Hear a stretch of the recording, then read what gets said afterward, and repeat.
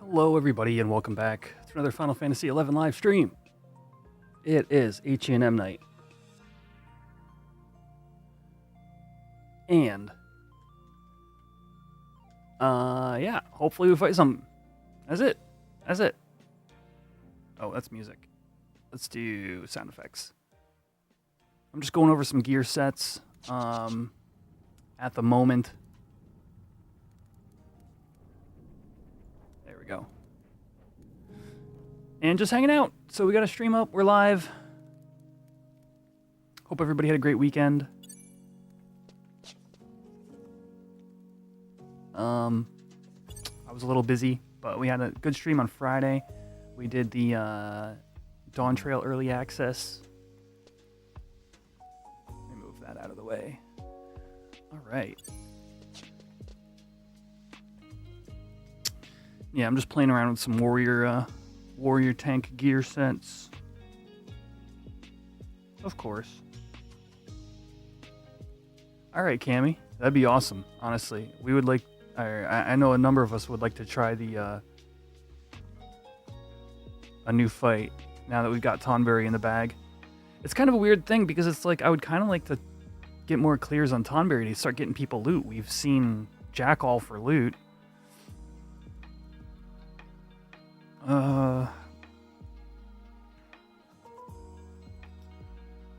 Let's do Master Belt.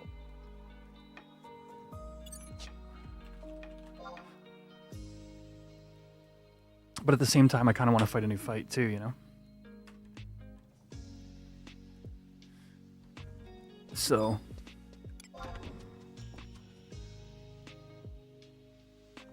The duality of man.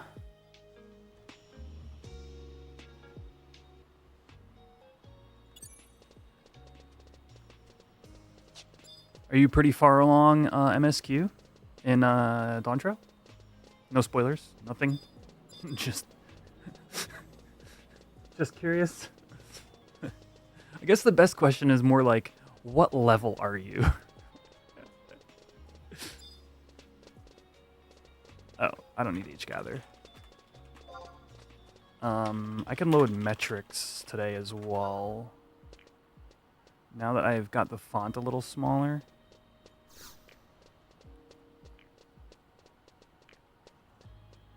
Sephiroth does what?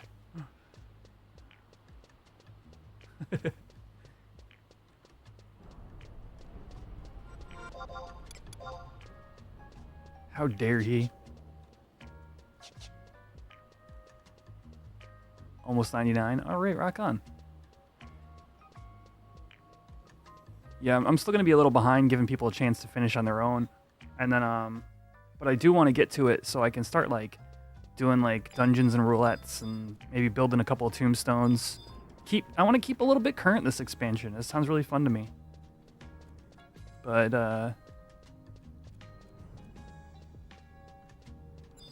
yeah, I'm not thinking too hard about it. I got some time off, actually, this week and next week.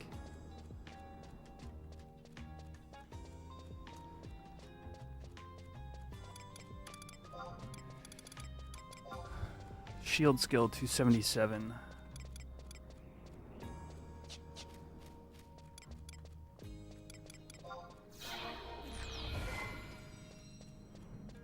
The spirit of the buffalo. Oh, yo, Twitch chat. Maybe Colin, maybe you want to try this, man. There should now be a new Twitch redemption for text-to-speech. If you redeem that and then type in something, it should say it. I just enabled it. I want to see if it works. I can actually reduce the point value until we're sure it works. Let me do that. 10 points.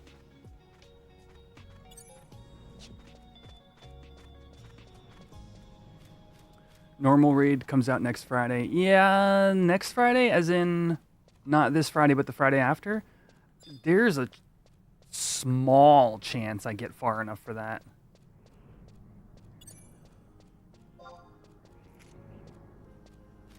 All right, let's see what my sets look like.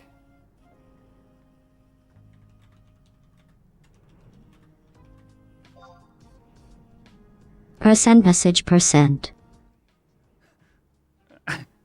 Okay, that did not work. It didn't percent message percent. All right, I'm gonna disable it for now, and then we'll figure out why. That was loud as shit. We'll figure out why it didn't use the actual message. Epic taco. All right, let me look at the speaker bot variables docs.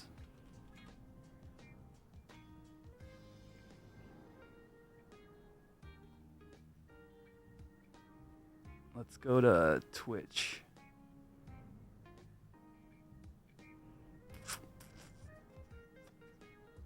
Message.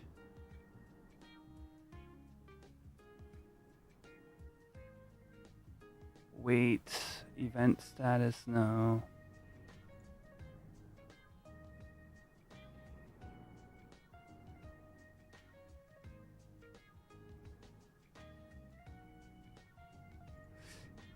Yeah, that was Gladys. I have like 4 or 5 random TTS voices, and Gladys is one of them. Basically, I just picked voices I thought would be fun.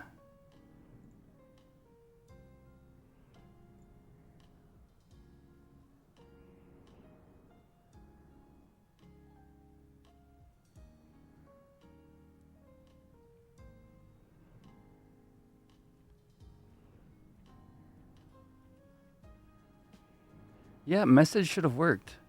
Oh, input!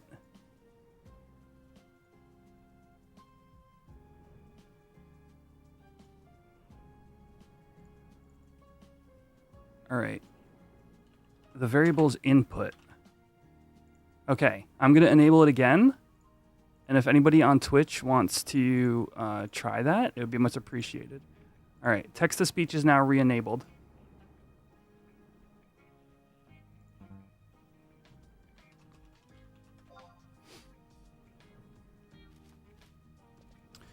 And let me double check my... Oh, I did LA reload. Percent input percent. Why? All right, disabling.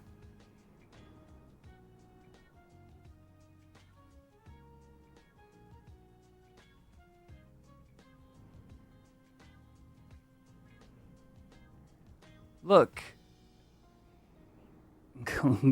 Yeah, that was Archibald, I think his name is. All right. Look.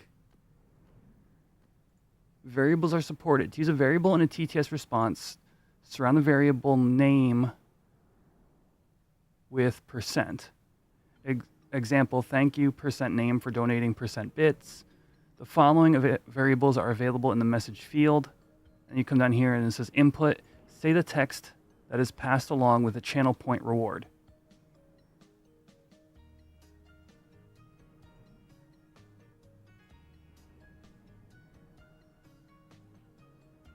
All right, wait. You know what?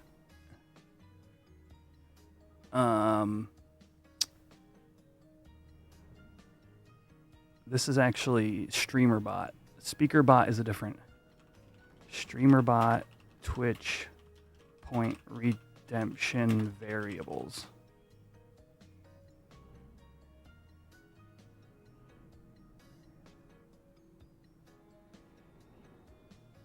Title, cost, prompt.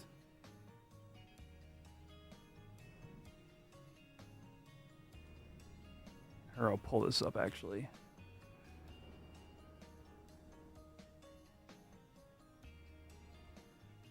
Predictions, pyramids, accounts.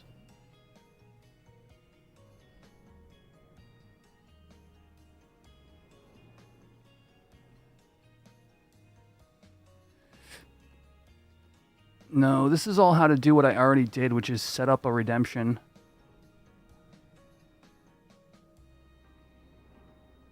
All right, hold up.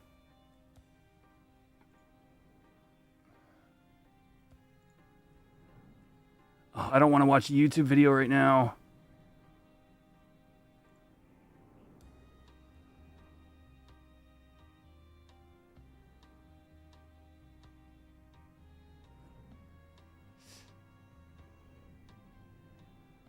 So it's a variable.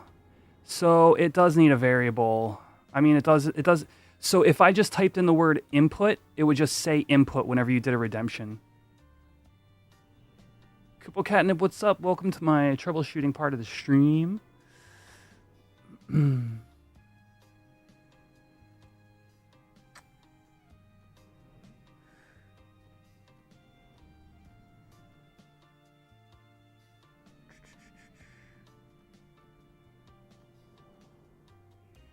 Let me see what it was passed actually when it was called. Action history. TTS test. Okay, I can actually see my variables when that command was called. Raw input. It's called raw input. So it should be percent raw capital I input percent. Okay, I'm turning it back on.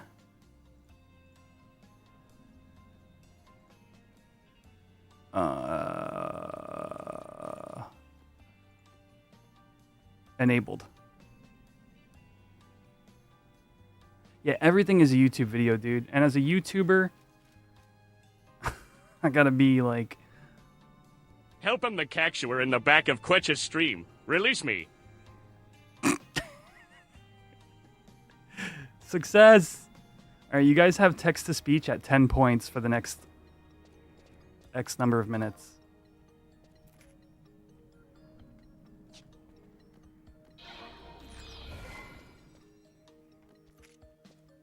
That was that was what's his face, Plankton.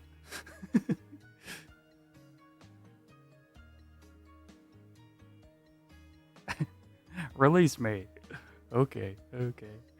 All right. What was I doing? I gotta check my sets. It says I have master belt. Is master belt not the name of it?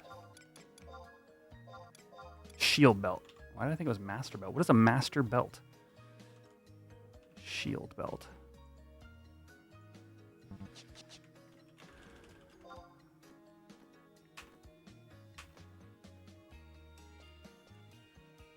All right, there's the shield belt. Now I should get like 30 TP on a shield block.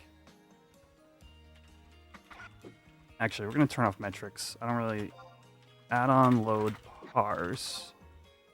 And there's my defense. Okay. We can see my block rate in real time. AKA 0. Because I keep dodging everything. Hit me!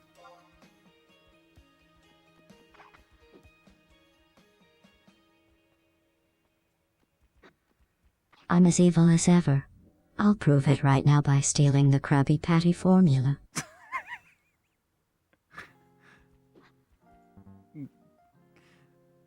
Gladys? It's on random, yeah. Until I figure out a good way. It's kind of funny from Gladys, honestly. Alright. Oh, I'm getting 53 TP on a block.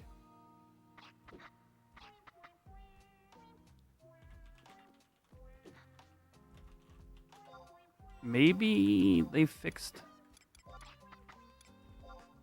Let's see how much I get on a block here.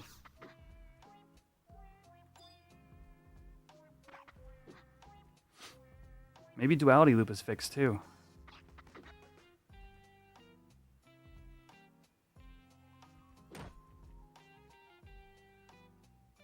I didn't count. That was only 53 TP, I think. So 206 to 259. Yeah, 53.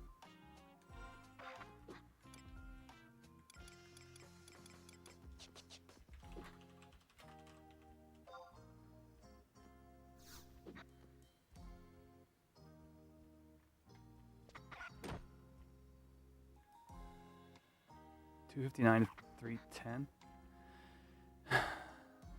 Let's try it without the master belt.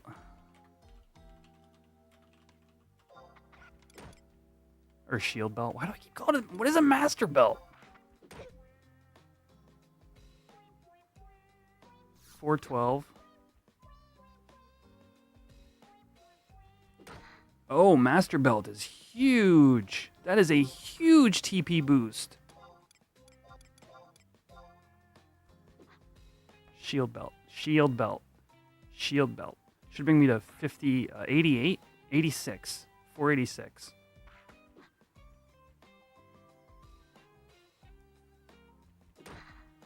.484. I guess it also is based upon the amount of damage I'm taking. That's like a 30 TP boost having that belt on per block.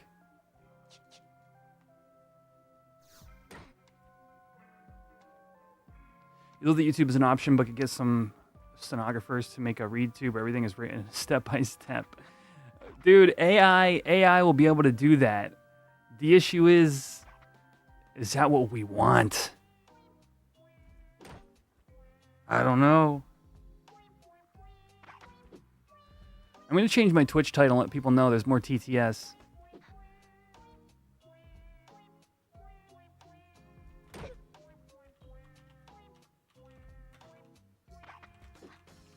New TTS redemption.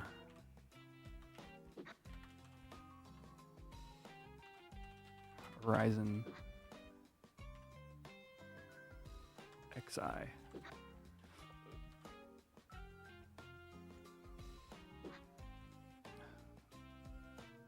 All right. I'm glad we figured that out.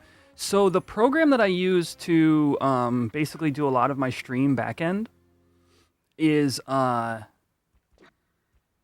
StreamerBot, and like I set up a Twitch redemption, and you guys redeemed it, right? Then I passed it to a different program that does TTS. But the really cool part about all that is I can inspect all the variables when that gets passed. And that's how we did the troubleshooting there real quick. I could just see all the variables that were passed to that command and like be like, I wasn't naming it correctly. So all right, well, good to know my blocks are working.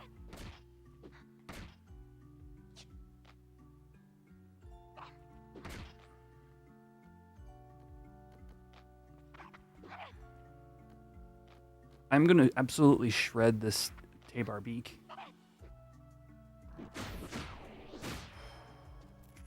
Yeah, decimation for the win.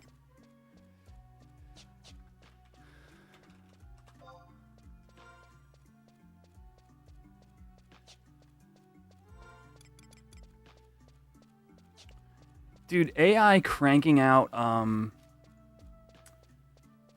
like trash YouTube videos is like the worst dystopia I can think of.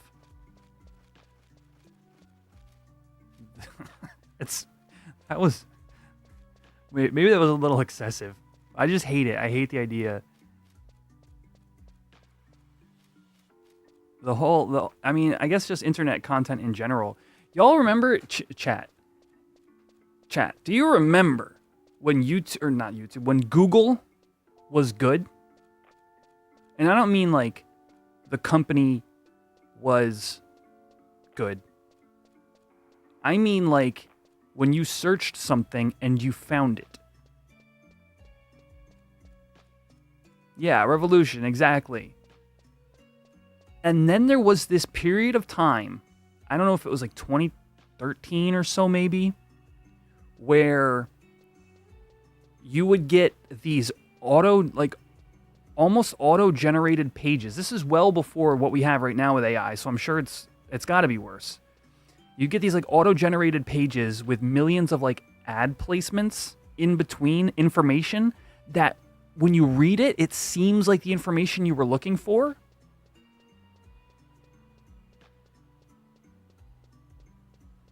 But it's like, it's off. I could probably Google right now and find the find exactly like a result that I'm talking about. Amazon worker Tom.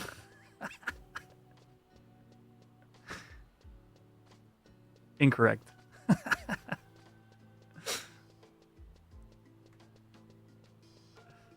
Oh man.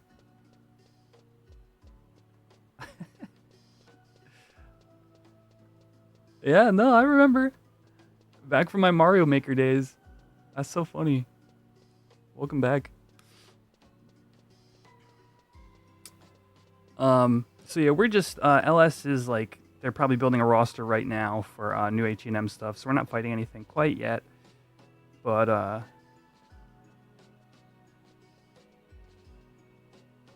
oh snap! Clint got a Kirby cap.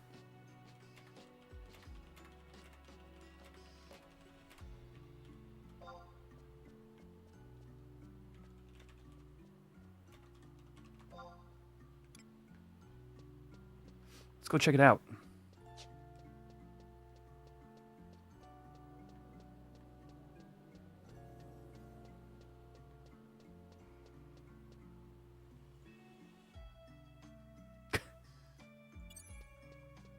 Both Clint and Vey. That's so funny.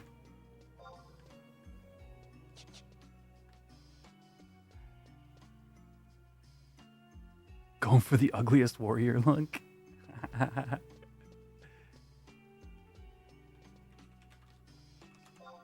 This is my vaguely warrior tank block style. It's going good. Amazon worker Tom. Just hanging out. There it is. Look. Kirby cap.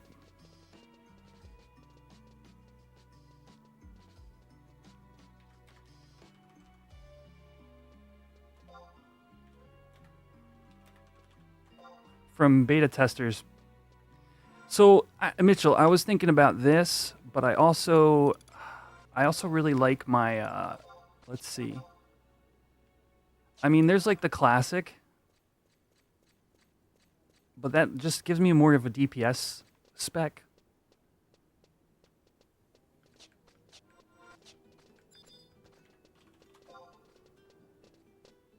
But also, like, I had an M-body with the warrior headpiece. Let's just do that.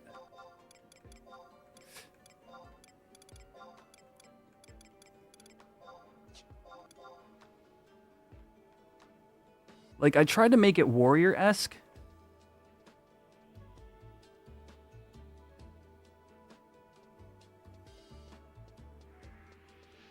I think maybe that's a little bit better. Because I like the warrior mask. It's kind of like a bandana.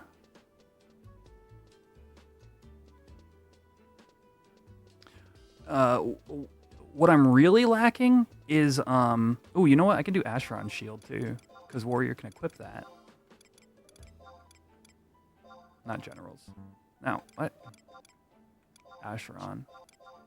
The blue with the blue is not bad. The ba with the ba. Blue legs. I need the relic warrior hands. I wonder if I have them. I'll check my slip.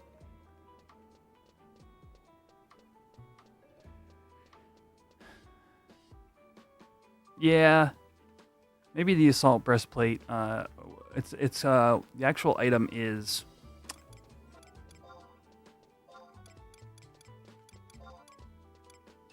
stolen breastplate. Is like kind of thin looking, not as chunky. Wish we could get the high Allegan from 14. I don't know what that is, but you know what I did do the other day was Eureka Orthos. And you know what I noticed? The weapon you have in there is very Allegan looking. So it's strange to me that there's an Allegan set that you don't have access to.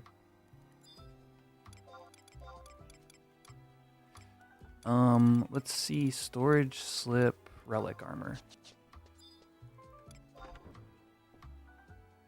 Still don't understand this game after all this time. Yo, nobody blames you. Well, FF11 is very particular. But basically, TLDR, you fight stuff, you get new armor and weapons, and then you fight harder stuff.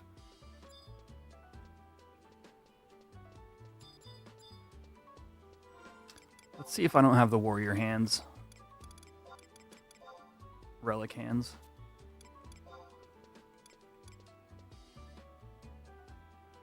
Ooh, I could use the... Oh, I do. Why is this on the NPC? Does Enhance's Aggressor have to stay on? That would be why.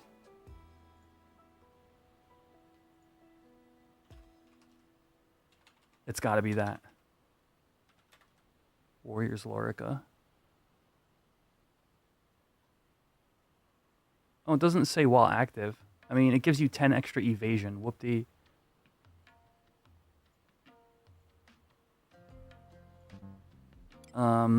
But I have the Mouflers.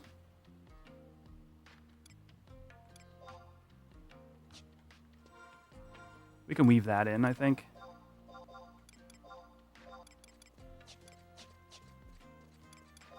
Dude, Adergon. One day. Okay, that's a little better. Kind of. See, I don't know, man. I want like a blue thing. If you're just tuning in, I'm just killing time until HENM time.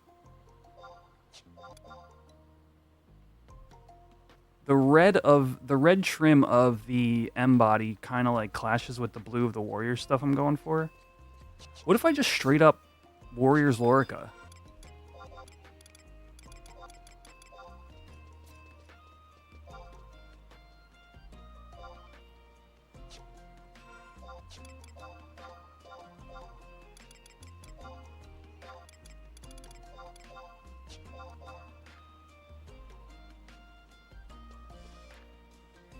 Like, there's there's my tank set, chat. Meh.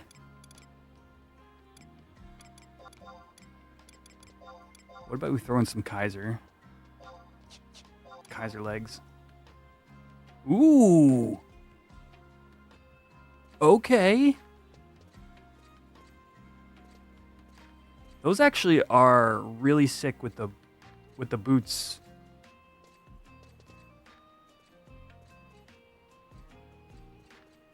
Yeah, I'm kind of liking it. Oh yeah, so what I was going to say earlier is the one crime in all of this is there are no good lock style axes in the game. At least not for warrior. So I got to deal with this like bronze axe. Unless I think specifically Juggernaut.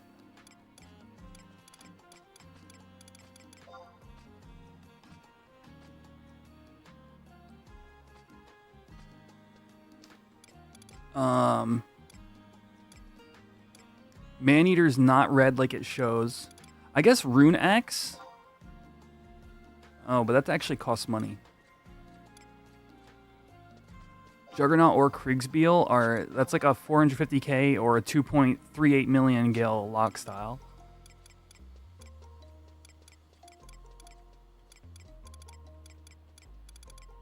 But yeah, there's nothing. I guess if I go with a rusty pick.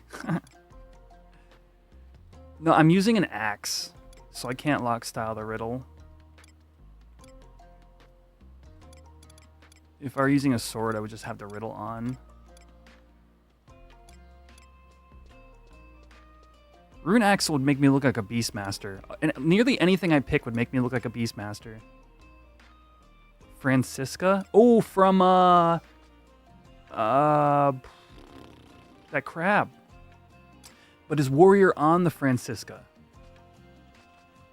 Remember, on Horizon, you got a lock style, something you can equip on that job. It is. Aquarius.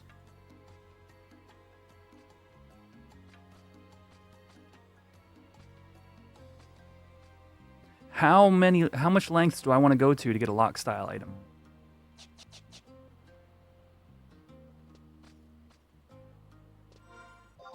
Is like the ultimate question.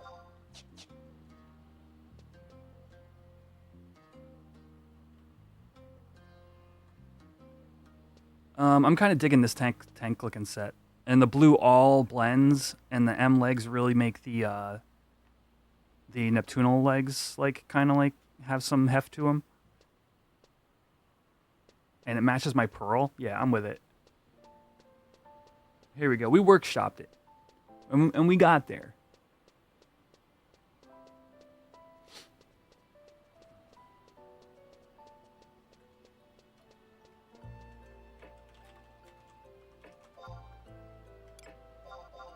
Oh, there's the hat.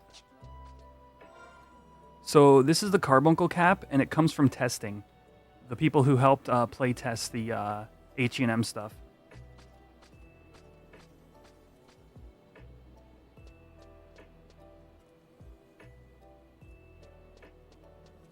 This is my LS, one of my LS leaders.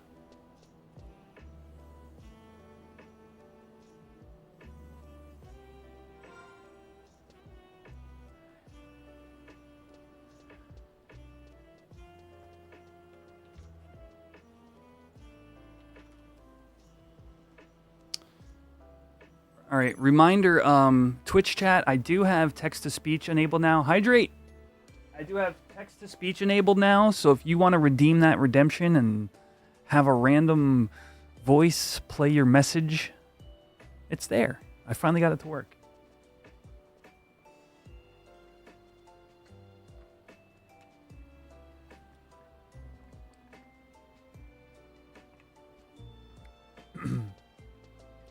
What is the best accuracy food around level 30? You don't get full benefit from soul. And it's really easy to check Yeti Mac if you target yourself and do /check param. You might not even have to target yourself. And then just math it out.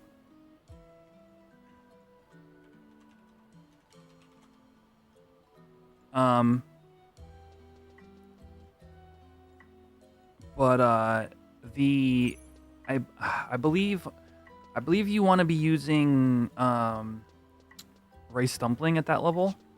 Jack-o'-lantern is kind of a trap.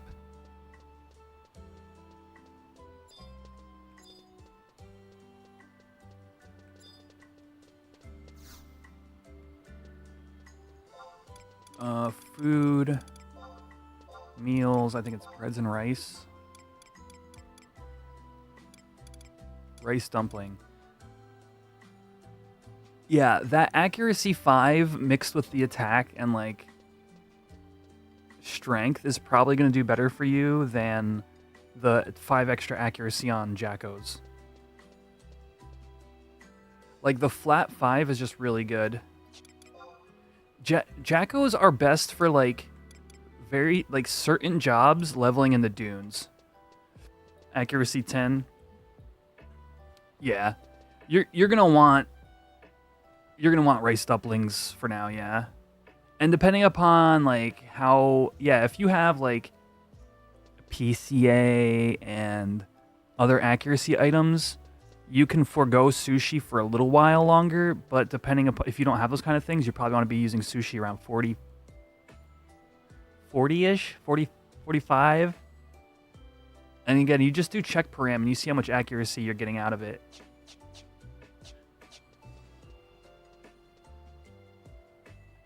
How do you math it out? Okay, so you go to food, meals, seafood. It might seem obvious when I say it, but you look at the percentage. So this is accuracy plus 15%, a max of 72. So you just take your full accuracy and, you know, figure out what 15% is. So I am at like 300 accuracy right now because I have all this tank gear on. So 300 times 0.15. I'd be getting 45 accuracy out of this soul sushi. Yeah. So if you're like at 30, you might not even be getting 5 accuracy. You know what I mean? So even just in terms of pure numbers, like you may even be getting more accuracy from that dumpling, let alone the fact that the dumpling offers more. The dumpling's just better. Because even if your sushi is giving you 10 accuracy, maybe that's around the level I'd start using it. but then that's really expensive. I don't know. Up to you at that point. But because there's also Dex plus 6, Strength plus 5 on here. But like the fact that you get a chunk to your attack and 5 accuracy just makes it really good at level 30. Yeah. If you start determining you're getting like 15 accuracy from sushi plus the Dex and stuff, and you're like, yeah, I can afford this or whatever, although dumplings aren't that cheap either, and you really need that accuracy enough to lose the attack value you're getting, then maybe you move on to sushi. And of course, soul sushi is a bad example because it's the more expensive one. Squid is my go-to. It's half the price. Yeah, Wetworks. So, in Era, you were probably doing the right thing. In Horizon, we have the attack and accuracy scaling are slightly higher than they were in Era. And that number did get adjusted by SE later on. But all that means is, like Thief, for example, in Era got like, for every 1 dex, you got 0.5 accuracy. Here, for every 1 dex, we're getting, I think it's 0.6 or 0.65 accuracy. So, you can be a little bit more,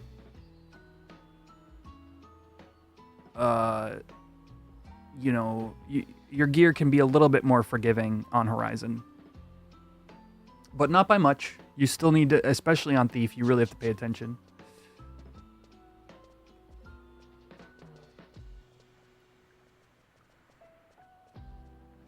Most parties you join, you be level synced, so you shouldn't really need accuracy food.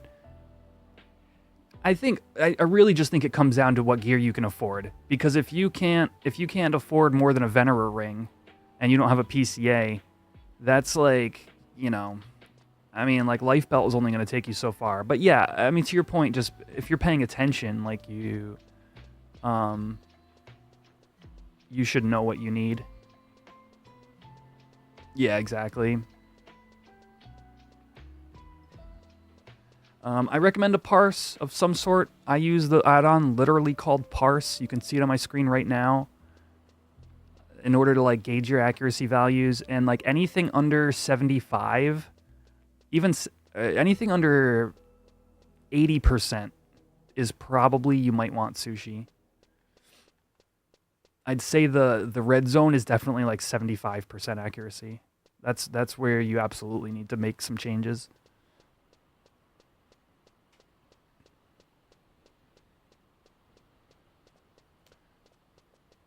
Oh, let me hop in here.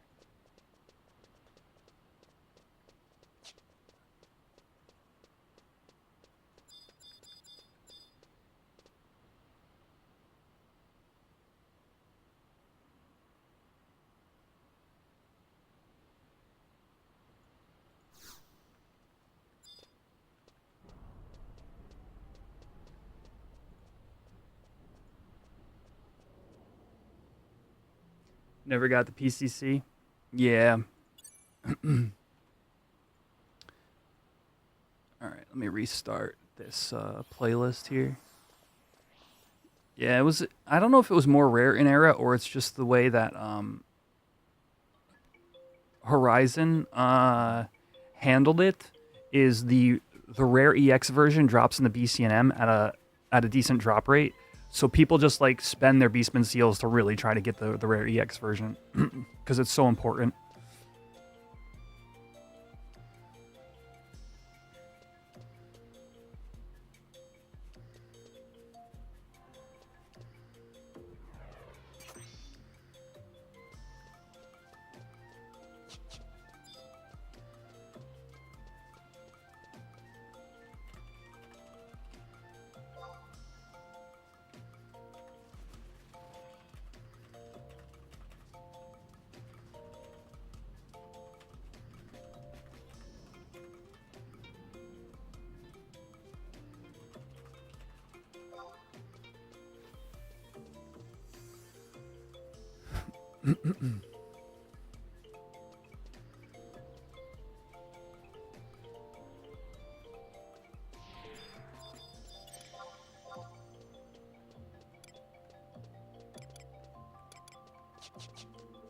All right, chat. They're talking about what they want to do today.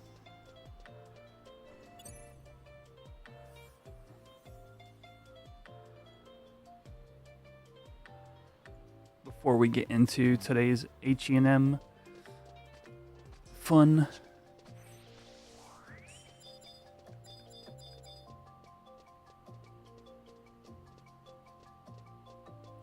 What's up, Ray? Yeah, man. Let's kick some ass.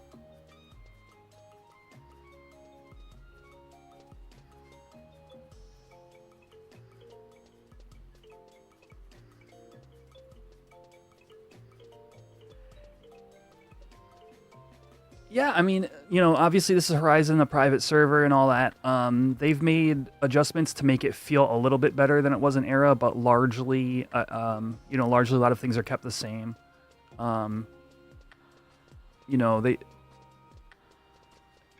know, some jobs, like for example, Dragoon's 2-hour does not summon its Wyvern because that was dumb.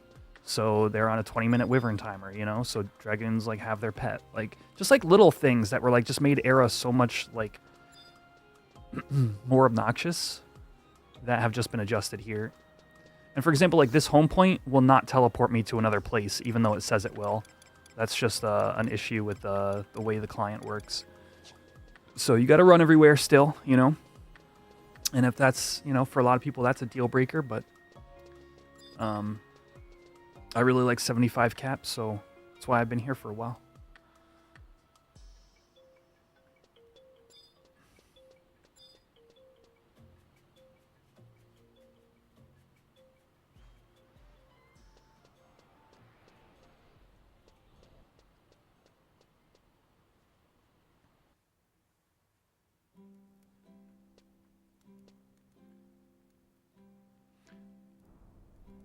I'm gonna chill here until we get like roster and stuff.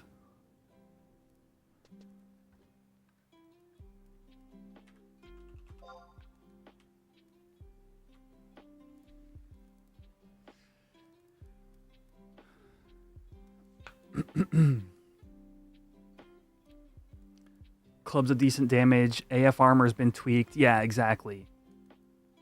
Like, a lot of the really great things are so minuscule, but that's what makes them kind of like good.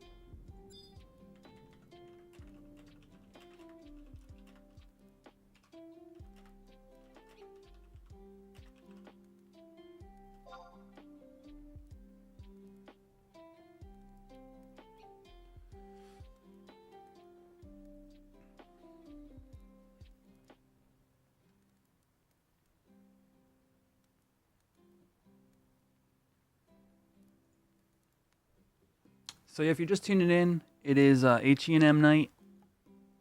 I'm going to be heading out soon once we find out what we're doing and what I'm needed on. I might go watch them guys if they're doing Scorps first. How is the drop on K Club in the BCNM? I think it's 1%. Yeah. I've known people who went 1-1. I know somebody who may be coming into this chat at some point today who was like 0 for 240.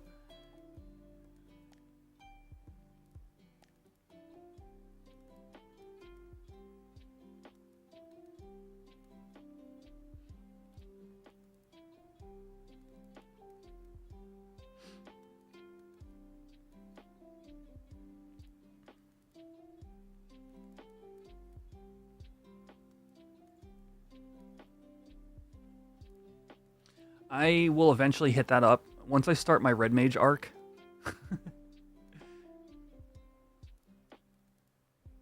We'll eventually try some K Club BCNMs. Try to get the drop.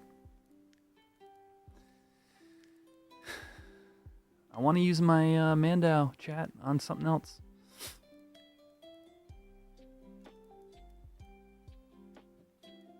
Me for K Club, I've done 0. But I have like 300 seals saved up. Which is not a lot, but... Oh yeah, Ray, nice.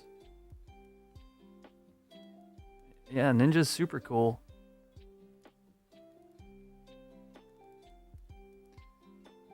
I don't have room for any of the jobs with the, like, Eastern gear. So, all y'all who do ninjas, we need y'all. What's the red mage stats on Mandao? It's end spell plus 10. Yeah. Yeah, red mage / ninja dual wield end spell damage. Dino-chan? It's like... What's up, man? Yeah, it's end spell damage plus 10. So you use this plus Kraken Club, and you just poop out end spell damage.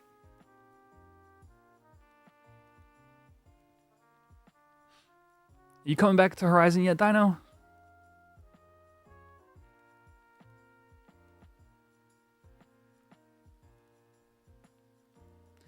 Yeah, like the dagger alone, like think of like the average attack rate on a, or the average attacks on a K Club are like 3.8, right? So I'm just gonna round up to 4 for like some simple napkin math. That's 4 hits in your offhand, 1 hit in your main hand. When you add 10 end spell damage, you add 50 damage per attack round, let alone the like 15 it already has or whatever. I don't have the end spell earring, and I might consider changing when that time comes. Probably not. Hollow, I think that is. But it just sounds super fun. Even just with Joyous offhand. I don't know. Red Mage Melee was something I did a lot of back in the day. It was my solo job of choice. Don't have enough time? I hear you.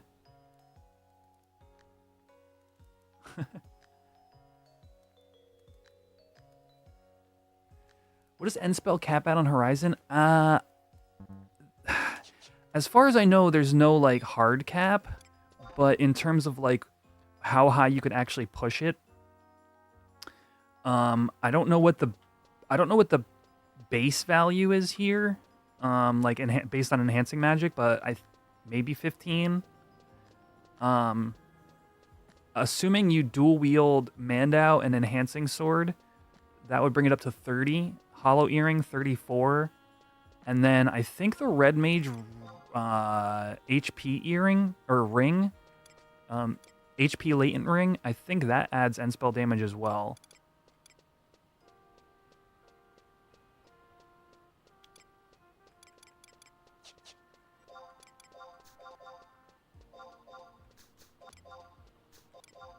Let's check that real quick.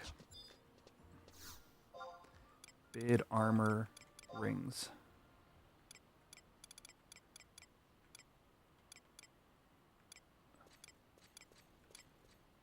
Yeah, sword enhancement spell damage plus 5. So let's just say it's 15. I don't know what the actual base is. Plus Mandao plus enhancing sword, we're up to 30. Plus hollow earring 34. Plus this ring 39 damage per hit. But that is with, like, you wouldn't want enhancing sword if you had Mandao. You would just use some kind of high multi-hit weapon. So in theory, you're up to like 34 damage a hit. 30, no. Yes. 34 damage a hit. So an average attack round of 5 hits is like 150 damage just from end spells on an attack round.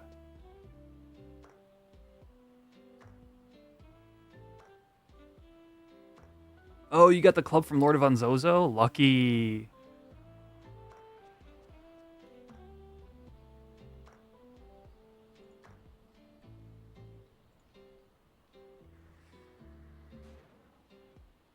All right.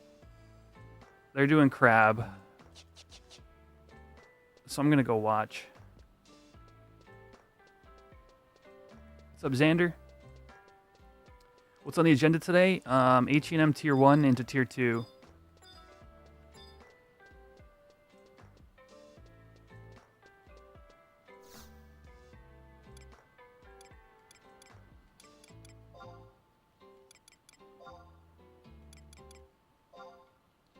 Where's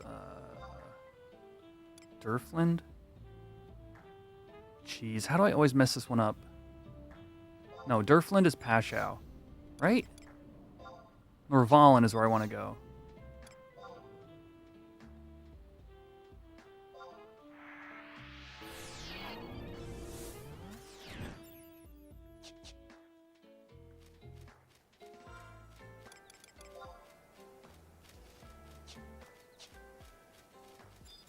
I'm gonna go watch them do crab.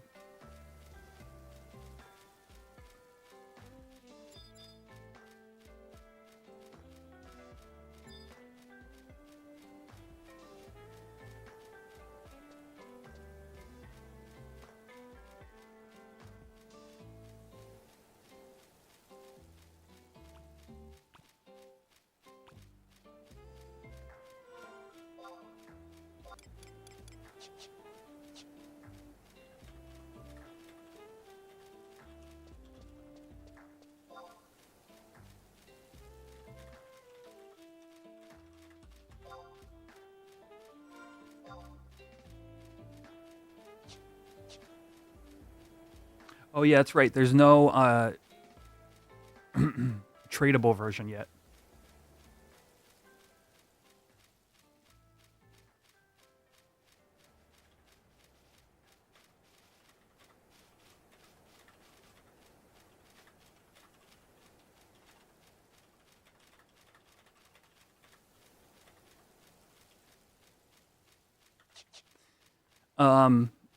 Because think of all the drama that has ever occurred over Kraken clubs. So if you want one here, you gotta either camp LOO yourself, or you have to do BCNM to get the rare EX version.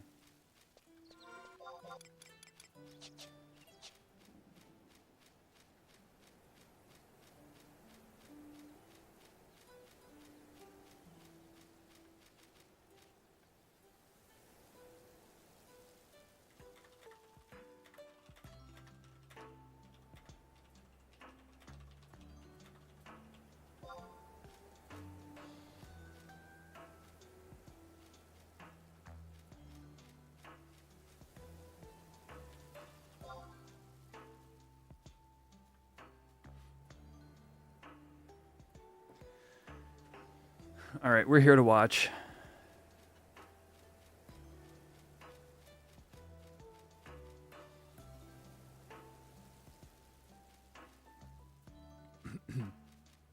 Because I'm not in this kill. Hopefully, we can do a quick rock after this, if there's enough freshies. If there's not, I don't know, chat. Giving up my weekly rock try kind of feels bad.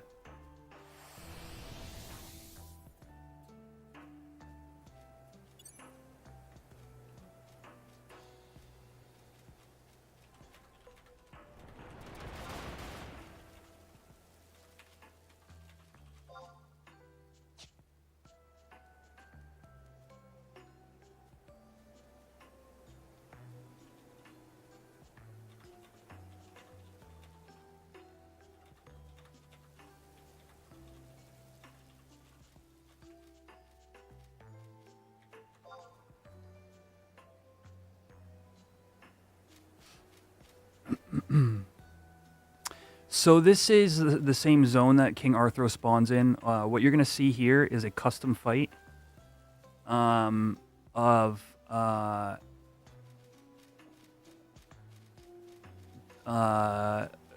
is custom to Horizon, that is based upon King Arthur, sort of. I'll get out from behind this tree once they get popped and stuff.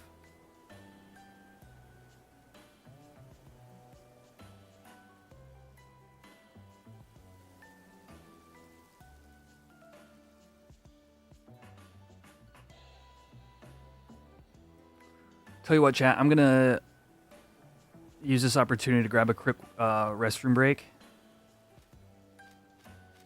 But I'll leave it up in case they pop early. I'll be back in like 2 minutes.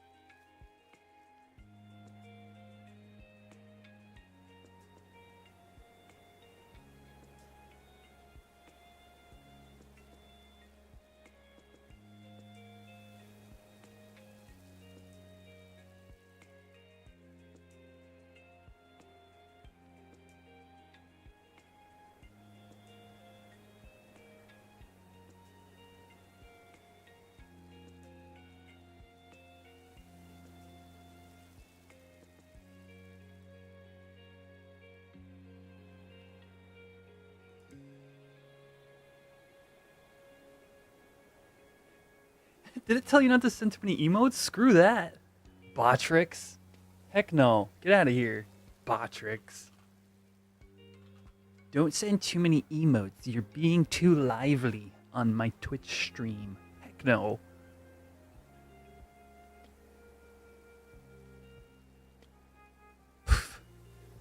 Let's see. Chatbot. Emoticon protection. Screw that.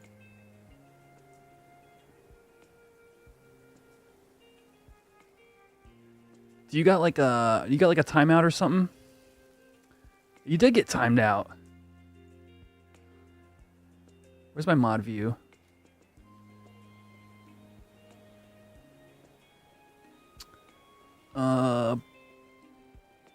Jeez. All right, whenever you're untimed out, dude, just toss a message in chat and I'll untime you out. Or I guess I'll... No, I don't... yeah, sorry. You're just going to have to be timed out for 30 seconds.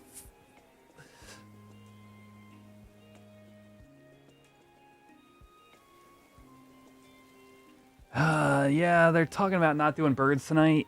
Because I guess there's a lot of people on 14, so, like, we didn't get enough signups. This is going to be... Aluminum foil... You've joined me on my saga of not getting boots.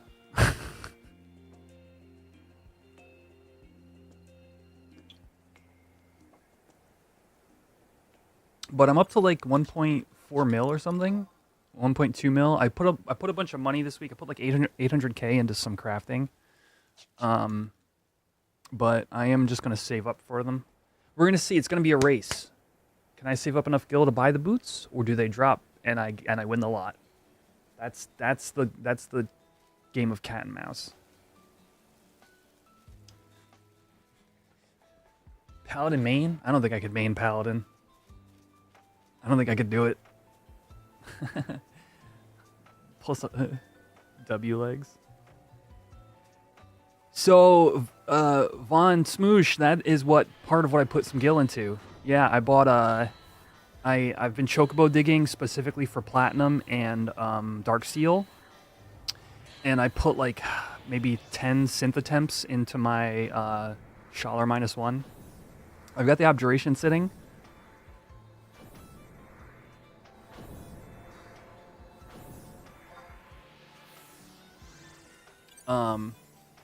But yeah, I bought a stack of platinum ingots and got really unlucky with my platinum chain HQs. So I only got like 10 synths in. Between that and cashew, I got my bone crafting mule to 93, and I got leathercraft up to cap, and he's just sitting on mats to probably get about 98 or so.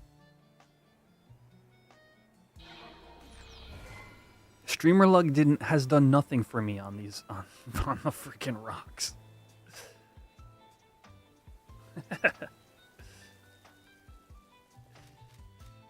Yeah, but yeah, he's good to go. I'm just working on leather crafting GP so I can get the leathercraft gloves. Yeah, that's where all my gil went. But I shouldn't have to spend that much more anytime soon. I want to get him to 99 bonecraft, like within like, I don't know, maybe 3 weeks or so, 3 weeks a month. But he actually made my... Let me see. I actually don't think... Yeah, I didn't set it up yet on Warrior.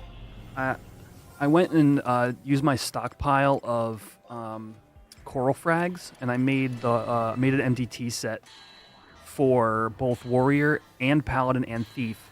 So Warrior and Thief have this set, and then Paladin is this set. So now I've got almost full MDT sets for all 3 jobs that I play.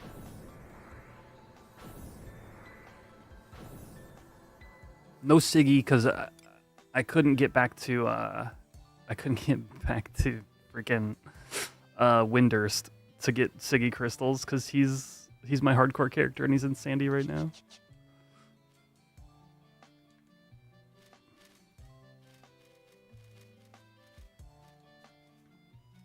But yeah, we're just here to watch this T1. Basically, the only way that I'll be doing rocks this week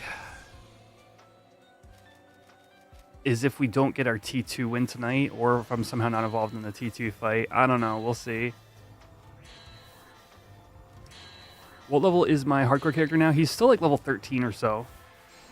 Yeah, I have some time off this week and next week, and I'm going to be I'll probably be doing streams to my shorts feed. And we'll be doing my hardcore character probably there, if anything. I don't know. I want to do a lot of stuff over the next 2 weeks. So there'll be plenty of content for everybody.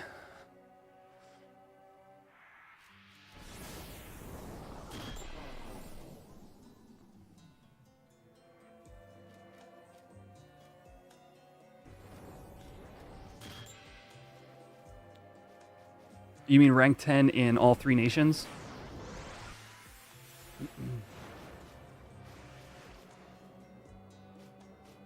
Oh, sick.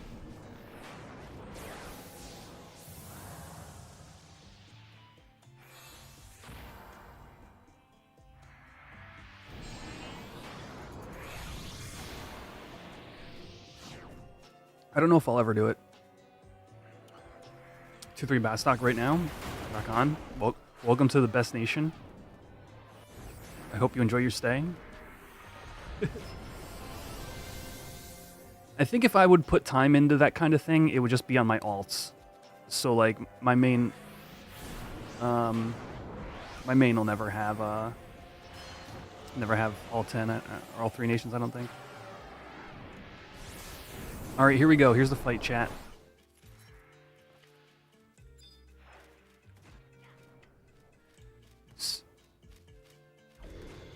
So, this fight, for those of you who aren't aware of the way the custom fight works here, is this mob takes very little damage. And every 10%, 10 or 20%, you do more damage. But then at every 20% mark, there is it summons a wizard and a bruiser, like a tank crab and a mage crab. And you have to kill those before you can continue DPSing the main boss. Also, every 3 minutes, it summons a poisonous crab with an aura that just saps the health of everybody around it. So you're basically fighting it. You're trying to do as much DPS as you can. You want to kill the wizard and the bruiser when they pop. You want to make sure the poisons are always dead.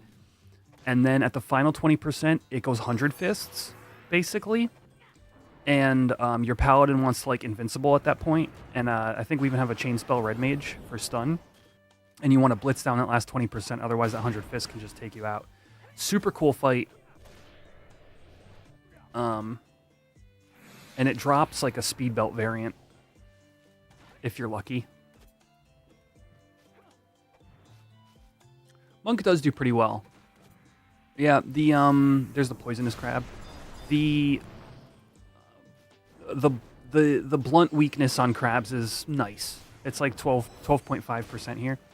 But it really, at the end of the day, it doesn't matter what DDs you really use, because your damage is gated by the mob's, like, overall DT.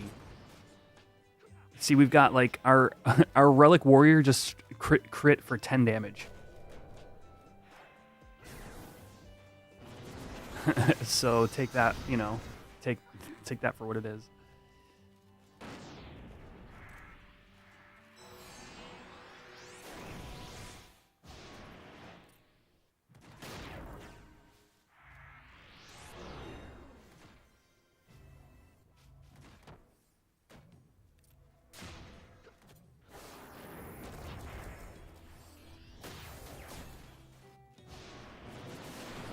And here we go. We're heading towards 80%. Let me fix my MDT set on Warrior while we're watching this as well. So it's about to summon the Wizard and Bruiser.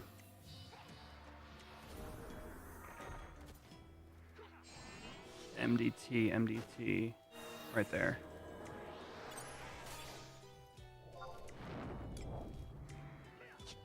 Wizard gets stunned instantly, otherwise it casts a big Aga spell on your group.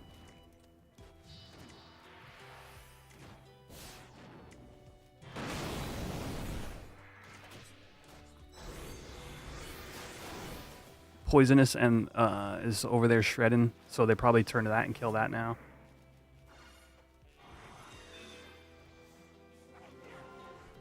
Oh, I can just copy my Thief MDT set. Yeah, it's the same set.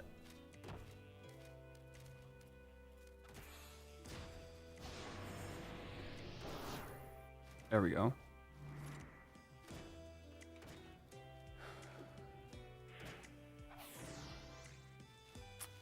Yeah, and that should be good. So now LA reload. Tank set / MDT should put me in my full. Yeah, there it is.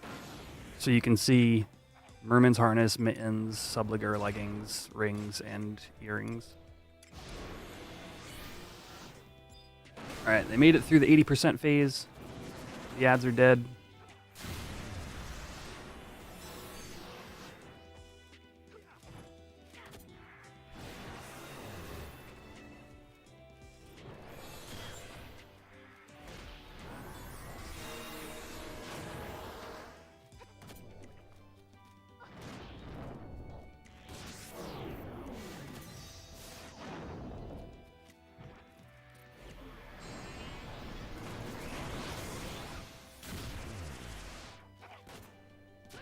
Overall, it's a really well-designed fight.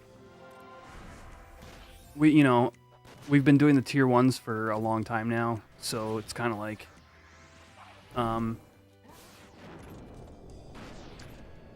while still fun, we've kind of gotten it down to a science at this point. Although it can still get hairy, which is good design. It's like even if you know the fight well and you perform well, you still might get chewed up if you're not on point with your stuns, if you're not on, if you like the stun on both Overlord Arthro and the Wizard, or even the final 20% push if you screw that up, if your tank like dies really early into it or something.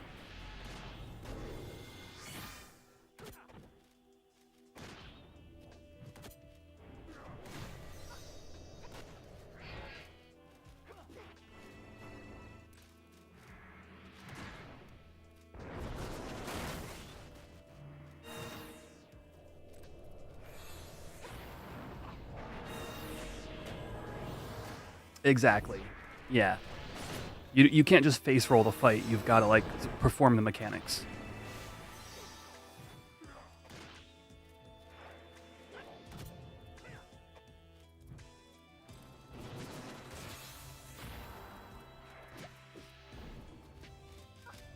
You see all the melees run to the poisonous crab. Our rangers love to hang out in this corner. I think Zep started it, hanging out in this corner, and just when the poison pops, he just slug shots it. And then all the melees go, no, I want to hit it too.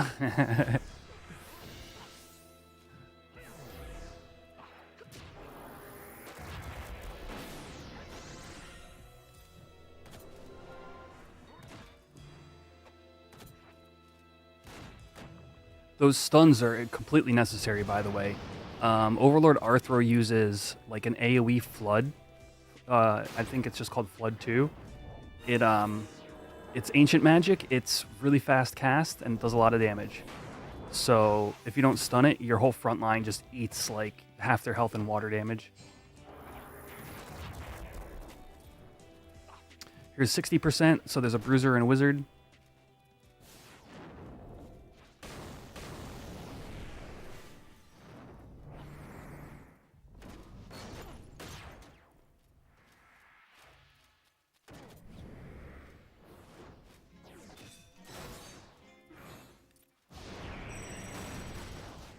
Bruiser's running for the white mage. One of the warriors needs to take out a provoke.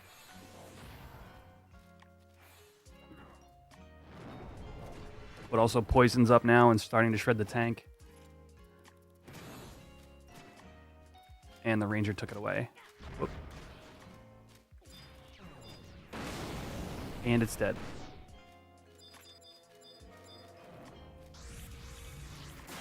Oh, also Water Go 4. That's right. It does Flood 2 and Water Go 4. And our white mage ate dirt.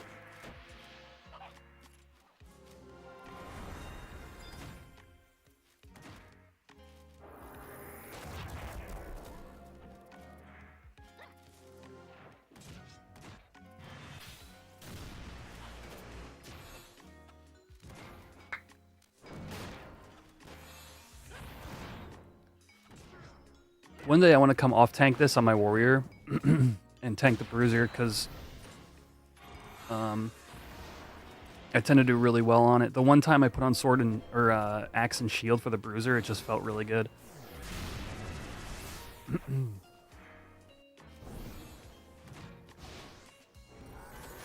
But like, you know, it's the age-old like, why not just go full DPS warrior? You know, why bother with the tank setup? And, you know, I'm still exploring that. I've got some ideas.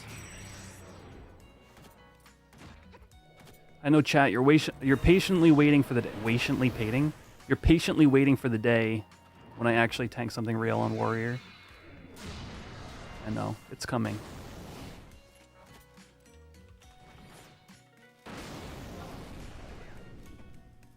Jen the Mithra. Hello, hello.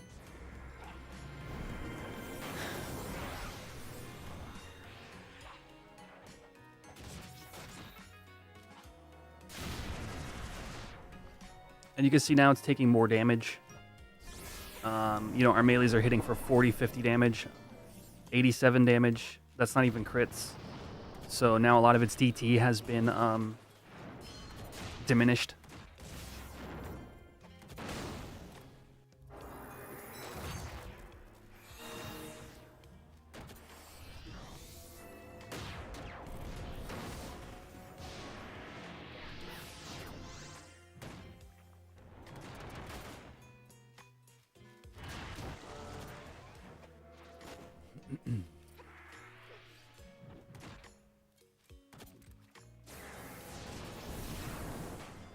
They're going to push 40% here. They might spin and wait for the poison. 41.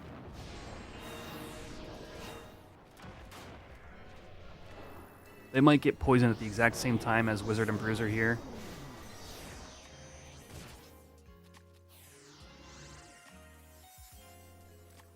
There's Poisonous.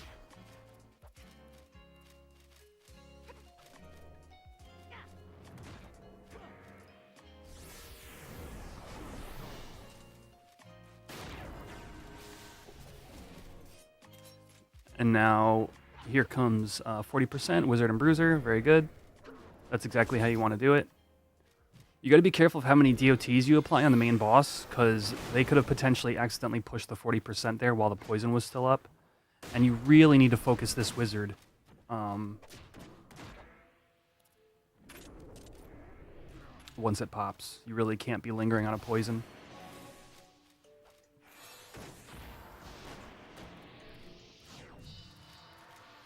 Yep.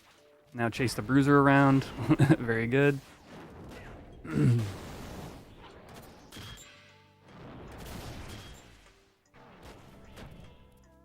So with Cal out for now, is there going to be a new level sync? I mean, we have a new episode that released last week. We talk a little bit about it in the beginning of the episode, but yeah, me, DA, and LTL are. We're going to be holding down the fort for the time being. We didn't quite say what our release schedule is going to be, and we're not even 100% sure. But it'll likely be more like one a month instead of one every 2 weeks. And legitimately, I think we pushed ourselves a little too hard to do an episode every 2 weeks. Anyway, so I think it'll feel good, kind of like relaxing that schedule. In case anybody is wondering what I'm talking about, we do have a Final Fantasy XI podcast called Level Sync. It's on YouTube, Apple Music, and Spotify.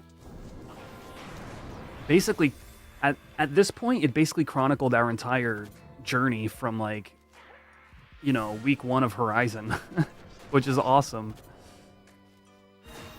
But yeah, there's only so much you can talk about in 11, especially when, like, updates are light.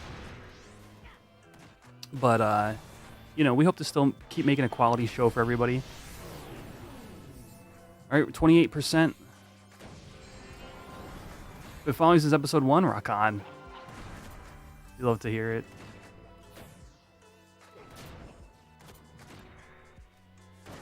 %.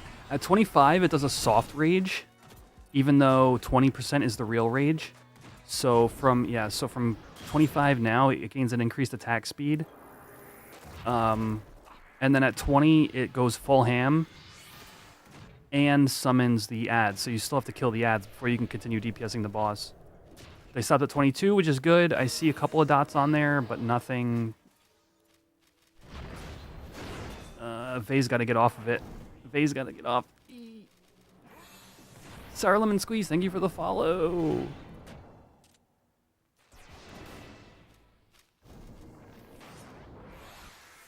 Alright, so 20 is going to push here. This is where that wizard gets stunned, just like that. The paladin goes invincible. The melees all kill the wizard, then the bruiser, and then DPS the boss into the next year. Super fun little fight.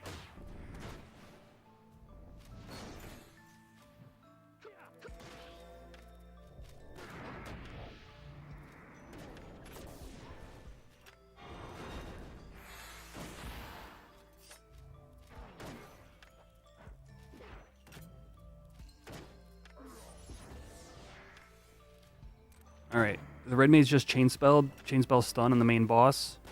And basically it's to keep it tame while the melees finish the bruiser, and then it's full on Zerg, the main boss.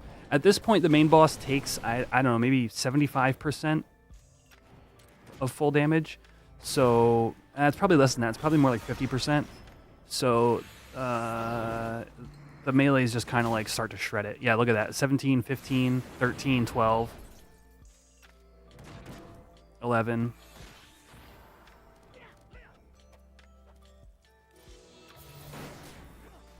And this with the GG.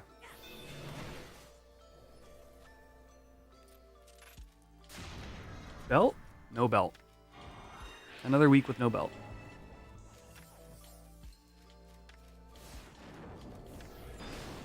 This poisonous crab should despawn any second now, if it's not killed.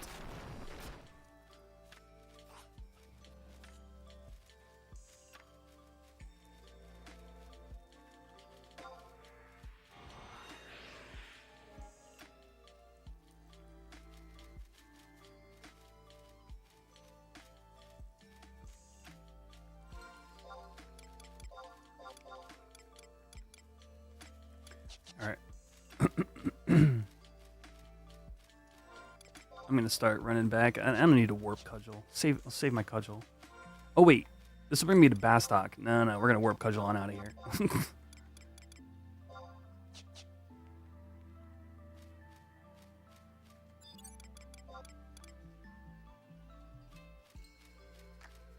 Oh, you were doing the bird's aluminum foil. Ah, sorry to hear it.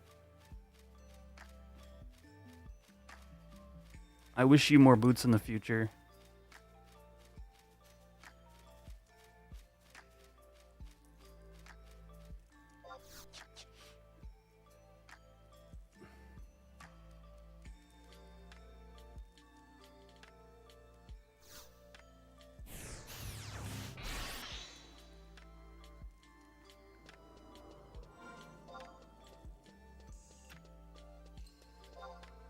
What's wrong with going to Bastok? So my intent was to get back to Juneau quickly, and if I went to Bastok, I would have to go to my Mog house and change sub to Black Mage and then warp, and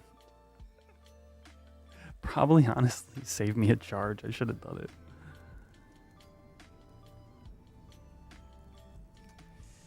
All right.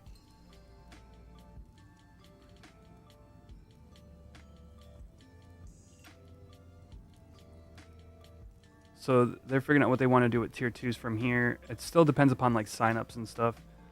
A lot of people still playing, 14 for the new expansion, so we're just a little light tonight.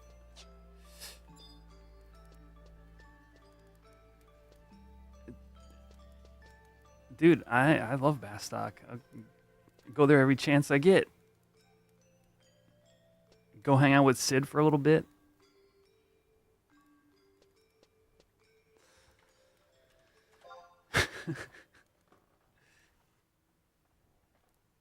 Dude, we were first last week, and I forgot to buy items. I forgot to buy GP items, and now look at us, last stock again.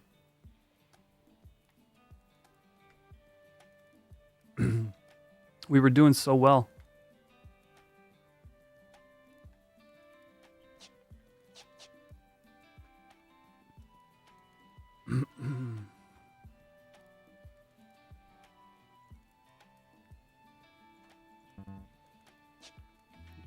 Best stock, let's go.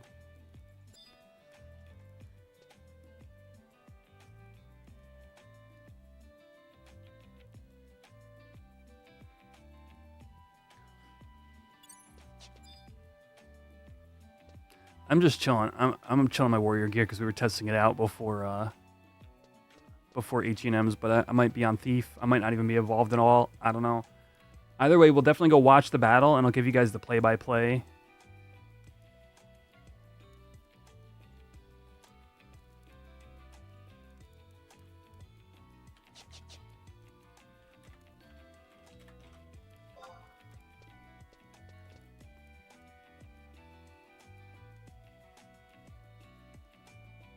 What was the test about? Making sure my warrior tank gear swaps are still functioning the way they should be.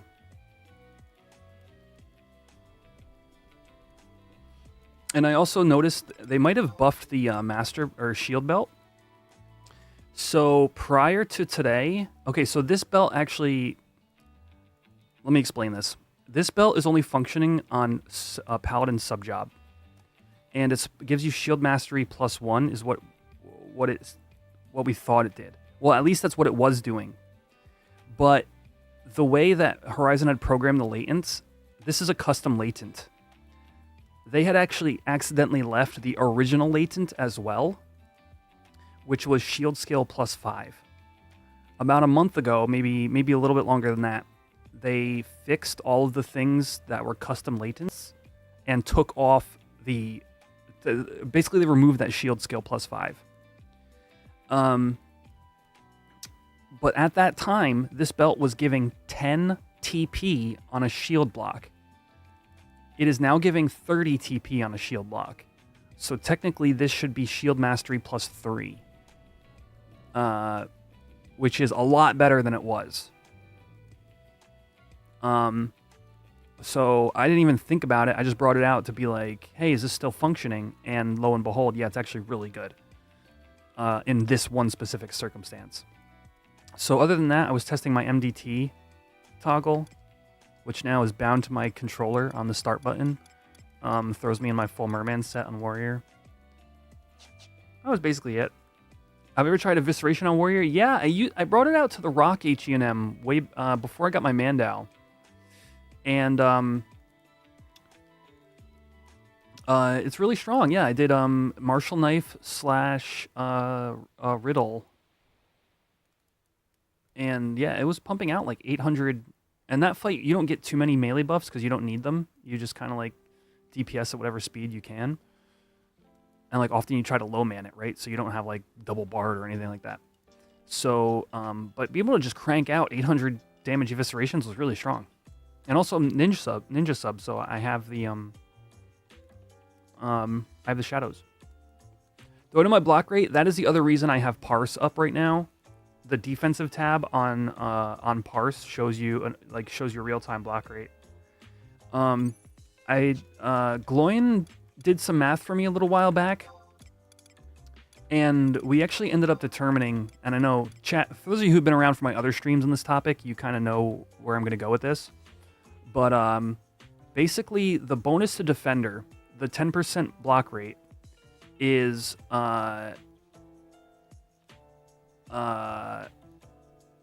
basically makes up for the exact skill difference between a warrior and a paladin.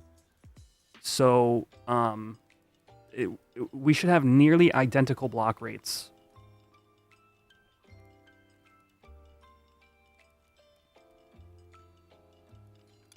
So whatever a paladin in like their normal block rate set is, should be almost exactly to what my block rate is right here. So shield skill 277 comes from fighter's mufflers for shield skill 15, and boxer's mantle shield skill 10, and shield torque shield skill 7, and Königsschaller shield skill 5. So, and I don't have knightly earring.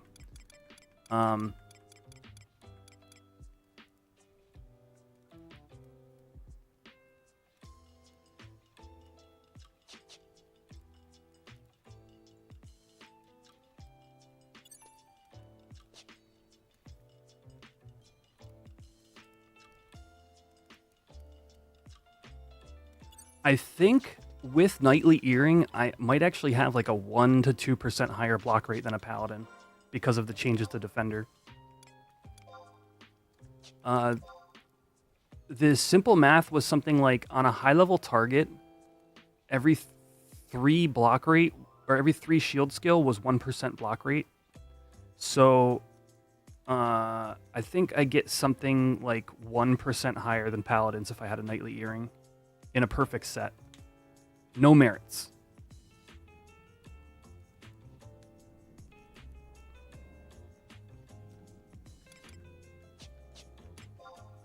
And it's partly because of the fighter's mufflers +1 being so hefty. Paladin gets like their AF feet get like 12. That's what it is. Never mind. The earring is irrelevant. Assuming everything else the same, Fighters mufflers have 15, and paladins AF +1 have 12. I think is the math.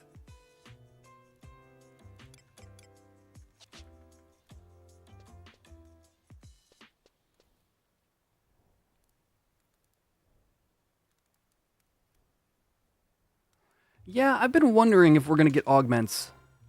I mean, I assume we will. However, like, how they work and how good they are is like, that's a balancing question that I don't have terribly much input on. I mean, and for me, the simple thing is when I look at like this body and like these legs, like I would love them with augments. Or even these feet. Dude, I was looking at the synergy augments the other day. The M body versus the M body +1, like the Kaiser. The normal one can get 1 refresh. The Kaiser can get 2 refresh with the synergy augments. Imagine.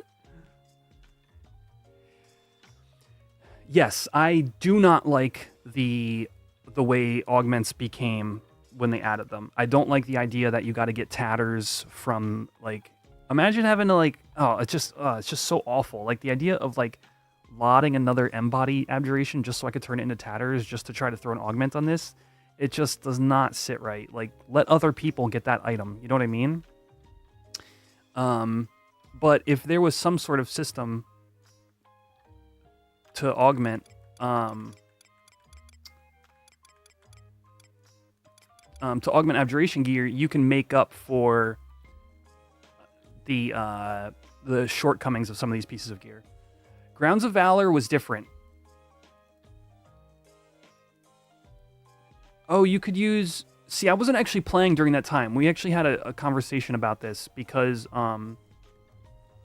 I vaguely understand how the tatters work, but my understanding of them was that.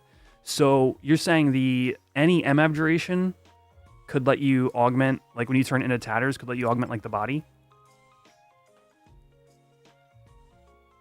Okay. Still, like bringing the old abjurations, like it makes sense for SC's point of view to add value to the older content by making people go back and get tatters. But on a server like this, where like there's constantly like new people coming up, and like when we move into treasures, like a lot of the people who are doing like serious and like endgame kings right now may just form groups that don't really need this loot anymore, and more people come up, you know? So like, because it's going to continue to be 75 cap, there should always be like waves of people in the various tiers of content. And like, I don't know, man, seeing like my LS just like hard camp Sky to get extra tatters just feels awful. You know, you want to leave that open to the people who are like up and coming into that content.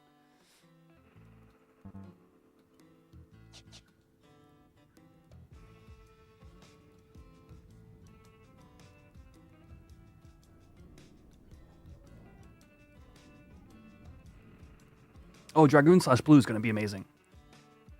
Hands down.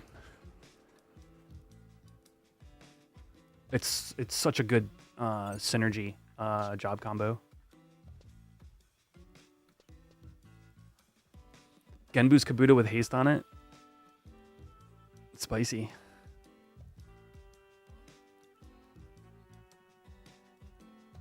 Oh yeah, Treasures is fantastic for people of all level ranges, 100%. Yeah, I was more thinking about the you know, the new kings that'll be coming, you know, and like obviously like, you know, more HENM tiers.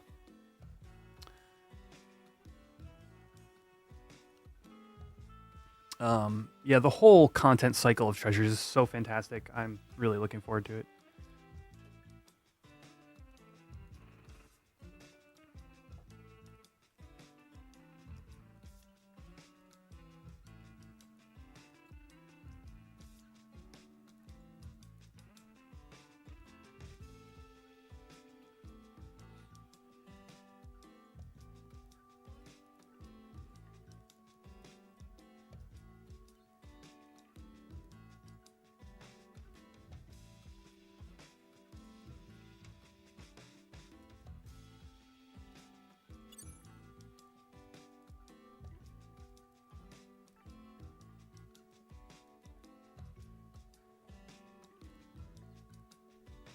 Yeah, Nigel. Oh, Nigel's so fun.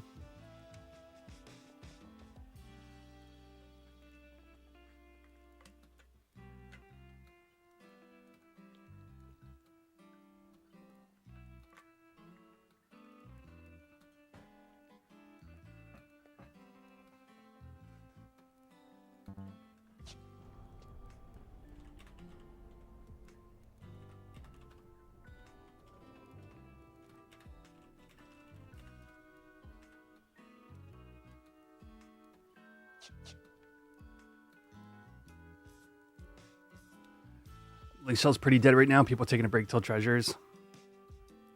Yeah, I mean, you know, still plenty of people to play with, maybe.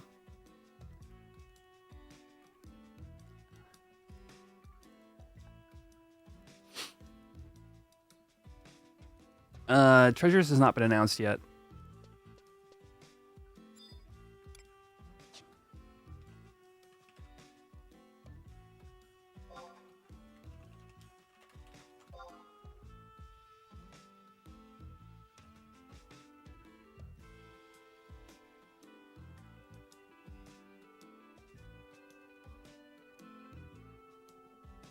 A hairspray ad? Well,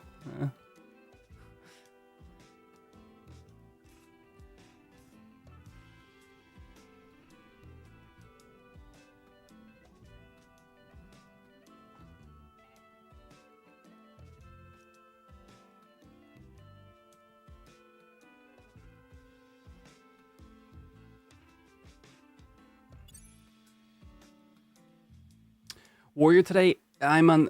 Basically, I'm in a waiting room right now with you, chat. Before they figure out what they're doing for tier 2s and what I'm coming on and whatever. So I'm just hanging out in Warrior, but I may be Thief.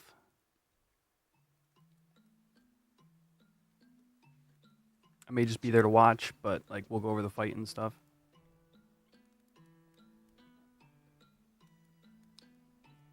Treasures was the best X pack. Fun and revitalization back into the game. It's yeah, OG retail especially, like, I mean, you can just look at it from here, right? Even from like where we are is like the loops of COP content are like so much less engaging than the loops for treasures. When you think about like the CNM cycle, it's not super rewarding. I mean, yes, it brings you to AV. Yes, there's some torques or whatever. But then when you start looking at like literally any of the content cycles in treasures, whether it be Nizul or salvage or assaults, it's just those loops are so superior. So, and they enable you to play as like a 6-man group while maintaining like, you know, like alliance for, you know, like doing the kings. The kings are going to be different here. You know, what's it called? Like Hydra and all that are going to have like loot worth like fighting it for, and improved mechanics. So they're actually challenging. Oh, and of course, yeah, day-to-day activities. Yeah. So like, unlike now, Limbus is okay. Like Limbus kind of does that, and you know, if we hadn't done so much of it, Druin, we'd probably still, you know, maintain it. Oh, and oh yeah, the Zenny, thank you. The there's Einerjar, there's the ZNMs. So many good gameplay loops.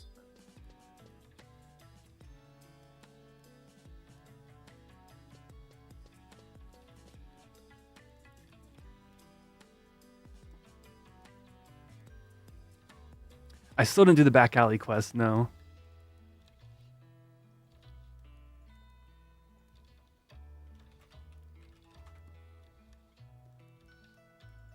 Maybe we just go do it right now. Yellow rock. All right, you've twisted my arm, chat.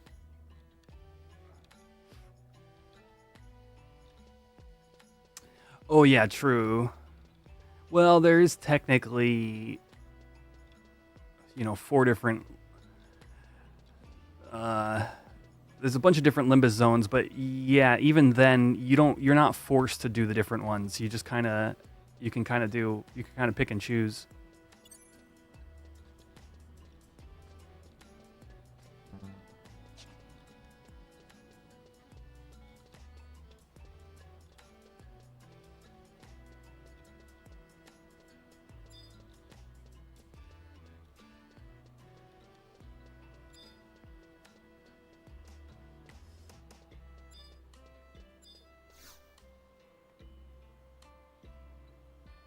Yeah, no, the objectives are not. You're right. They're kind of like medium. Yellow rock.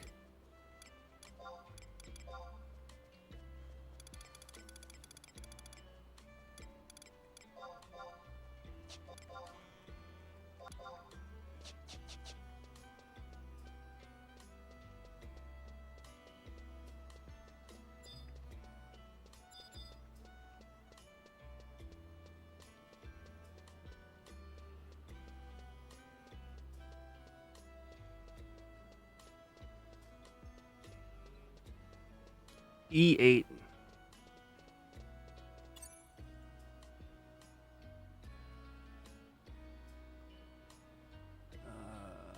Port Juno, E8.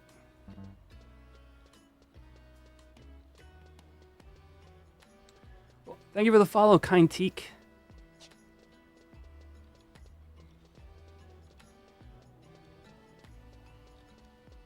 This place looks just as new as the day we first stepped foot in it all those years ago. All those years ago.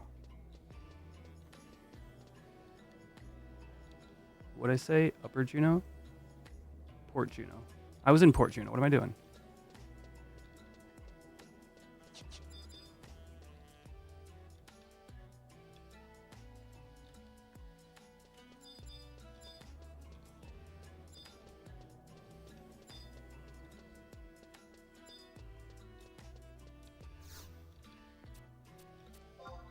Oop.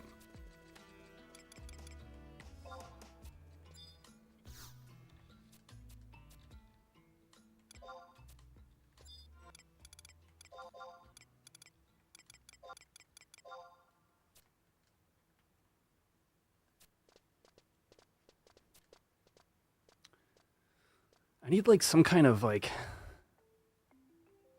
on-screen something that shows there's like a TTS going on. But yeah, there's a new there we go, back alleys of Juno.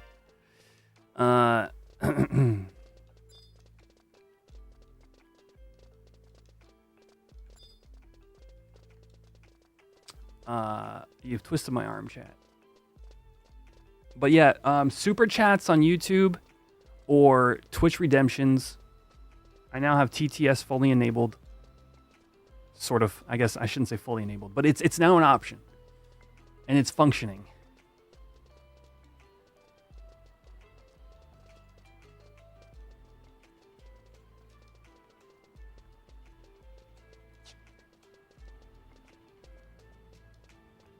All right, I'm on Thief tonight.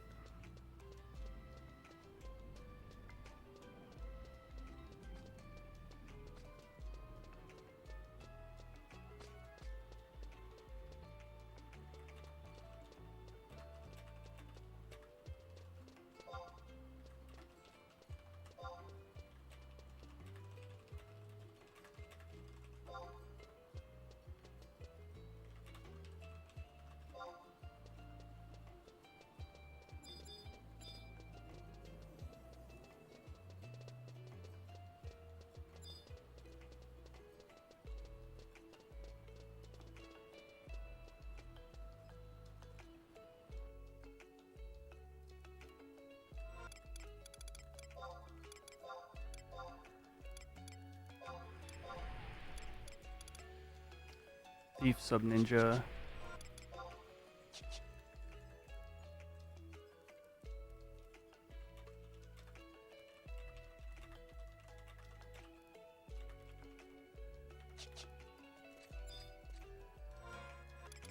All right, it looks like we're doing all lights. Mizu, Hiraishin, Makibishi.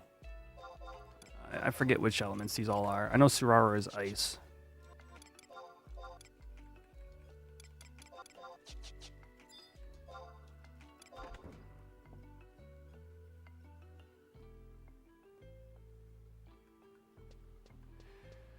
Ooh, is there any resources that gives recommended level for each quest? You enjoy questing, but it can be hard to create a hierarchy and what to tackle first.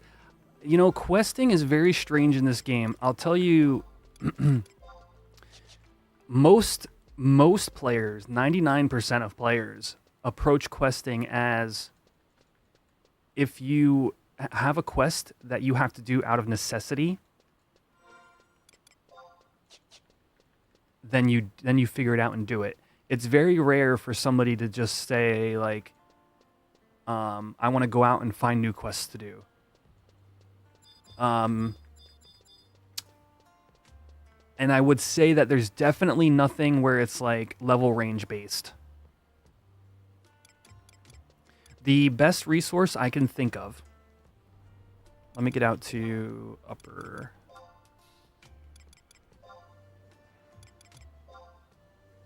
Elshimo Uplands.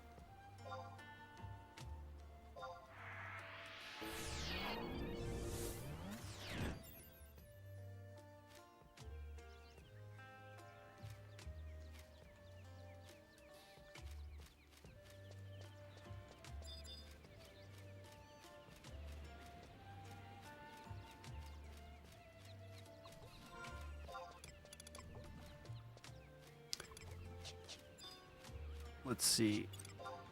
So I have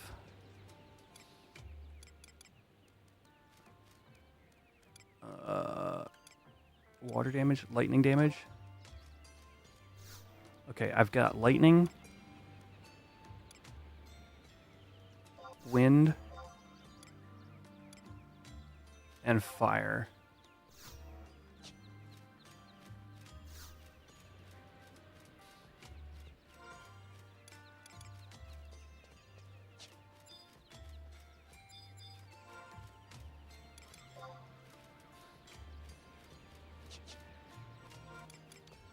All right, let's set my macros up. All right, so if you're just tuning in, and maybe you haven't even seen this Tonberry fight before, this is a custom fight that was added. What do I have? I have fire, wind, and thunder. That was added a couple weeks ago. It's a really fun, involved fight. We're going to be fighting the Tonberry. I was hoping to do some prog of something else tonight, but that doesn't seem to be what's firing.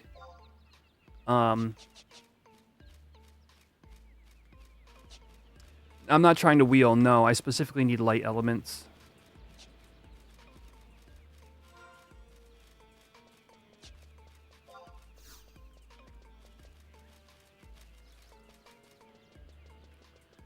Thunder, fire, and wind.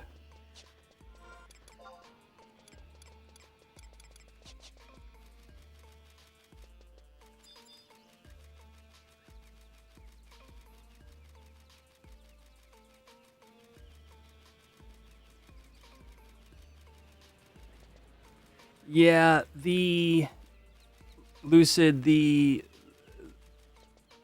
basically, if you're wanting to do quests for rep, there's like repeatable ones that you just do.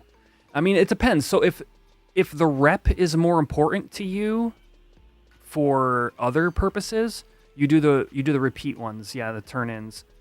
But if you'd rather run around the world doing quests, like there's definitely a lot of them. Oh yeah, that's what I was gonna say. The best resource, I think, in your situation would be some of the work that was done in retail for people who were looking to maximize their characters.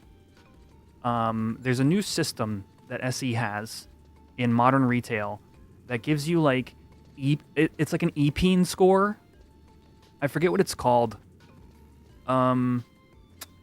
But basically, you need to have all the titles in the game in addition to all sorts of other random stuff.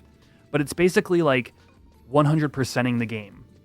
And I'm sure there's checklists out there for the number of quests. I would maybe search something along those terms, but that's the best you would probably be looking for, is just like, hey, I want to do all the quests that are available. But there's no rewards at the end of the tunnel for you doing that. If you just enjoy it, then you enjoy it. And there's a lot of story. Holy cow. I did like one random quest one time that I just accidentally flagged and was like, this is really interesting. And then, but you know, I haven't pursued that.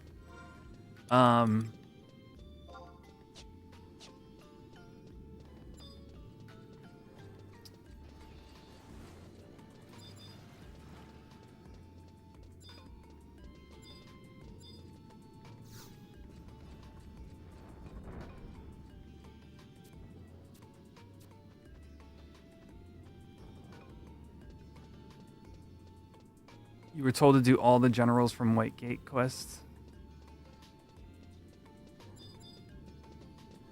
Oh, you did all of Sandy? See, there you go. Picking a zone and doing all the available quests there is kind of a fun thing. It's like,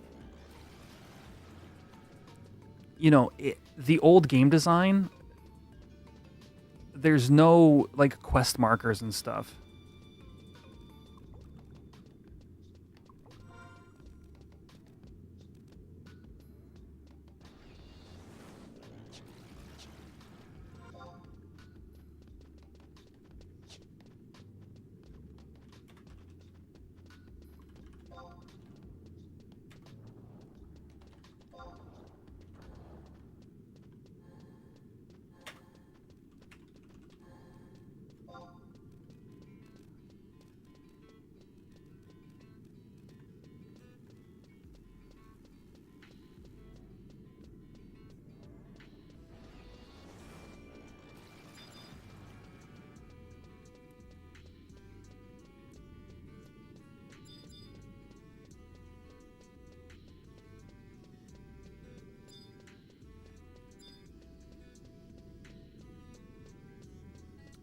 Oh, Bitter Buffalo. I have real bad news for you. You're 2 days late. Bastock had first last week for the first time in like 4+ months. And now we're in last again.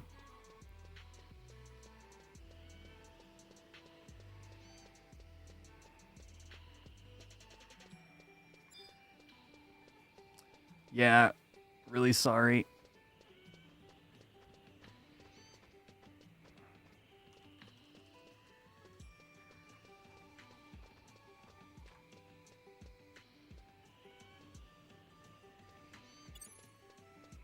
Yeah, I forgot to spend mine. I have like 100K.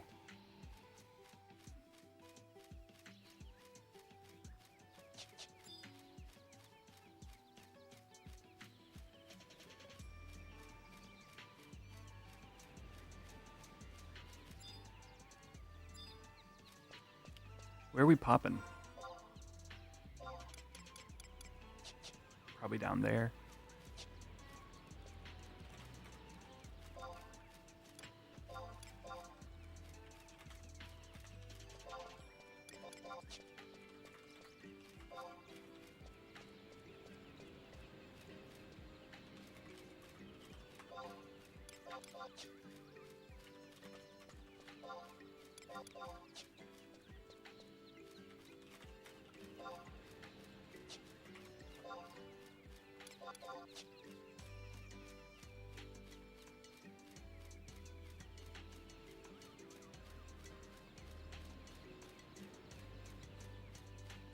Are we missing neon?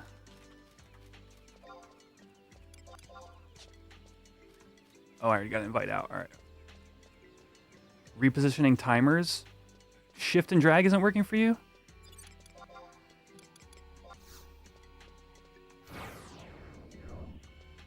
Works for me.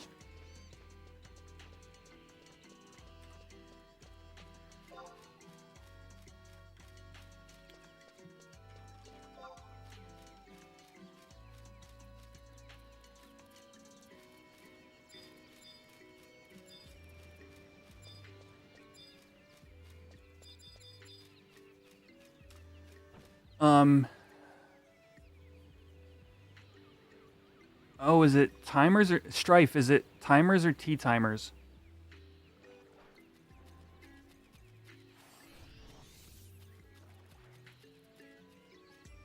Yeah, Reacher in chat has you covered. Twitch chat.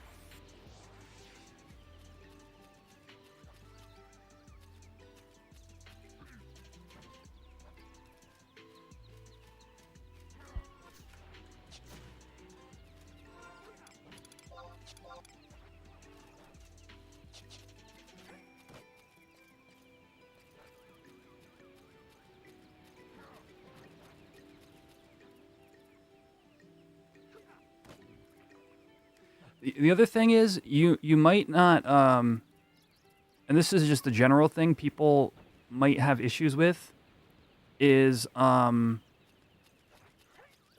repositioning things in general could be an issue because of your menu resolution. It's like a resolution mismatch where you're actually not clicking where you think you're clicking. And one of my favorite add-ons for that is add-on load. It's called Crosshair. I'll use this add-on every time I am working on my UI at all because I know exactly where I'm clicking. I never had issues. I never had success with there's like a hardware-enabled mouse and stuff like that. I don't know if it's just my computer or graphics card or what have you, but this has been invaluable to helping, specifically when working on UI elements. It's not really good for anything else. It's called Crosshair.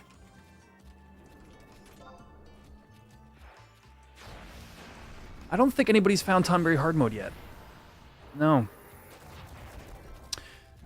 What are good things to spend Bastock CP on when you're in first? There's basically just look at the CP items. It's hard to say. Things fluctuate so hard, and like by the time if Bastock doesn't get first for months like it did, like certain items are going to be way more valuable than others. Yeah, but the Akaton is like an obvious one, right? You kind of can't go wrong there, but then you got to find a buyer as well. Trade him a lantern? That would make sense, but doesn't he spawn claimed?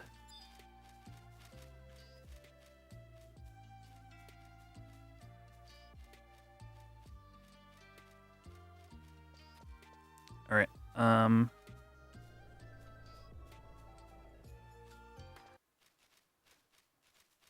What's Zep on? Oh, okay.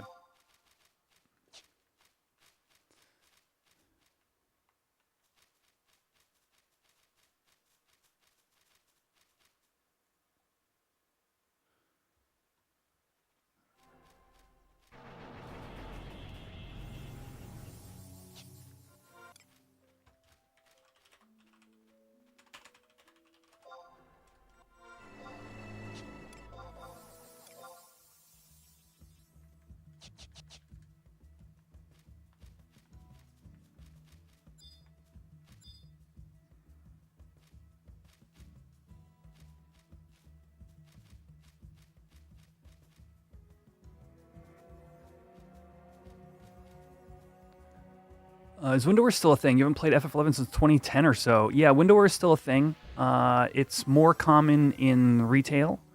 On this private server in particular, it comes with a base install of what's called Ashita, which is like a Windower alternative. But you can technically use Windower on this server.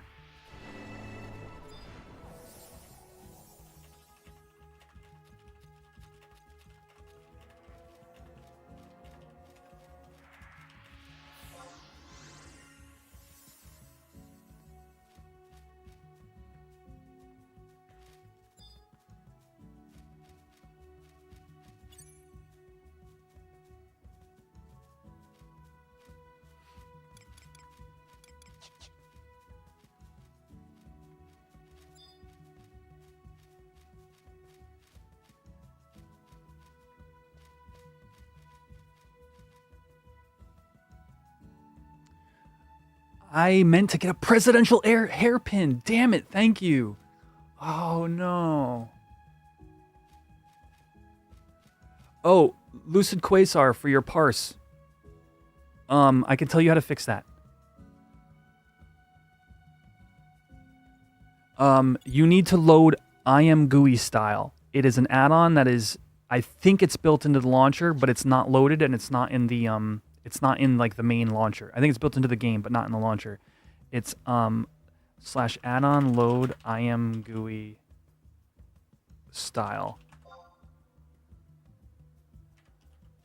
And then you type slash IM maybe? What is the button for this? Oh, there. No, that's not it. Shoot. Slash IMGUI style. There. Here, I'll put this in the chat.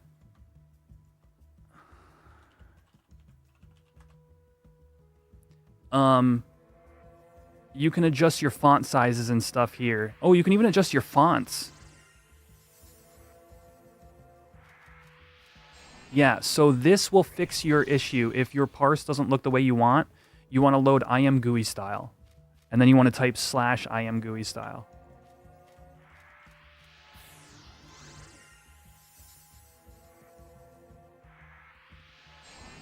You might need to get that from like Hugin's website or something. But I think it's in the game.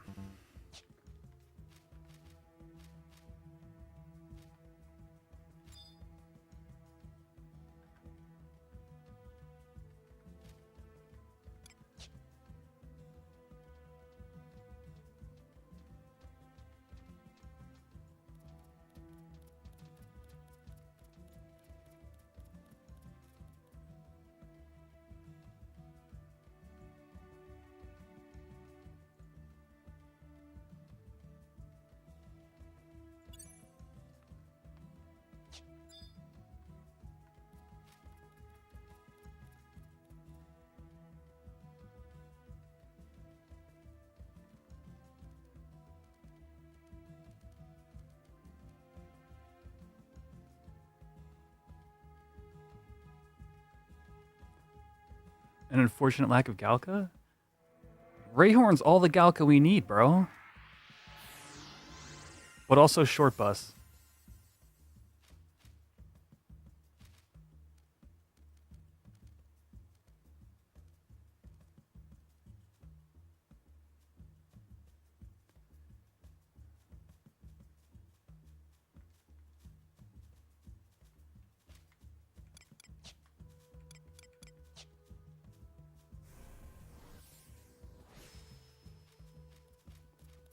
No, we haven't unlocked hard mode. I don't know.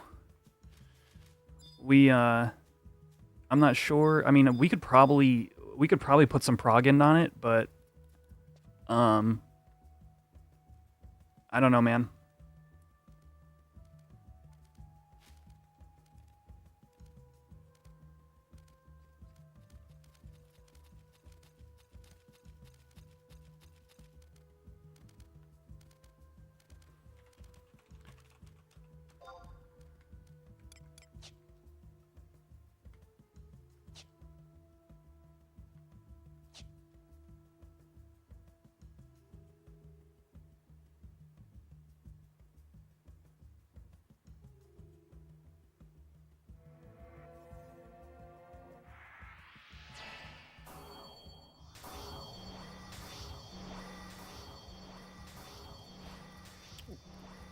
We're just gathering together, chat. I'm listening to comms as we get stuff figured out. I'll be communicating. I'll be dark on comms when the actual fight goes.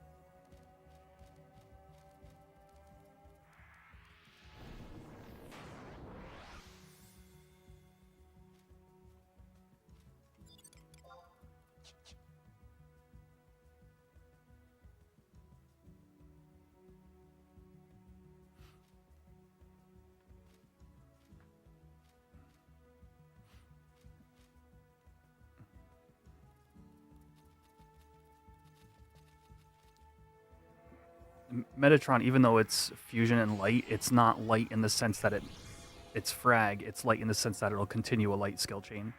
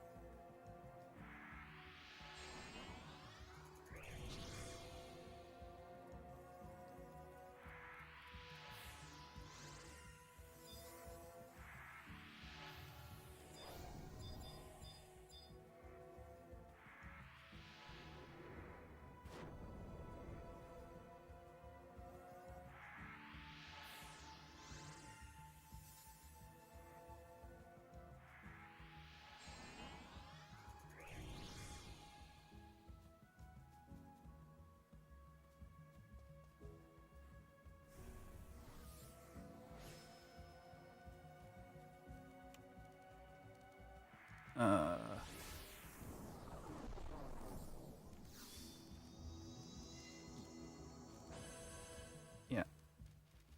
Can Neon drop for rocks quickly? Thank you.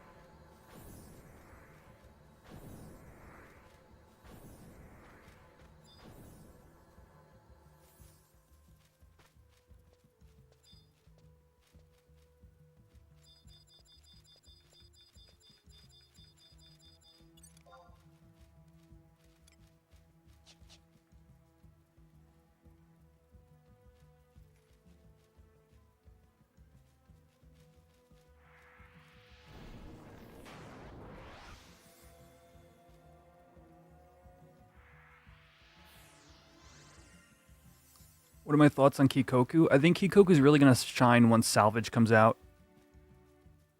Right now, Melee Ninja is not used as much as Magic Ninja. Once we get Dakin as well, I think it'll be cool because it'll be like more Dakin. Sorry, what'd you say? What songs? Yeah, I would say, yeah, one Madrigal and might as well do March, yeah. March Mad. Like, our DPS just isn't really doing much.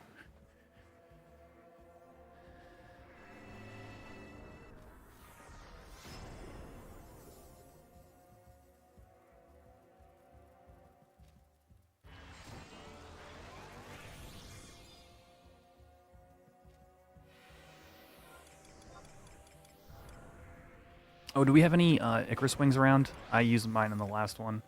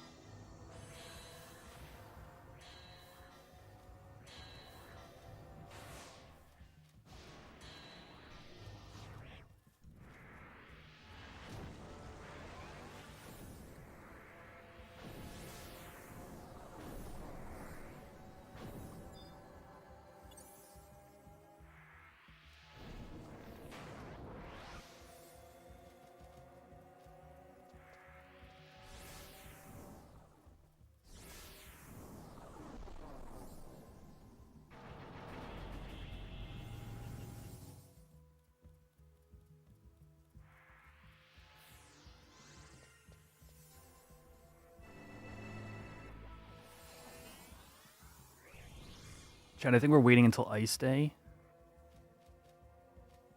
No, we're... Never mind. Wind is the last skill chain, so we're good.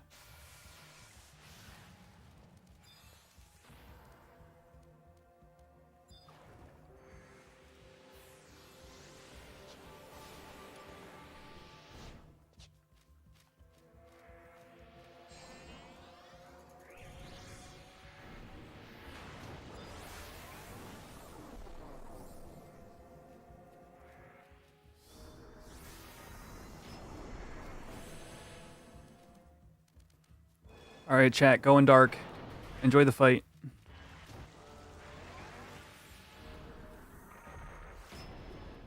Never mind, our tank just crashed.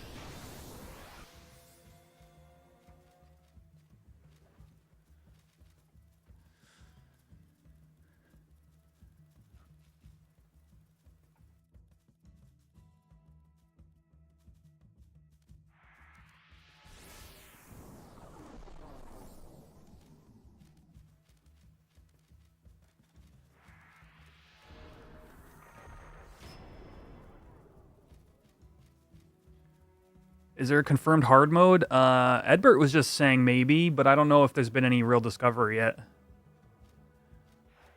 I mean, not maybe, but like maybe it's a lantern.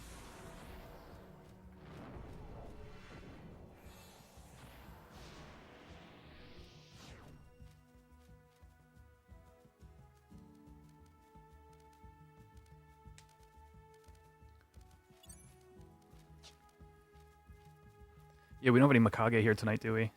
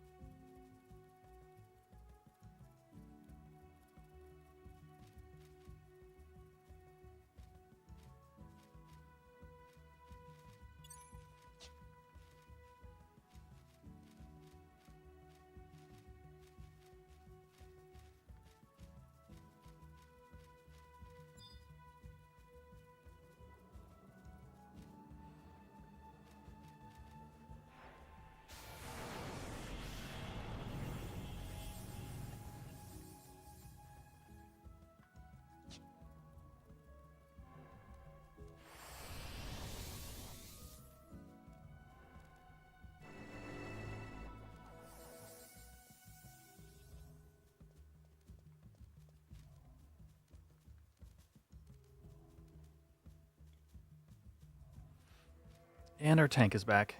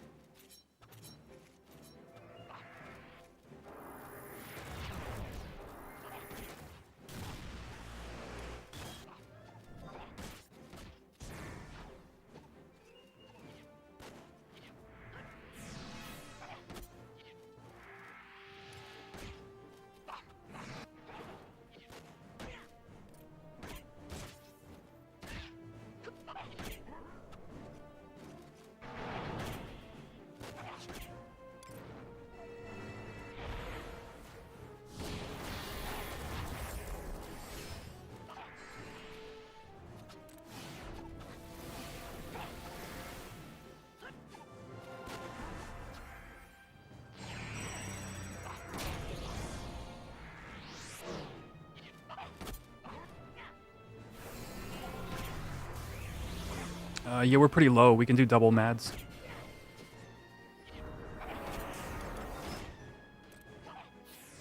Oh yeah, its accuracy is really bad.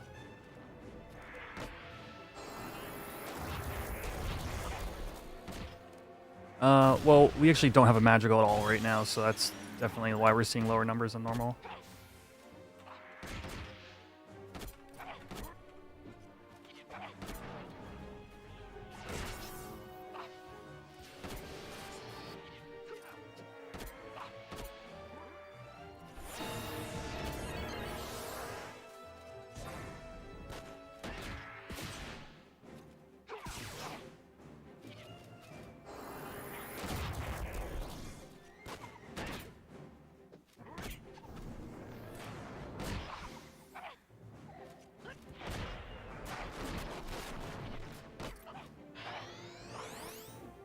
Oh, it's putting Psy up as well. It's an evasion buff. Yeah.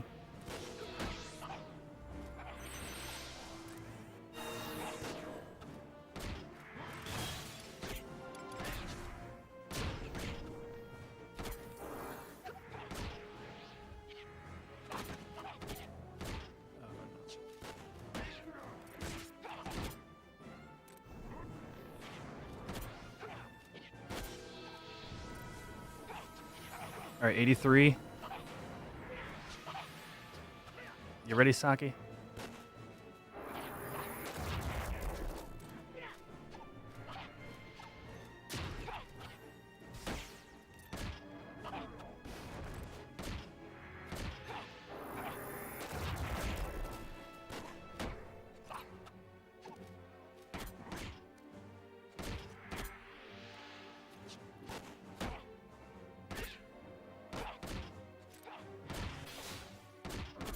$80.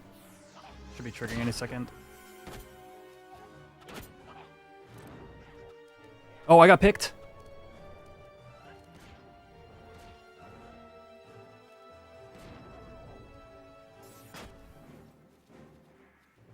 Zep's closing. And we're good.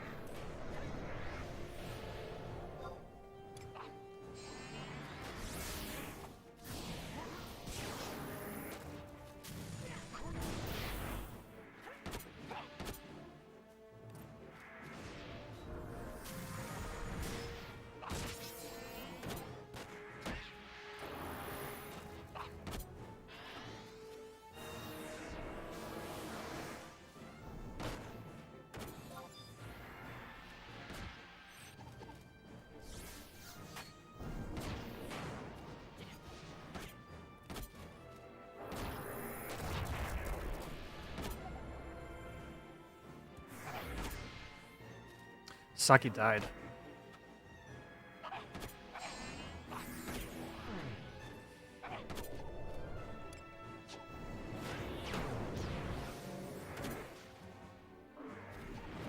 You open.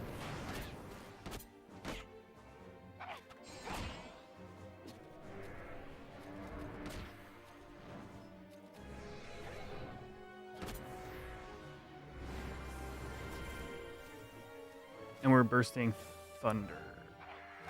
Yes. Yep.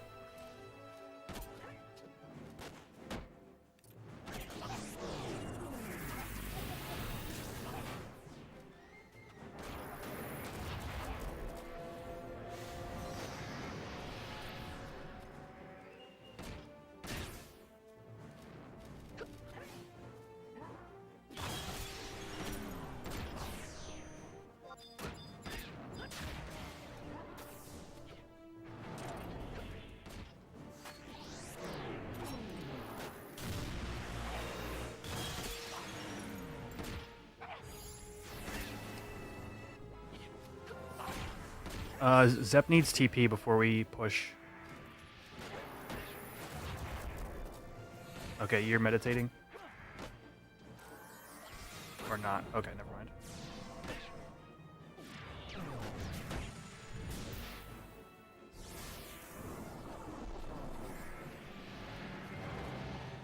Yeah, we should have Thunder Carol up here, Ray, by the way. We want to Carol before each burst phase.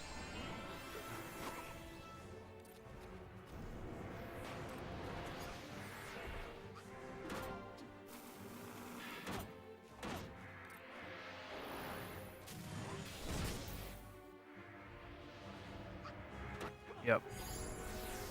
Carol's going up now. Okay, melees are ready to go.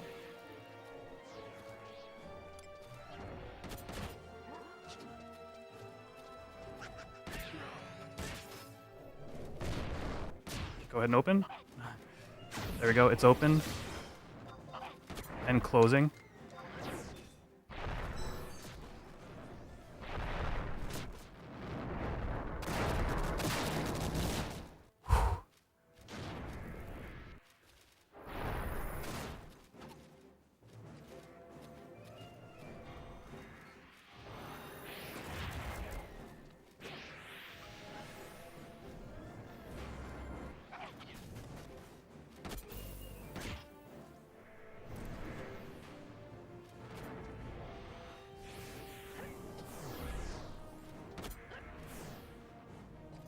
Yo, thank you for the follow, KO HXD.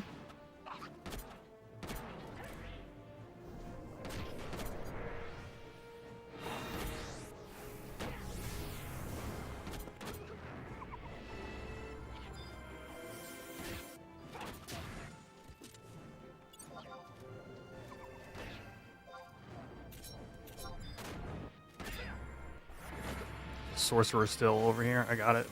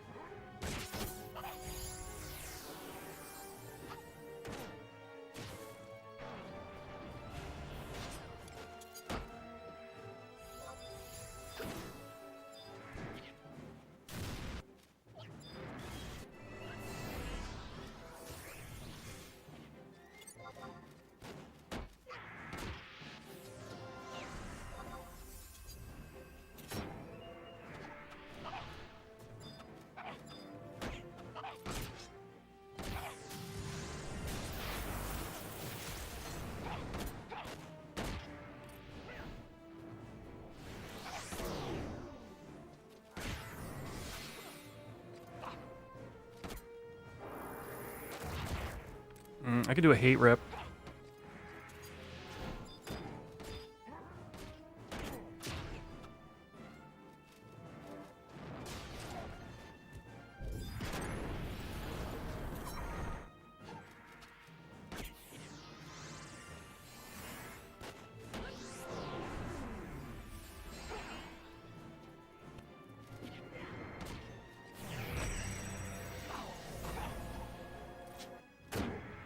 Fire.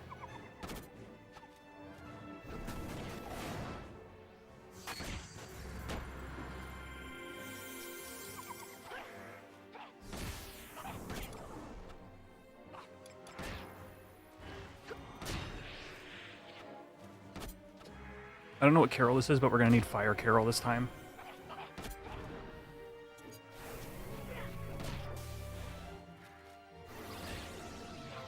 Alright, grabbing off Zep, throwing it onto Vey.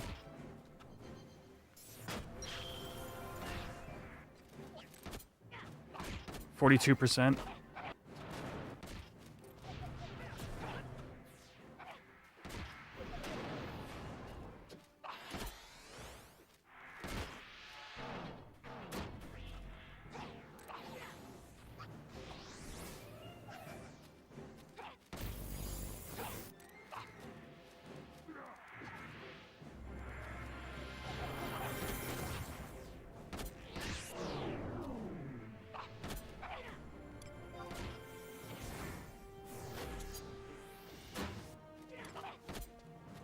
Saki opened. I'm closing.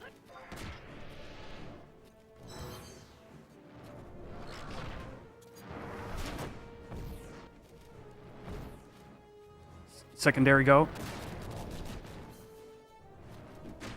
He opened.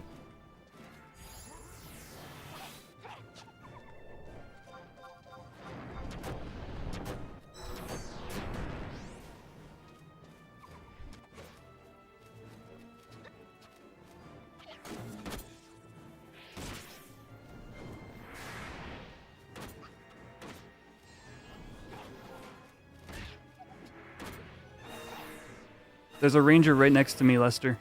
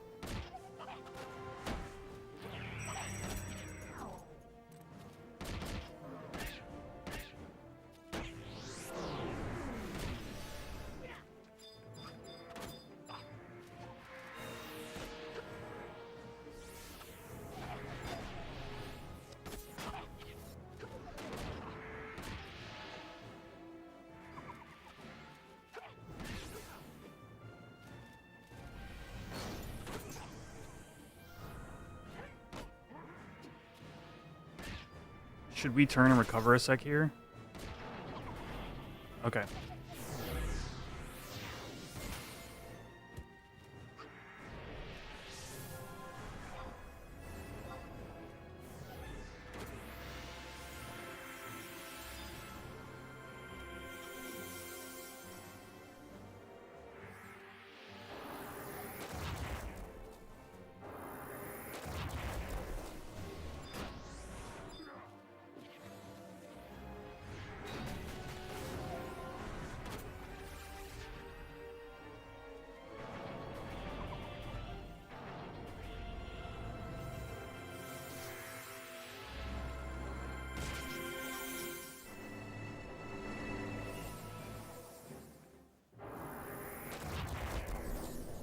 We don't need MP.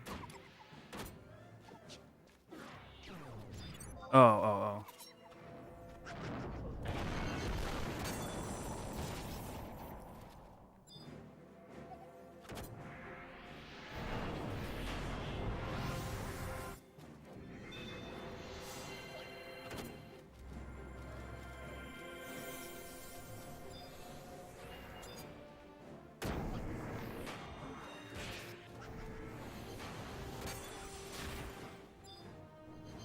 It's at 23%.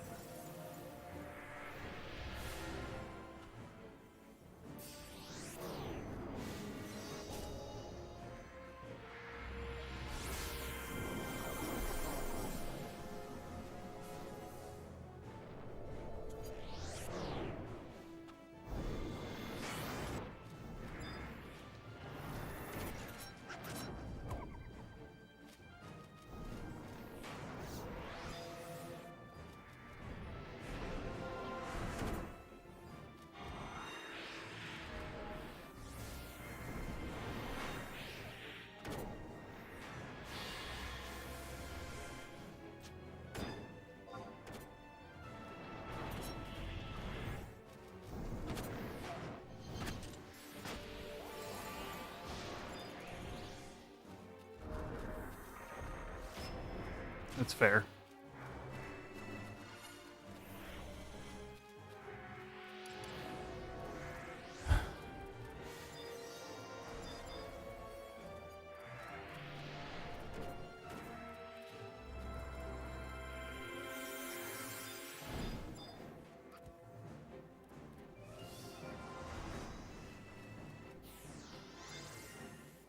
Oh, it's at 20. Yeah. Who's skill chaining? Are we doing? Okay.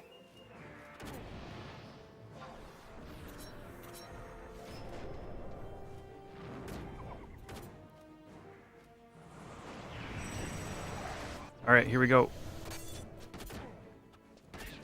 Saki opened. And I'm closing.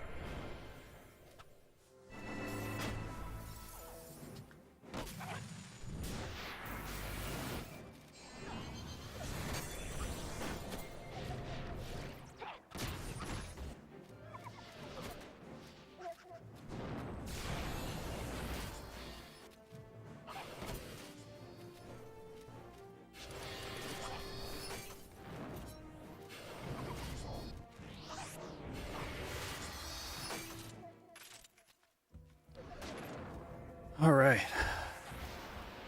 Ooh.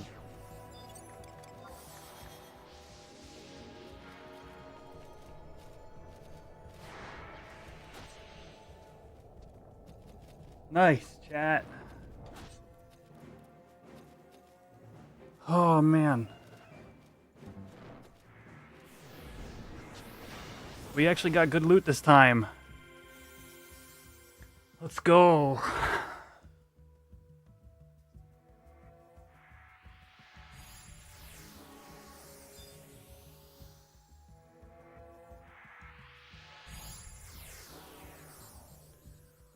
Much easier without the intimidate. Our burst did well. Yeah.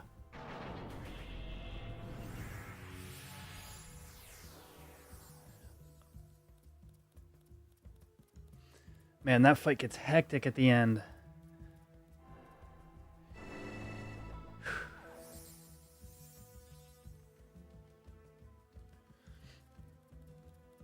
You guys want to see the loot? Actually, I realized I didn't show it to you. I'm all hyped up. I'm like, oh, so glad we got that kill again. This is a black mage. I think they said it was like 3% bonus damage out of the magic burst. In the forums, or the Discord forums. What the heck? This should be crit rate. This is the thing I have my eye on. We'll see what leaders. Yeah, and we got good drops. So last time our only drop was this ring, the Avatar ring. So yeah, so I'm glad we got a real drop pool this time.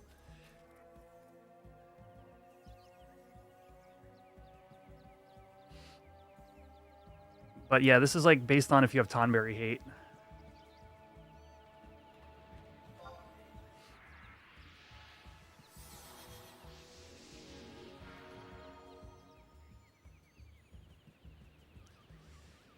What drop? These are the drops.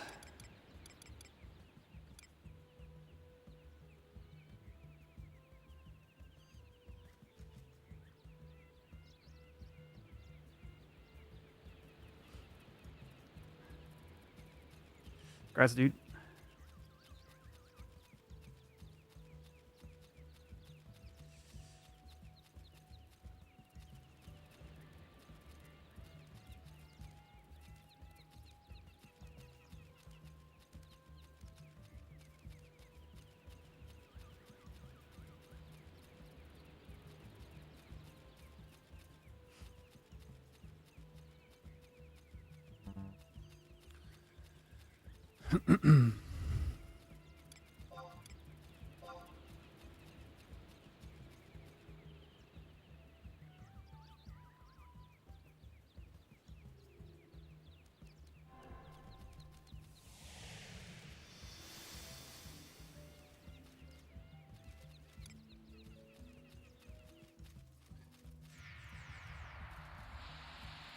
I get to lot the ring, chat. Good luck, y'all.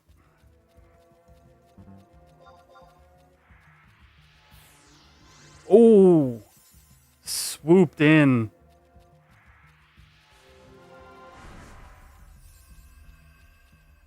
Chat, I'm winning.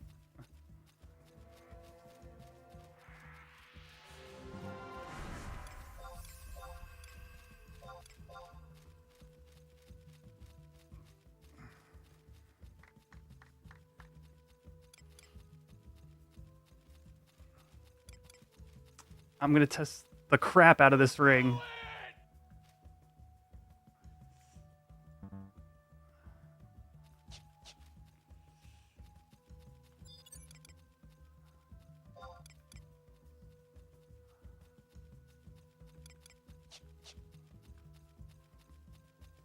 These are the 4 people that lotted, and I'm winning.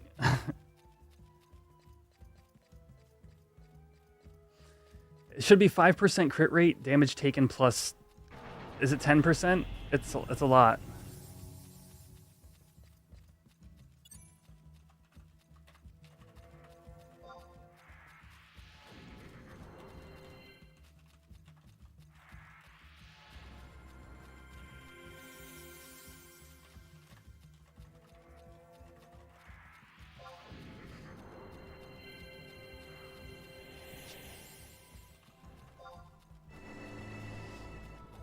Yes!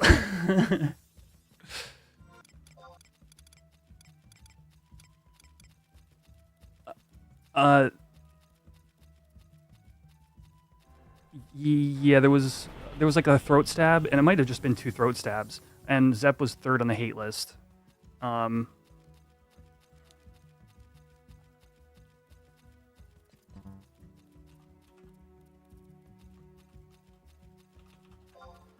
Might be watching the stream. Yeah. Yeah, that super good clear.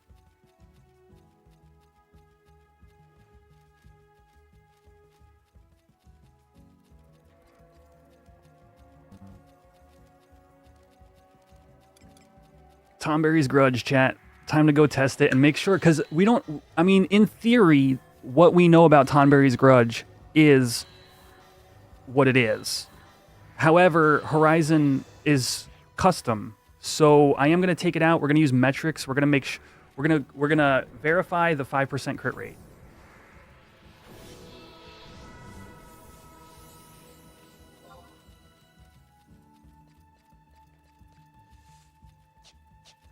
Yeah, this ring is not to be taken lightly. That damage plus 10%. This is a very high skill cap item.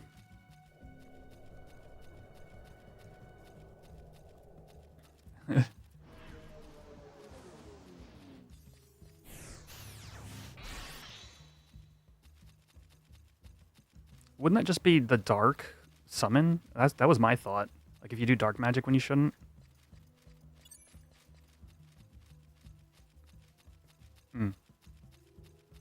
Maybe Diablos, actually. That's a good point.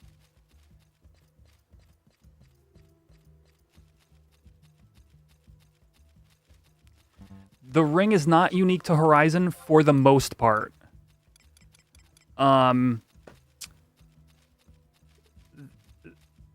The actual retail ring also has, like, attack and accuracy on it. But they had to bring it down here for Horizon. It would be too strong. Looks like we're going to be farming Tonberries. That's... We're gonna max this ring out, chat. And then we're going to go test it.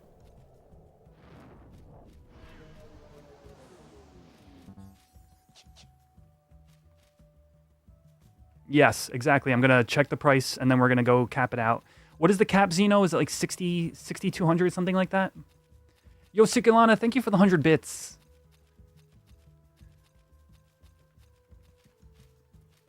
But this is what we will be doing for this evening stream. Heck yeah.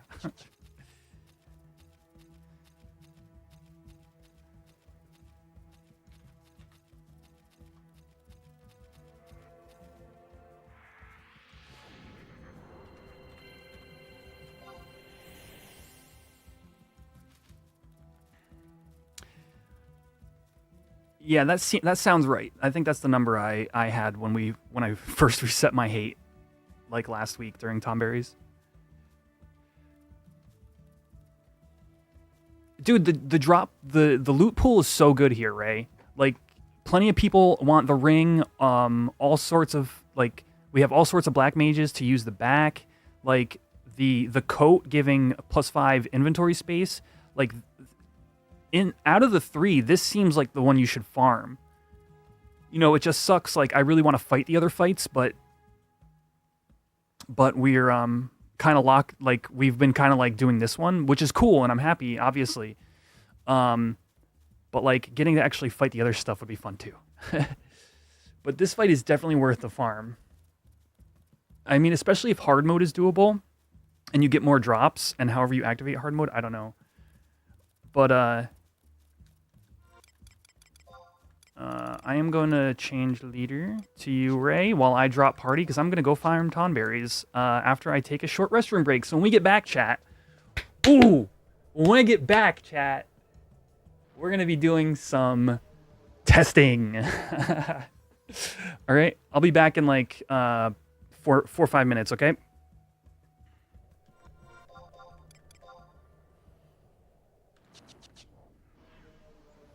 Be back in a bit. I'm gonna run Twitch ads early, so you guys will have plenty of time. Wait, what happened? There we go.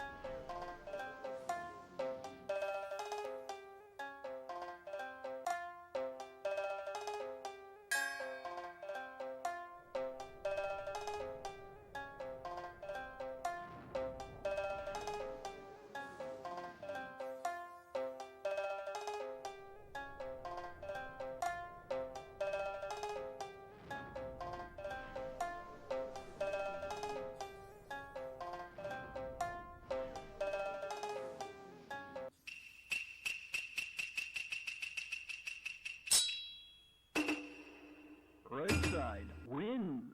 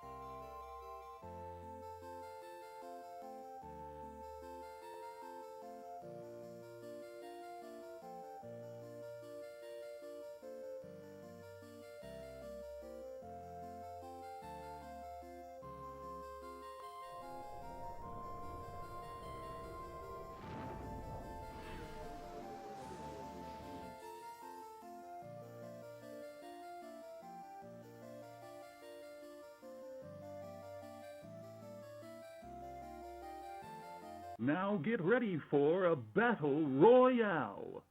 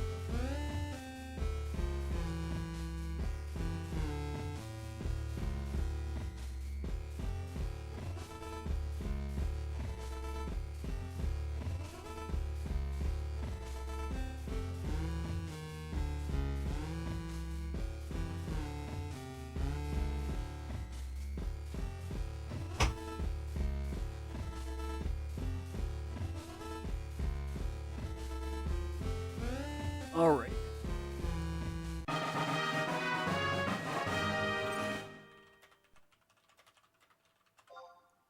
All right, let's do this.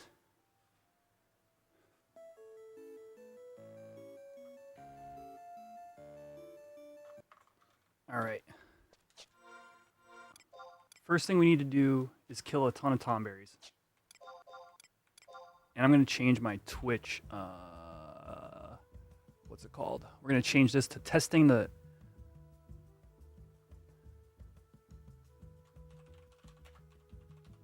Begrudging ring.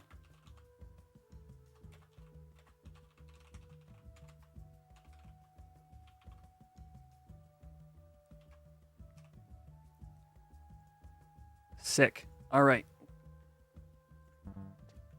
Let's do it. All right, so first things first, I'm just going to murder tons of Tonberries. I don't know what just happened. My whole PC freaked out. I think my, normally I crash when that happens. Stream's still up? Yeah, stream's still up. Okay. That was, scary. Keith, what's up, brother?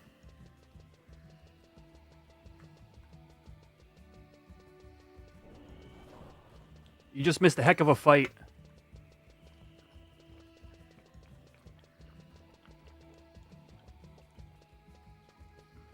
Thank you for the follow, Quistis. Woo!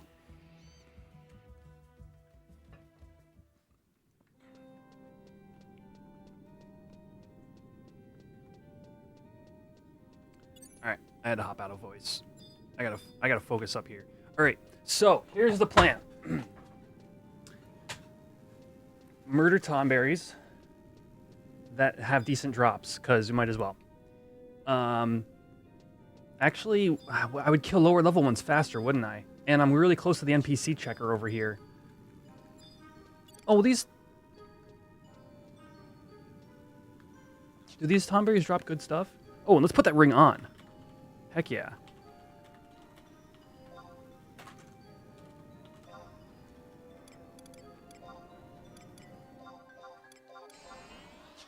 Begrudging. Begrudging.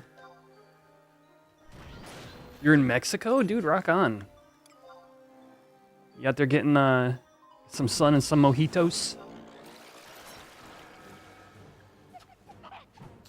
Oh, the shadow absorbed my friggin' sneak attack. Alright. I'm just gonna use a chief kebab. Shred these things a little bit faster.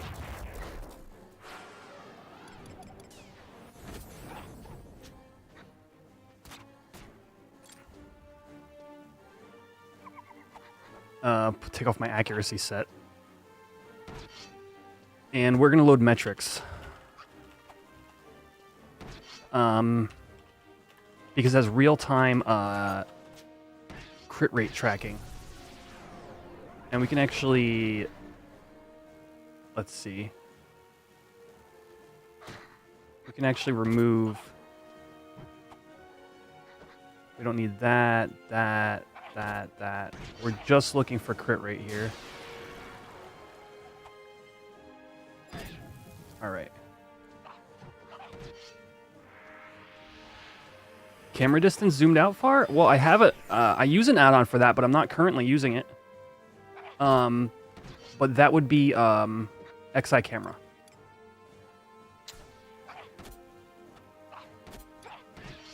And we're going to avoid using Mercy Stroke at all during this testing. So I don't mess with my crit rate. Am I doomed? What is that? No curse. Okay, we're good. Saving your main.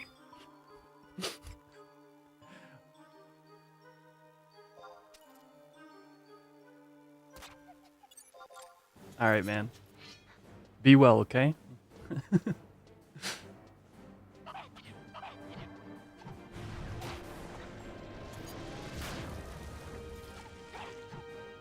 Wait a second. My OBS looks borked. Chat. Does my stream look okay to you? It looks frozen on my end. Can you guys...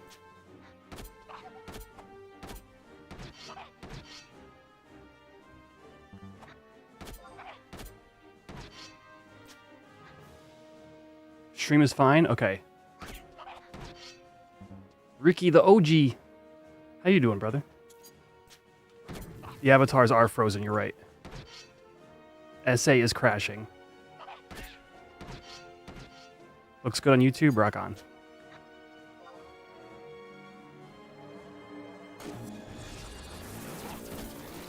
Alright.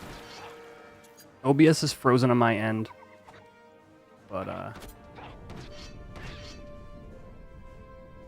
throat stab. Whoops. Alright, let's heal up. And then we'll go check my current Tonberry hate.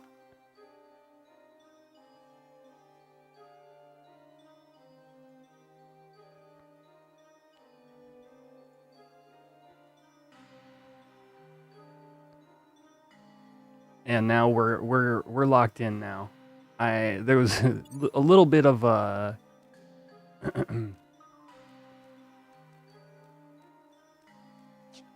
little bit of trouble getting started here, but that's fine.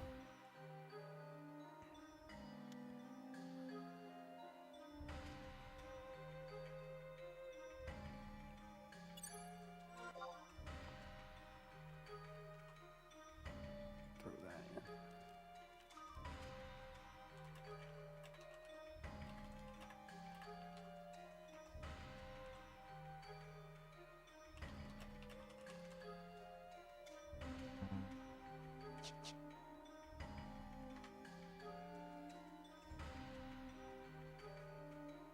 Gotta make sure to TH these Tonberries as well. I'm afraid to do anything with my stream. I'm afraid, or with OBS. I'm afraid we'll crash. I guess it's worth trying because I can't just sit here gun shy.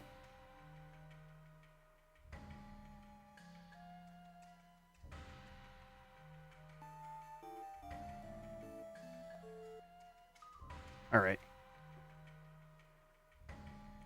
I wonder if I can refresh. Let me see. Refresh OBS. Let me see if I can refresh a whole scene. No, I can't. It's just going to be weird on my end, I think. As long as you guys tell me stream's good, we're good.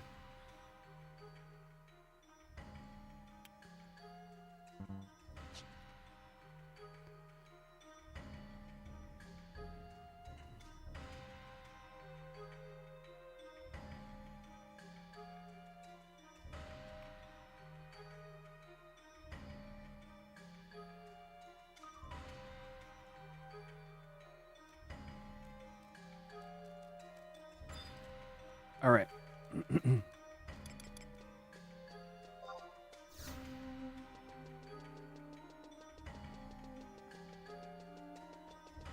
The goal is to get to 6,200 or so Tonberry hate. Like, I'll know the number when I see it. 62, 6250 or whatever it is. The goal is to get that and then parse my crit rate further. In theory, we will see my crit rate creep up as we go. So I'm currently sitting 4.5% with whatever the sample size is. Tonberry Priest says 2,000 gills, so I'm pretty far away. So let's get to murdering.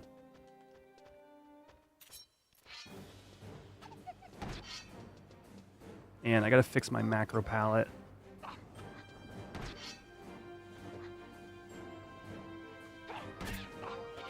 Because I messed it up for the actual fight.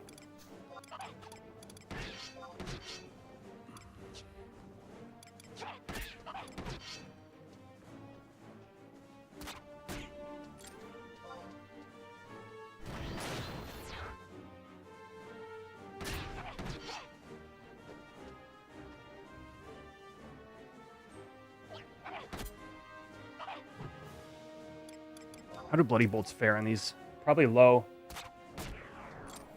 Yeah, 10 health. Everyone's grudge. Will I be able to max my hate and not die to grudge? This is going to be a really interesting thing I'm trying to do here.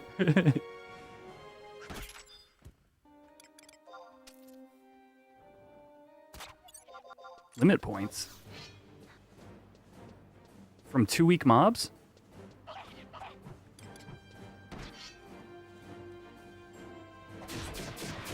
I think the trick is going to be using a weapon skill on at the appropriate time. I think I might have killed myself. If I get unlucky with TP moves here, I might just die.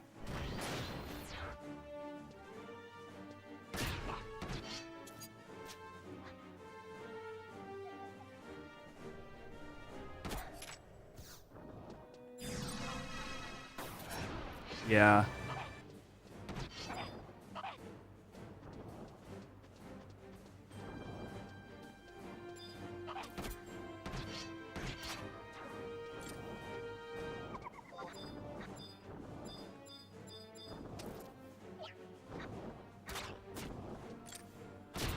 Okay, I think what I want to do is I want to get them to like 50%, sleep them, and sneak attack weapon skill.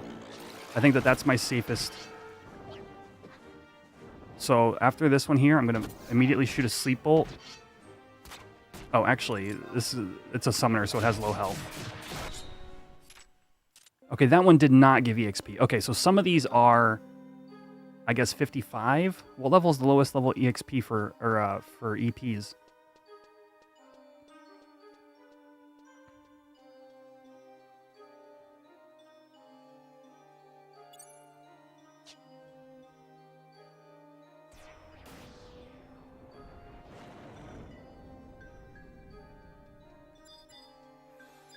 Just seen Duder. Duder, you're the man.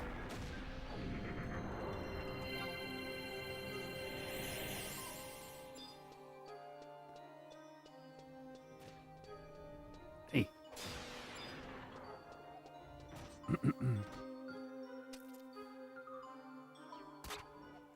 I'm trying to build Tonberry hate here.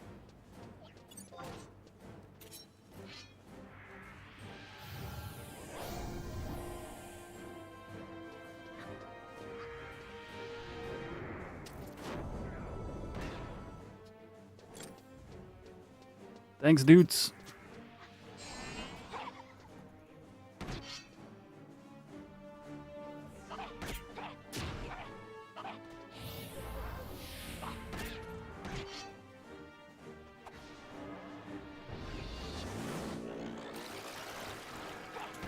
We can bully just prior to 50% as well. Or like I can bully like right here. And then once I do this one attack round, we sleep.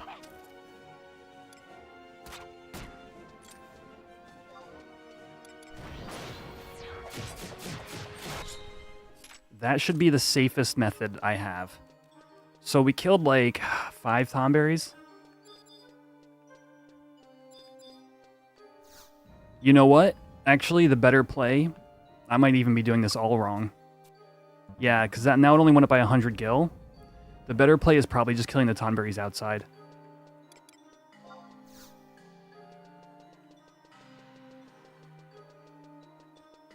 Because I just need volume at this point.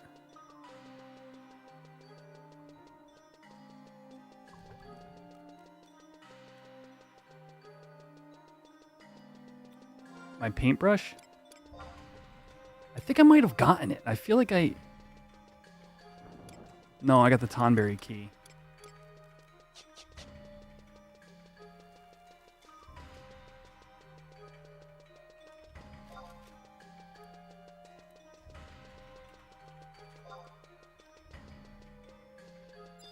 Chat, this is the kind of stuff that gets me, like, into Final Fantasy XI.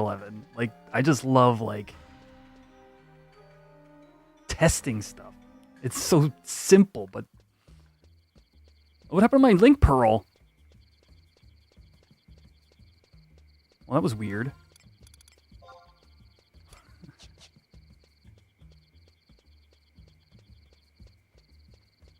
Okay.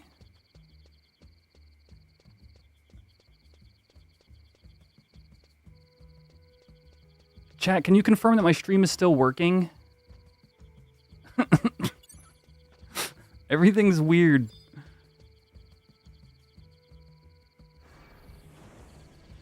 Okay, thanks, Adam. Where did my LINKPEARL go? Are they unequipped?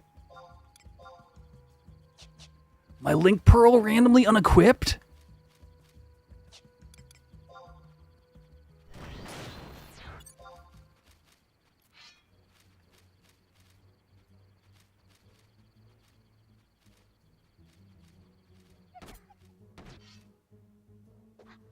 That's weird.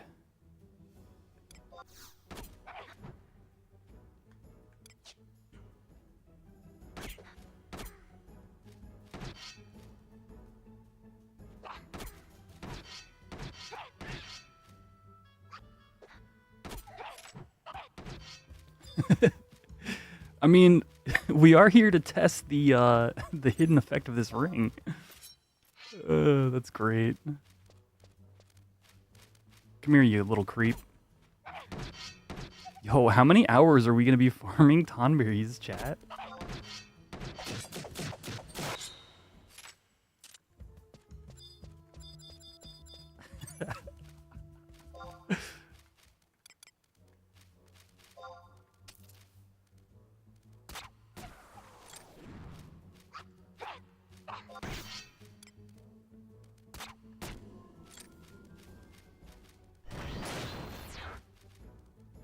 Let's maybe keep.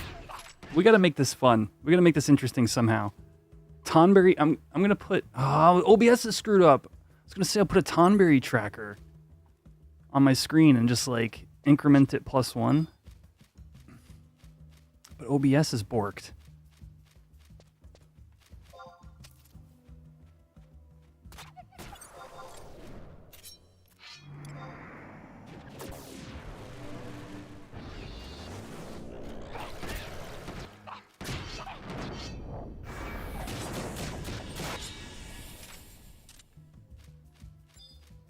Like, these coats and stuff are actually worth decent money.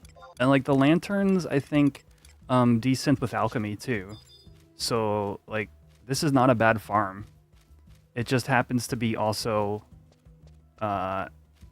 putting me in danger for the next time we do Tonberry fight. Although, that said, I don't generally get targeted in that fight. So if I want to keep my hate up so I can use the ring, I just can't tank this fight.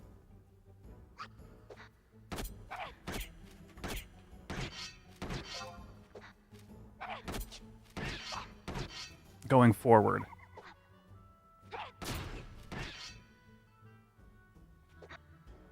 Yeah, lanterns are nuts. Like, I didn't realize it, but the last time I was out here farming, I got one and I was like, let me see how the descent is. And I think it gave me like 8 glass fibers or something. What does the ring do? The ring is supposed to be 5% crit rate and 10% damage taken. But we're confirming all that. I have like, I don't know, the 3rd or 4th on the server maybe?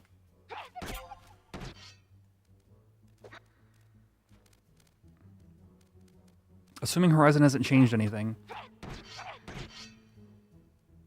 That is what we're going to be looking at.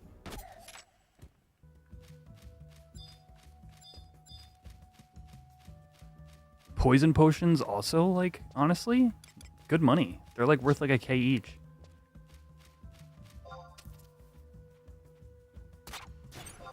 Oh, jeez. Ha! Slept him. Get wrecked.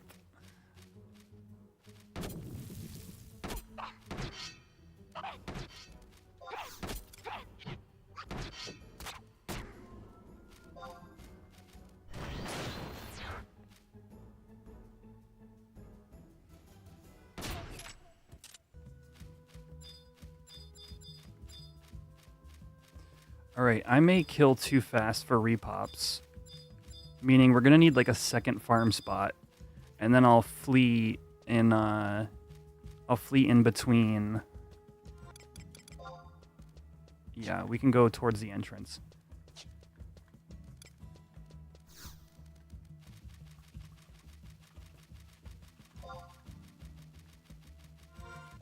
So we'll clear that spot out.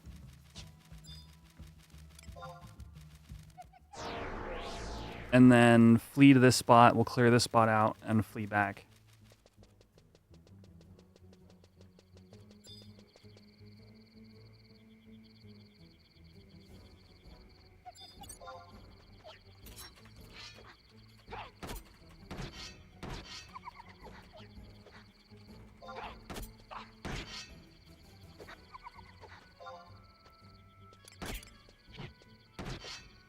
What's on the ring just got here. So wait, did I already describe it?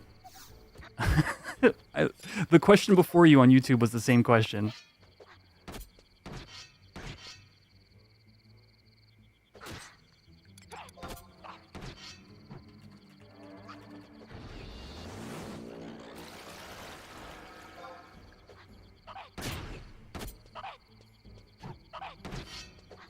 I'll just show it to you, Pickle Weasel. No, it's funny because YouTube asked that question, and then you came in and asked the question, so my brain was like, wait, did I answer this? TLDR, potentially 5 crit rate, 10% damage taken. We're gonna be testing.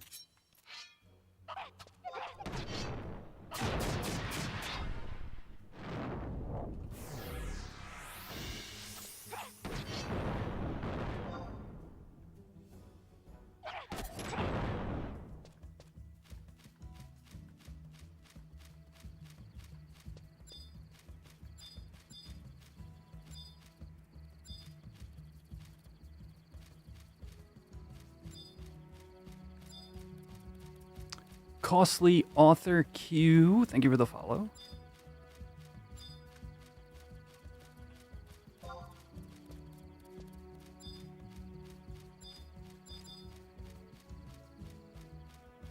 Oh, never mind. Not thank you for the follow. Do we have any mods in chat?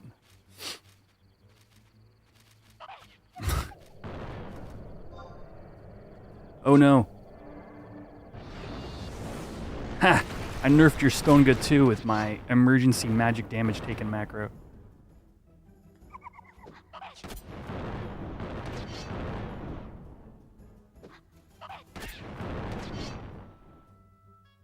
I don't want to get grudged.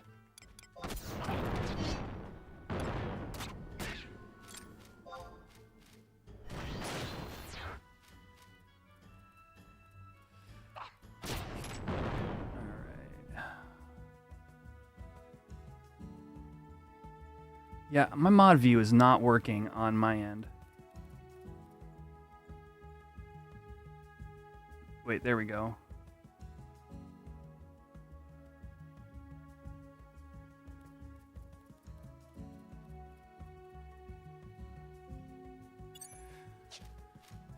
It's same thing, Quistis, yeah. It's they've changed over the years, but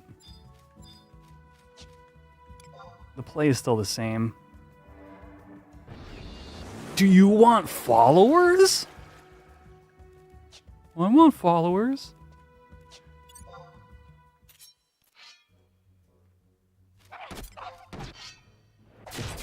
Can I have followers?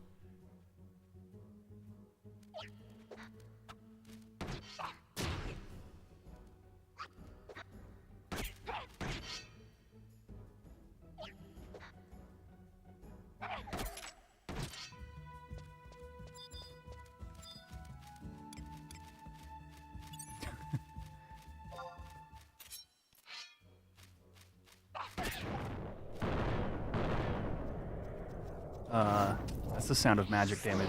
Oh no, Asper.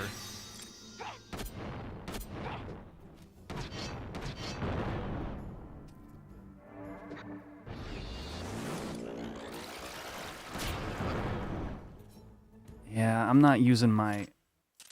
Somebody else farming too? I need these though.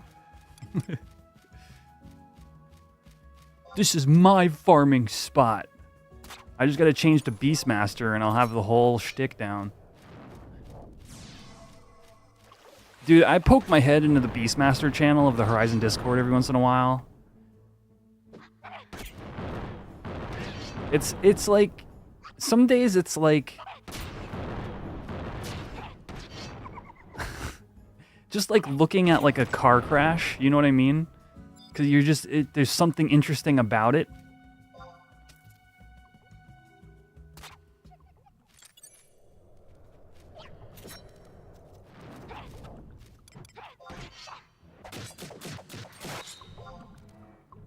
Yeah, Rick Rock, if you're in the Horizon Discord, You should subscribe to the various channels that you're interested in. You got to go to the like getting started section, I think, of the Discord, and it's like, hey, are you interested in chocobo digging, or what jobs are you interested in following? And that'll give you access to all sorts of channels for those things that you so there's not 8 million channels for everybody who goes into the Horizon Discord. Shleem.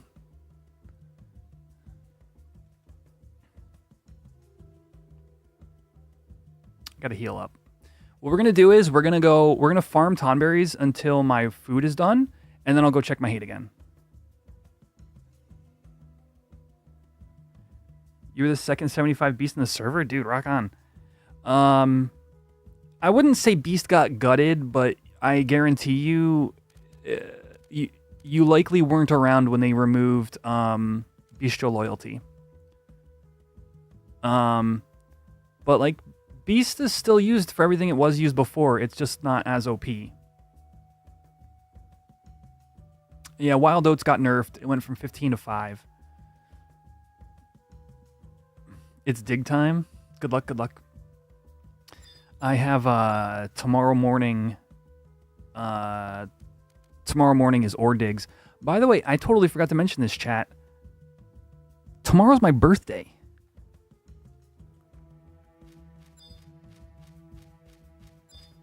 I got an early birthday present. I got a begrudging ring.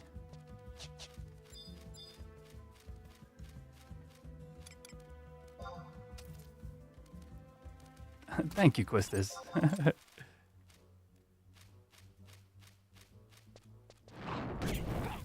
Yeah, I'm.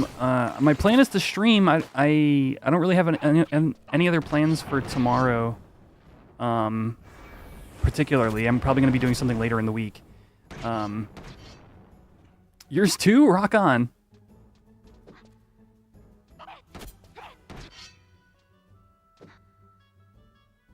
Thank you, Azazel. So I'm gonna get, hopefully I'm gonna get a lot of elemental ores for my birthday. That's my plan.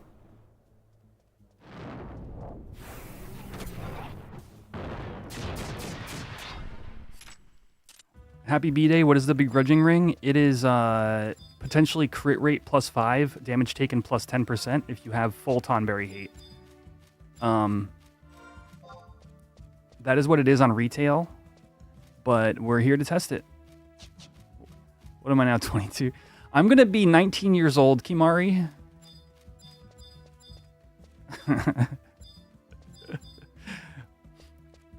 I've been playing Final Fantasy XI since COP launch, or since PS2 launch. I was just born.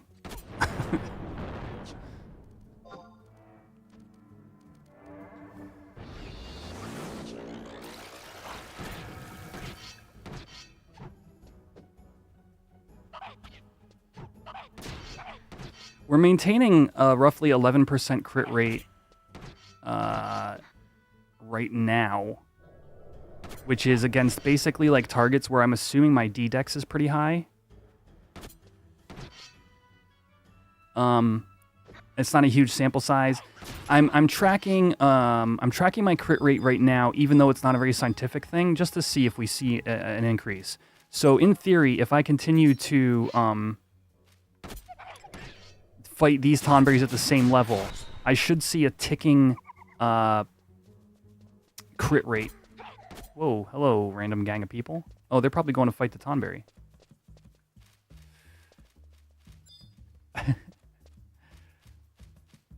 Oh, don't return the keg. Actually, probably you get your deposit back.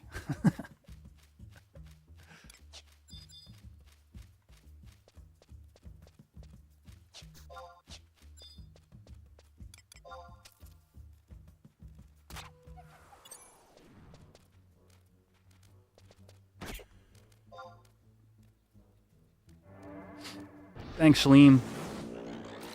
Although I haven't touched it. It's just styled different.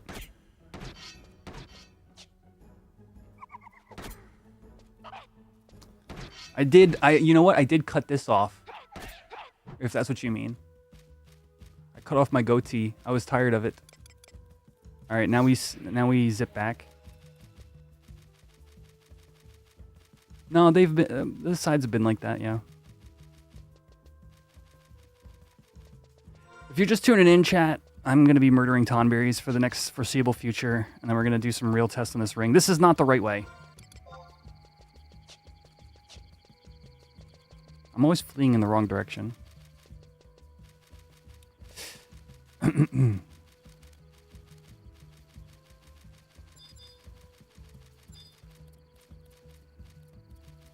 I'm going to have to come to terms with the fact that I won't be able to tank this going forward. If I want to keep the ring as a an option. Ugh, this is bad. Why did I pick a caster? I'll just murder them.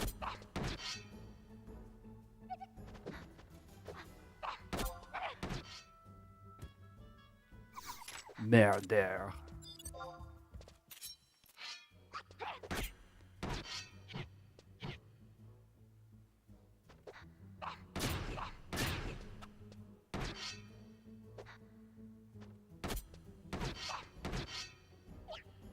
But yeah, the big chat. I didn't point this out.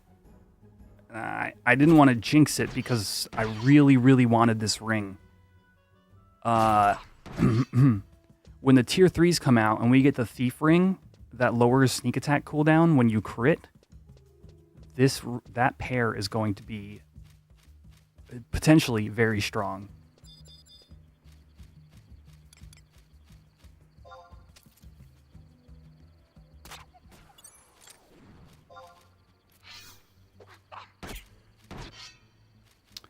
Is there a rigid job meta for Horizon? I don't know. You know what? Chat, why don't you guys chime in on that one, and then I'll give my opinion as well.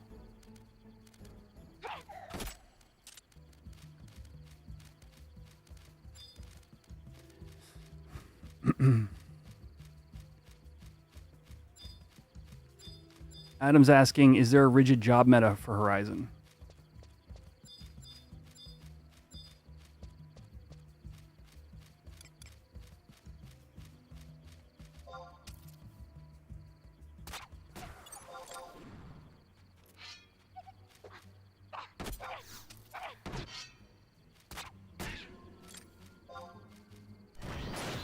Man, I'm going to walk out of here with like 100K.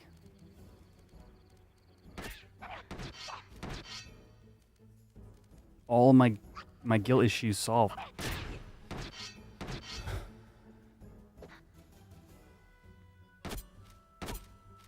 You know what I really want to do? I just want to slam like a mega dex build. Just throw dex in every slot, lose all my haste, and just see how high we can push my crit rate.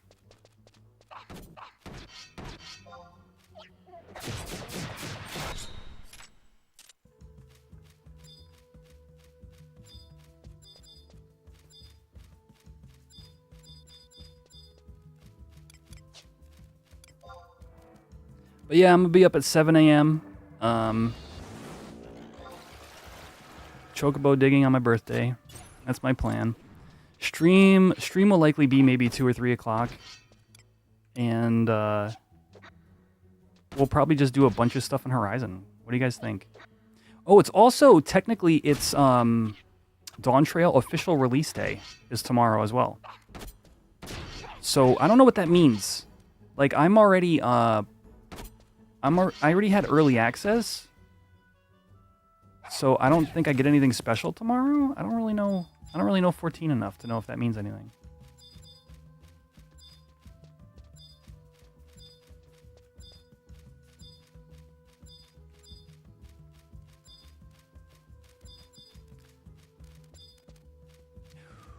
Oh, that's when the Fantasia finally gets given out. Okay.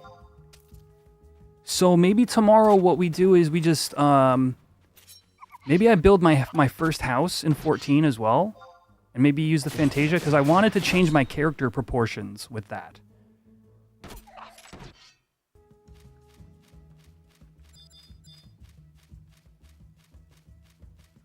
So we'll probably end up having a little bit of a variety thing tomorrow. So, you know, feel free to stop by if you haven't followed on Twitch, or check me out on YouTube.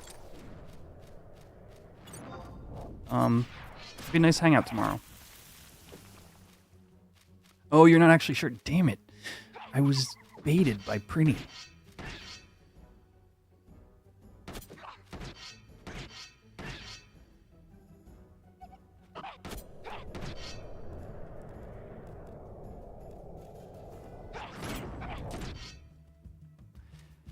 So yeah, so also, by the way, I'm not just checking the crit rate. We're also going to check the damage taken. I think Zeno pointed it out earlier, but if I go get hit by 1,000 needles, it should do 1,100 damage if it's coded the same way on Horizon that it is in retail. Sleepka. Wait. How did that hit me? I was outside of 30.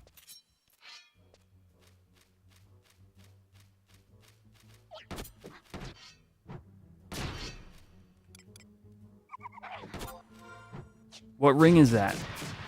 Excellent question. I'm going to need a chat command.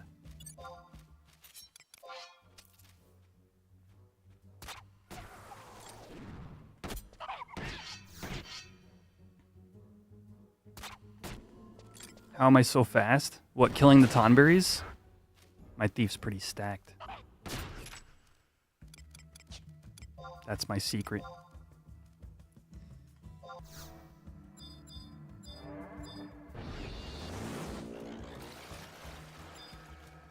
I mean, you gotta just, if you just look at my weapon slots, you will find that they do a lot of damage. I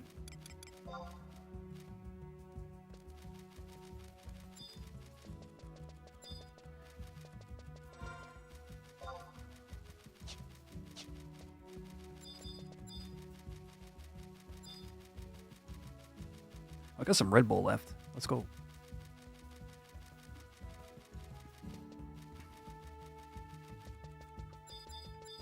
See, the respawn in the tunnel is kind of like awkwardly timed with...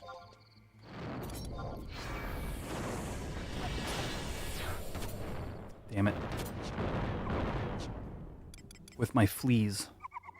So maybe I walk to the tunnel. I kill the two here, and then I flee to the other opposite end of where I'm going. That's probably the play.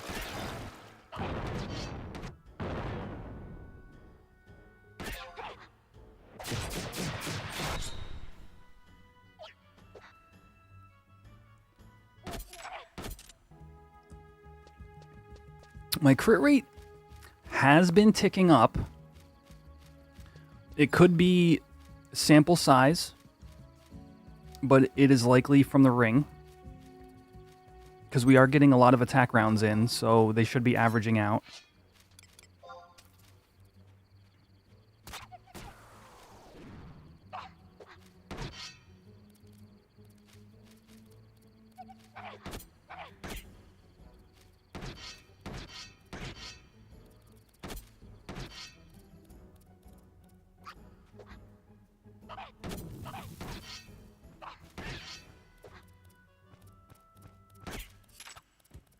I might have to rest for a bit. Yeah, I might as well.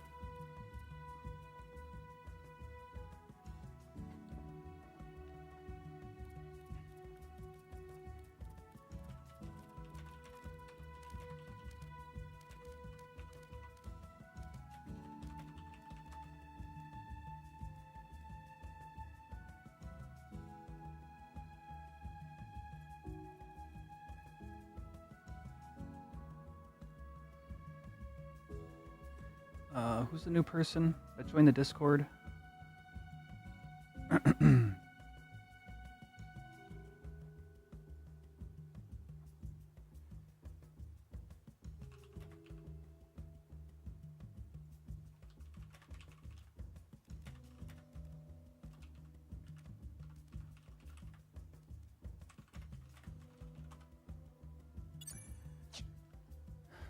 No, still no treasures yet.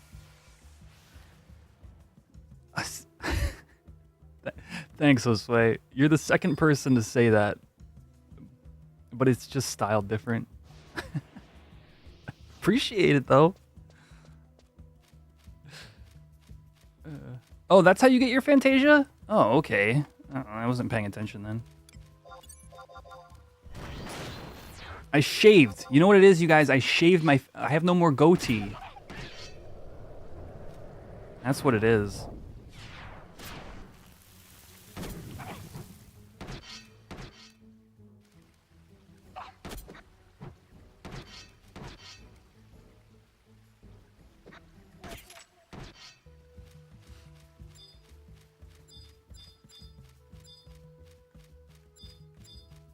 Man, 100 gil per mob? I'm starting to feel another relic coming on.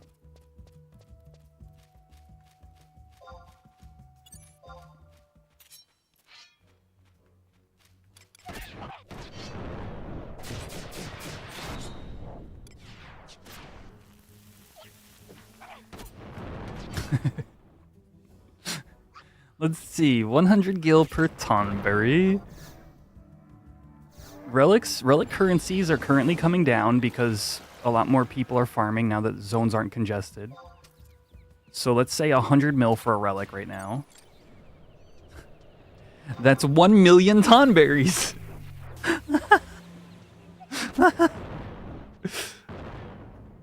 Michi and friends, thank you so much. I'm glad you enjoyed the videos. Welcome to the live stream.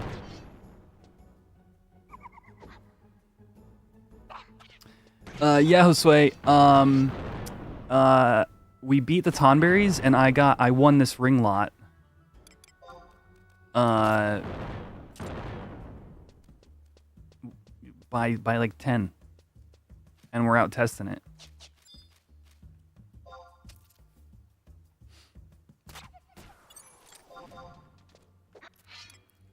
All right, zones aren't as congested. All right, you gotta admit, there's a lot of people running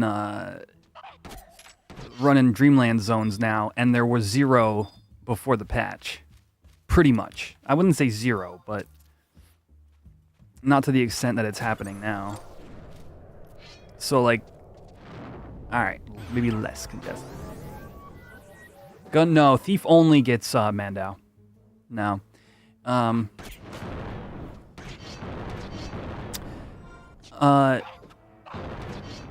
So the way this worked in retail is you would get 5% crit rate, and say it with me, chat, 10% damage taken. But I'm not entirely sure if that's how Horizon programmed it, so we're going to check all those numbers once I get max hate.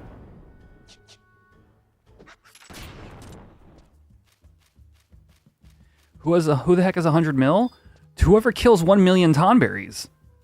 I'm like 1% of the way there.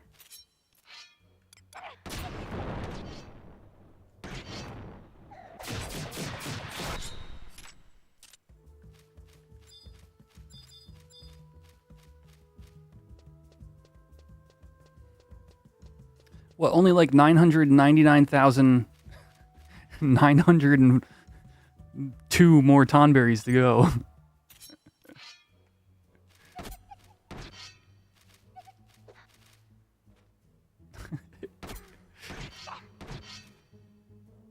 Yo, what's up, Hulch? Oh, we gotta rest again. These things kind of like jack up your HP over time. It's all the blaze spikes is what's killing it. 0.001% of the way there. Yeah, dude. Now I know you're not an 11 player, so you're not gonna ask me what the ring does. But I will tell you, I have to kill lots of Tonberries. So the interesting thing about this game involving Tonberries is each one you kill builds like a collective hate pool, where the Tonberries hate you collectively, like as a species. And that number caps out. And we're trying to get that number to cap.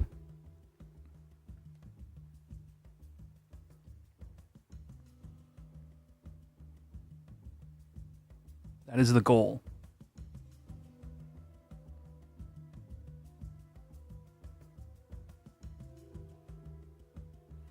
But yeah, no, if I were to make another relic, I don't know what I'd make. Honestly, I should. If I even have a twinkling of a thought of that, I should probably just save it for Alexandrites. It kind of like is an event, but no, not like a server thing or anything like that. It's like a personal thing. But that would be cool. Like if the server kills X number of Tonberries, like a giant NM, like a giant like world boss Tonberry spawns. You would see the entire server just camping each spawn spot.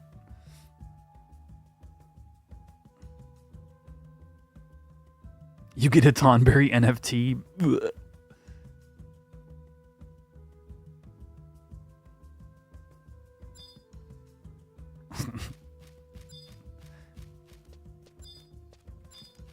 The shield. I think the shield would be in the top contention. So like legitimately shield, the only three I even would even consider is shield,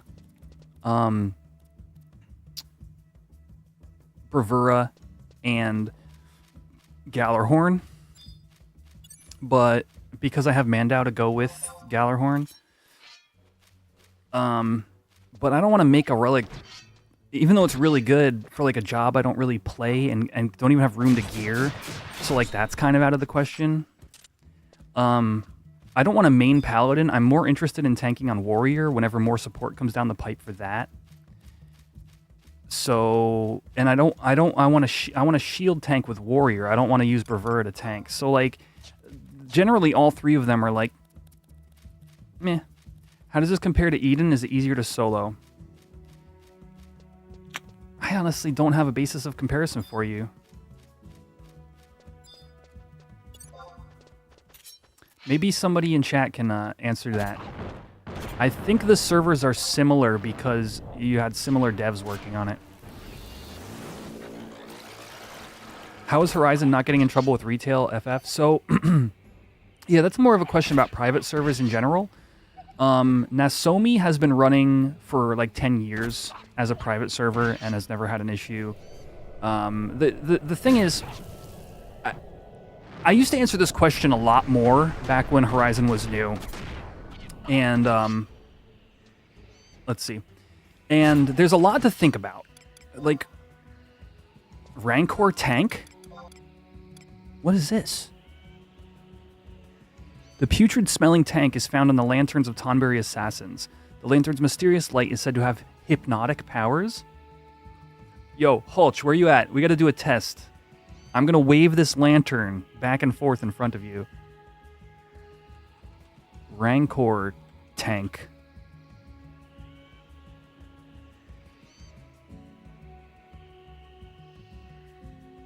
It's used for a quest called Petalstock's Treasure Box. Elshimo Uplands? I don't know what this is, and I'll just hold it for the time being. Like the mermaid parts, but for Tonberries. What is the reward, Pickle Weasel?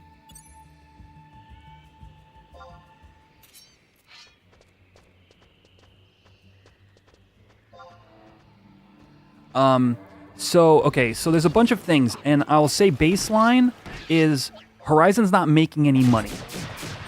It's actually costing us money, or not us, not me personally, but like it's costing the community, whoever's fronting the server costs, right? And usually only when things start making money do big companies even take these down. If you remove yourself from the idea that this is basically an emulator for Final Fantasy XI. If you remove yourself from that and just like zoom back and start looking at other companies and other properties, I'm going to give you a really simple example. Nintendo and Pal World, which made a ton of money. no legal action was taken, even though there were clearly blatant ripoffs, right? But to be fair, they weren't using Nintendo's assets. Okay, so let's move our scope a little bit. Pokemon. Has anybody here played Poke Rogue? Show of hands. Who's played Poke Rogue?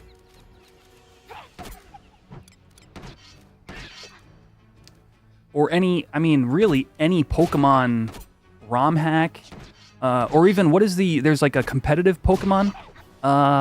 What is that called? Shoot. There's like a place where you can play competitive Pokemon battles, and none of this is officially licensed by Nintendo. Yet Nintendo and the Pokemon franchise has fan-made things that run as long as they're not making any money. Now, the moment people open up a Patreon or something like that, like if you look into, you know what? Before I say this, I would like to have a concrete example, and I don't right now. So I'm just gonna say I don't have an example off the top of my head. Would like to continue this conversation maybe in the Discord later. But I think it happened with 14. Maybe there were like Patreons for like doing certain things. Anyway. I'll look it up. I don't want to just like mansplain this part, okay? But I think Nintendo Switch emulation had this issue where there was like a Patreon that was opened, and those are the people that were specifically targeted. Anyway, you will more often see that places are sent like cease and desist letters or whatnot when money is involved. So, I would say if SC wanted to do anything about private servers, they would have like tried to take down the Somi a long time ago. But the reality is, and now we zoom back in to just Final Fantasy XI and answer this question specifically. Is there are two things when you're looking at a server, when you're looking at what I'm doing right now. You have two elements that are important. One is the client, and the other is the server. The client is provided free of charge by Square Enix. You can download it directly from their website, you can put it onto your computer, and you can install it. And never in your entire life do you have to run it and log into Square Enix's official servers. It is a piece of software they offer free of charge. All the assets, all the functionality, it's all there on your computer. In theory, if you were to download this client and put it on a PC that is not connected to the internet, and you write the proper code to connect this client to something, you could essentially do what we're doing here completely offline. To some extent. I'm sure there's like having to host a server on a local network or something like that is something that would have to be done. But that's still not necessarily the internet, okay? So the client is totally provided to you. You put it on your PC, and you can do whatever you want with files on your PC.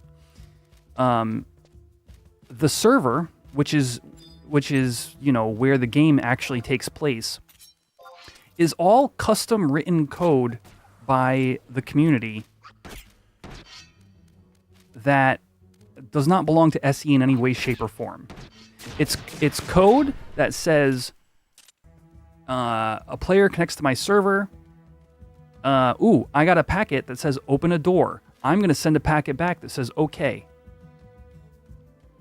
Where in that chain is there room for interpretation that you're stealing something from Square Enix? It's like if you think about it hard enough, it's like, wait, but this is their, these are their assets, and look at all these players. All these players are playing this thing.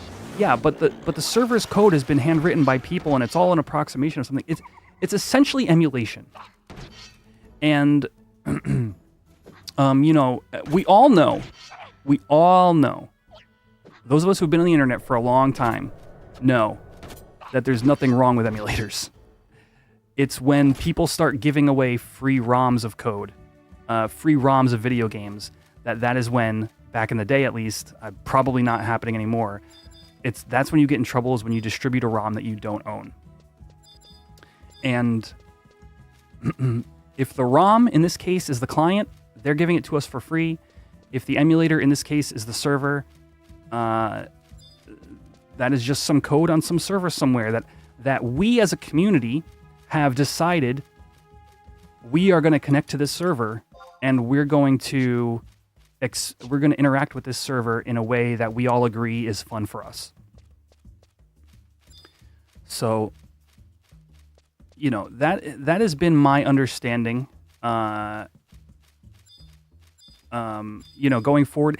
And just to one more quick example of like the zooming out. If you look at all other sorts of classic MMOs, even pre-RuneScape Classic, there were RuneScape private servers. World of Warcraft has had private servers. World of Warcraft, which makes a ton of money, would let certain private servers live because it wasn't an issue. And that is another case of I have heard that some World of Warcraft servers started earning money through whether it be Patreon or what have you, and that's when they were shut down. Now again, I should really come up with specifics, you know, before I repeat that, but I'm pretty sure it was a news article I read. All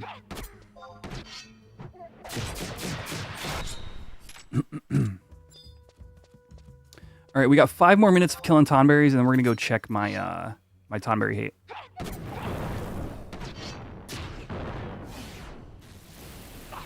So I'm sorry. So whoever asked that question, I went on a little bit of a rant there. I did not understand this stuff. Mitchie, thank you. I did not really understand this stuff when I was a retail player. For those of you who've been a fan of my channel for a long time, I played retail until late 2021. From 2017, I played for like 5 years. And didn't really have a grasp on what was going on in this scene. And to me, it's boiled down to we're basically playing a game on an emulator, and it happens to be a ROM hack.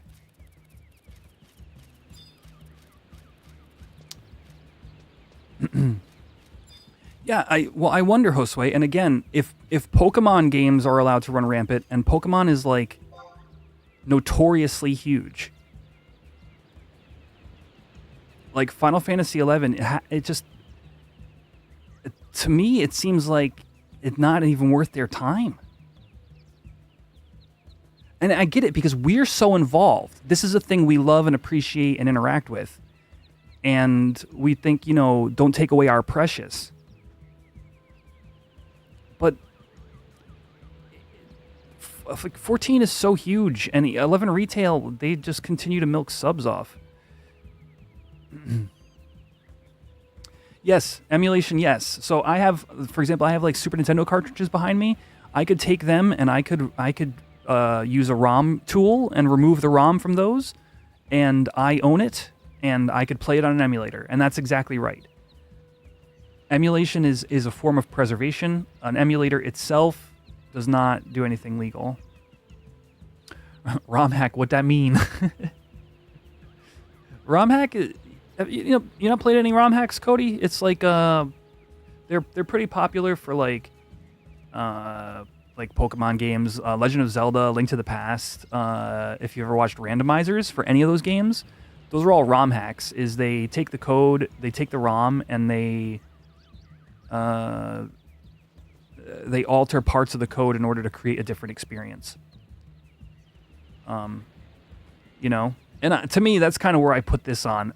Again, we're so invested, but if Nintendo's not going to take down Link to the Past randomizers or Metroid randomizers, like, why are they going to care about this one server with these, you know, couple of people playing it? Unless you're selling something. If you're selling access to this server, that at that point is like,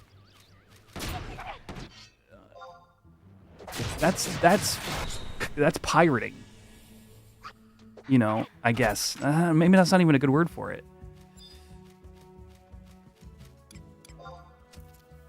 Like, that's just straight up stealing.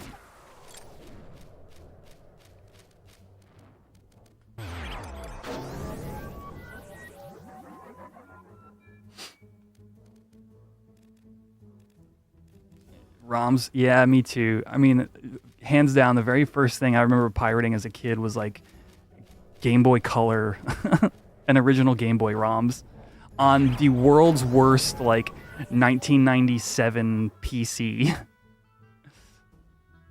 97, 98. Like an altered emulator, no, because the emulator doesn't actually do anything in a ROM hack situation.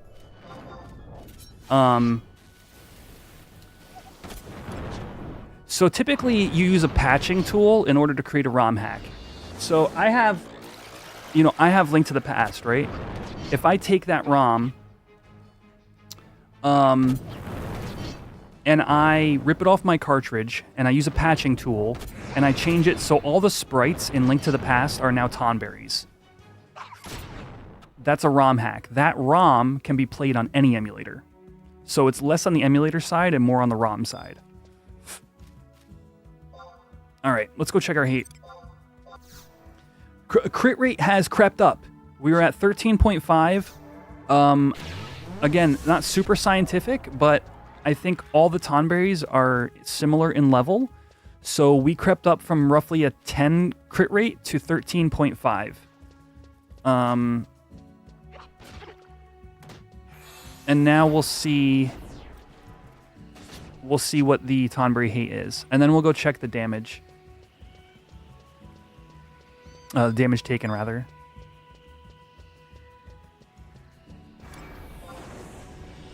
How many Tonberry coats and crap did I get? 6 lanterns. Dude, 20 coats? Let's go.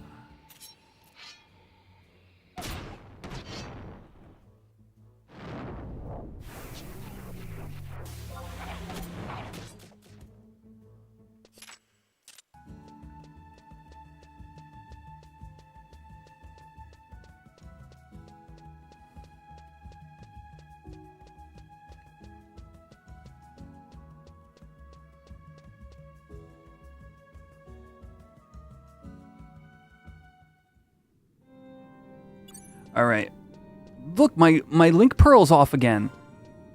That's got to be from the crash earlier, chat. I don't know. Horizon's acting weird. My OBS is acting weird. My PC freaked out earlier.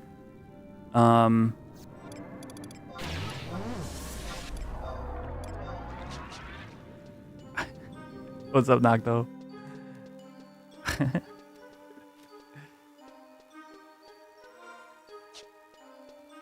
All right, we're going to flee and go check. Hey, man, once Mythics hit Horizon, you know, I'll be tempted to make one.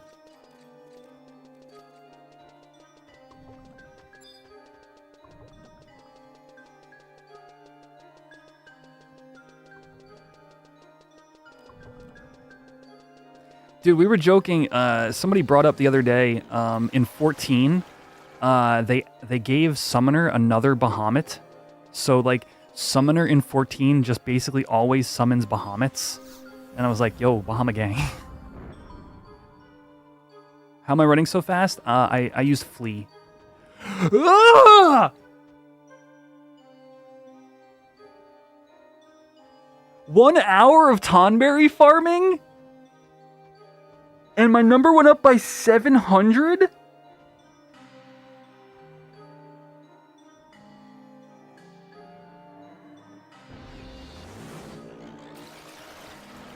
Chat.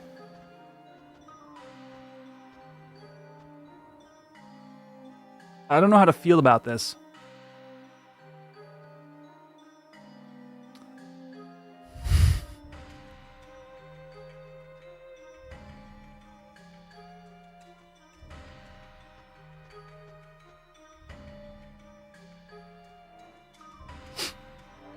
My crit rate ticking up could not have been strictly from the ring. Sneak in an empty spot with a group doing Tonberry HENM. Honestly, looks like I'm gonna make that 100 mil after all.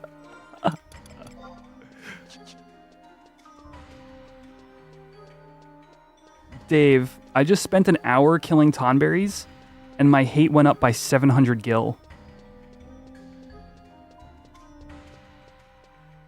So if that trend continues, I need to do 3,400 more, which is 1, 2, 3, 4, 5 more hours of Tonberry farming. What if the higher level Tonberries give more hate?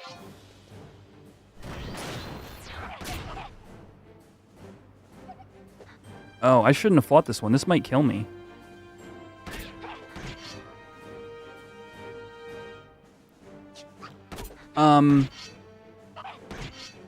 To the person who said they were new, first of all, like, totally welcome to Final Fantasy XI.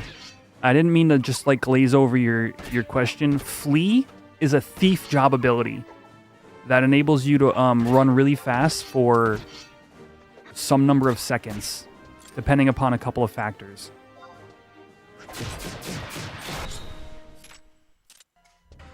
At this rate, just farm TK. You're not wrong. All right. I wonder if the higher... So it might have been the level of Tonberries I was fighting. So let's see how much I got from that one Tonberry. I don't think I'm going to reset for the next one. I think I'm going to risk it. I just can't tank it.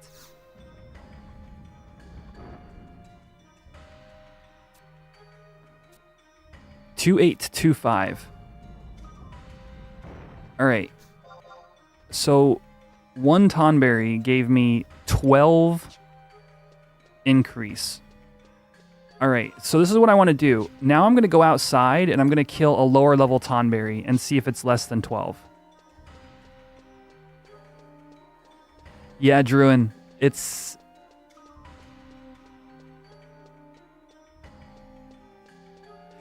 Paladin / Red Mage did really well tonight. We had like 2 undodged throat stabs, but that was the only issue. Yeah, what's up, Dave? You don't have to kill the Tonberry, I simply need to aggro it? Wait a second. Hold on. That's a whole new meta, dude. Hold on. Alright, so that means if I aggro this one right here... Oh, it's too low level. Wait, are you sure? So what if I bully this right now? My number will go up? I'm gonna bully, then hide.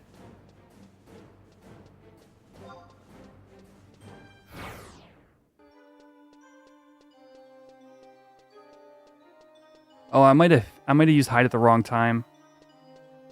Because it was casting a spell. Alright, 2825 Gil. I mean, I'll prove or disprove it right here, right now.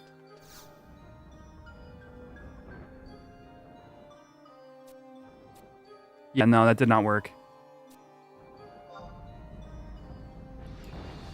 So, Lucid Quasar, I got a ring drop tonight that increases my crit rate and damage taken based upon my Tonberry hate.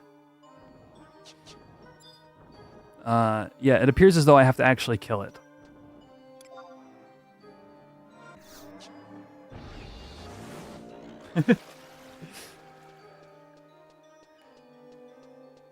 No. It's 1 million Tonberries this way.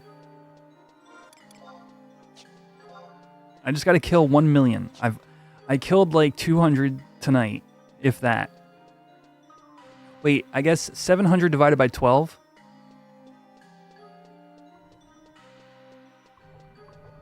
So I must have killed like 60 Tonberries.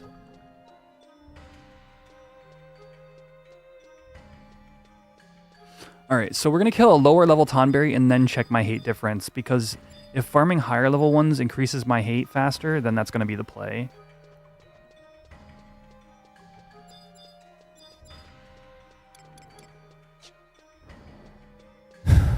Or, as suggested earlier, just join somebody's Tonberry fight.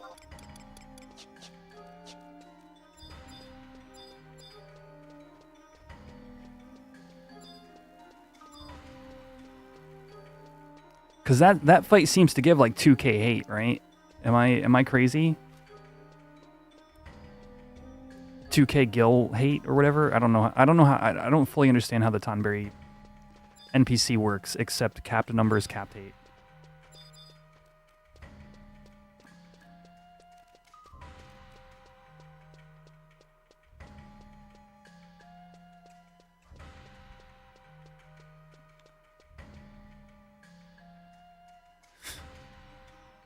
All right, man. Take care.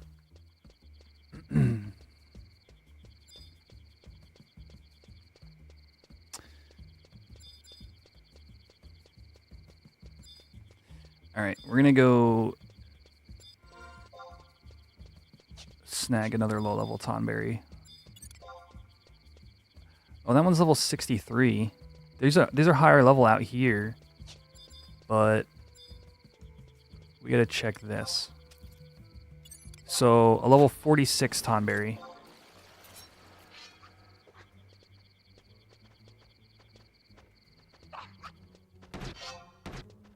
And then I'll come out and I can even try the 63s if I'm feeling frisky.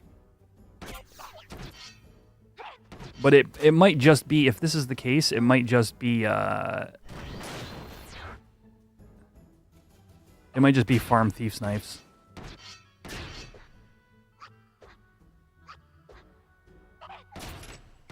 Thief's knife and white steel. What's up, Chopper? 63, yeah, okay. And Shadower, 62.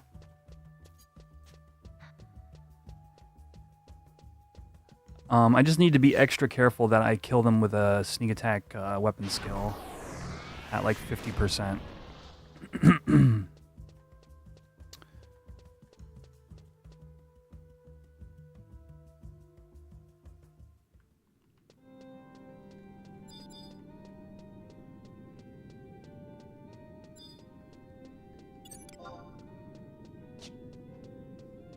All right, so before it was 12 gil.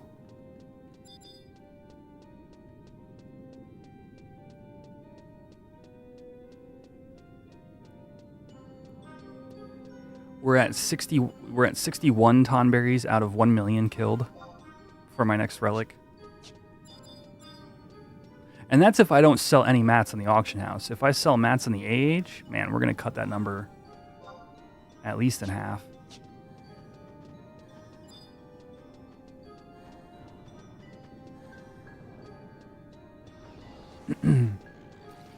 No longer is it the El Shimo Frog economy.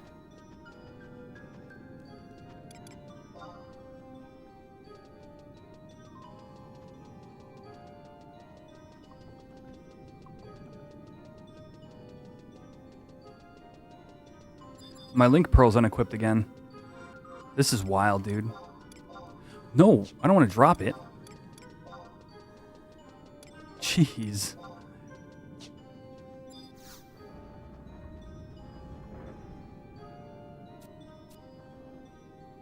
$2838.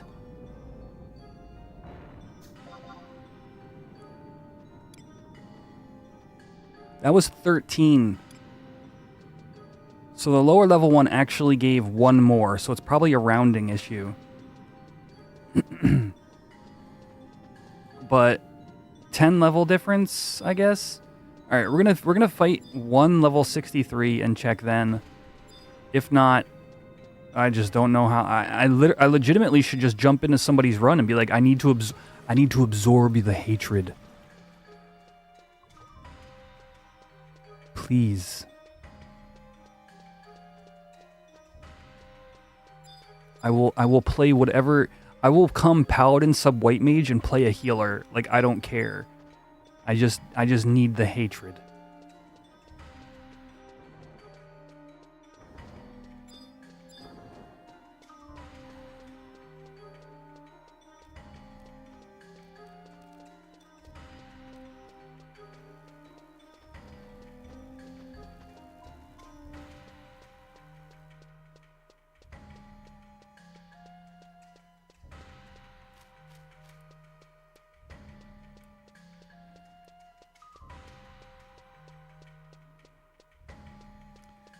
All right, my link pearl's gonna fall off again. That is a really weird glitch. I wonder if it's the ring. Is the ring somehow kicking off my link pearl?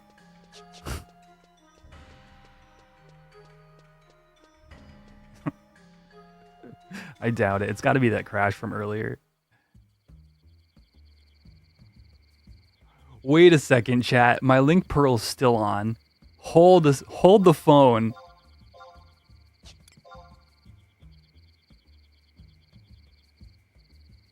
Wait a second. Ring back on. Zone.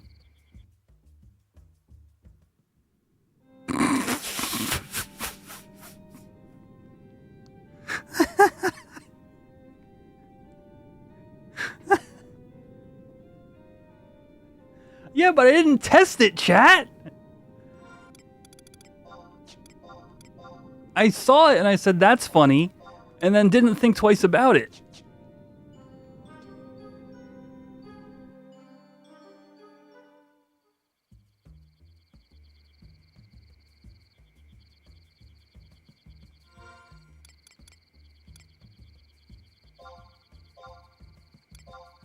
Hold on.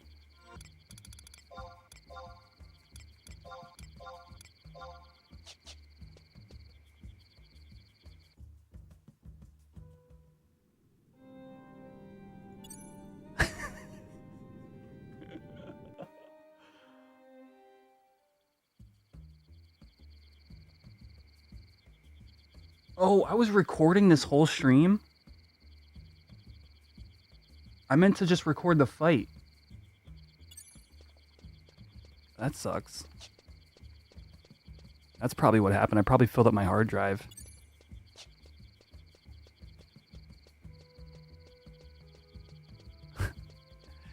Yeah.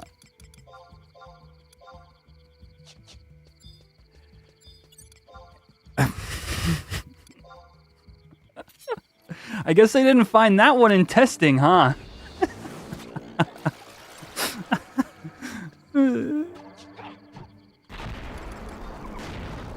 Whoa, whoa, whoa, hey. Oh, I'm out of ninja tools? That sucks.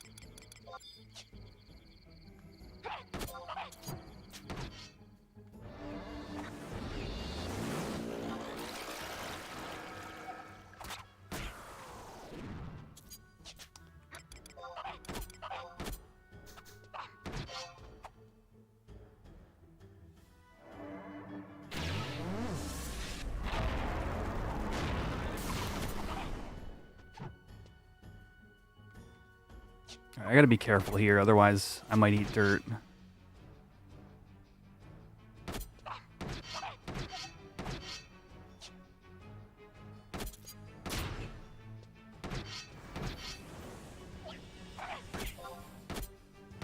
Ah! I was waiting for the attack round that would bring him under 50%.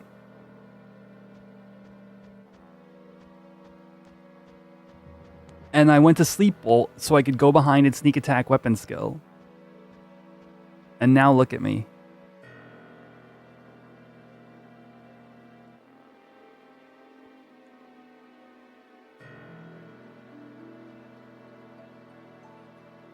Does that increase hate? Everyone's grudge for 1k. Huh. That's a lot of damage. Oh, it turns out I gotta be up at 5 o'clock tomorrow.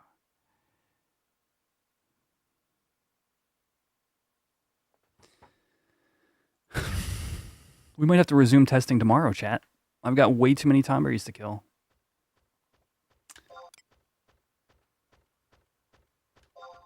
All right, listen, this is what we're gonna do. I'm gonna do one more thing before we go. I'm gonna restart my client completely. And we're going to test and see if the ring has the same added effect. Protection from link shell.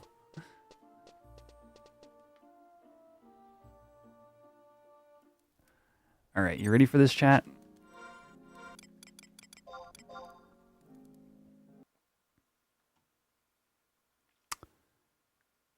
I don't have any music to fill the time.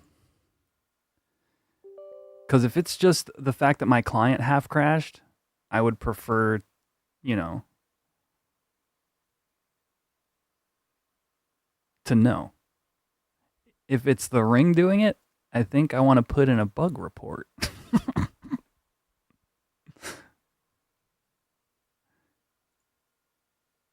All right, we're almost there.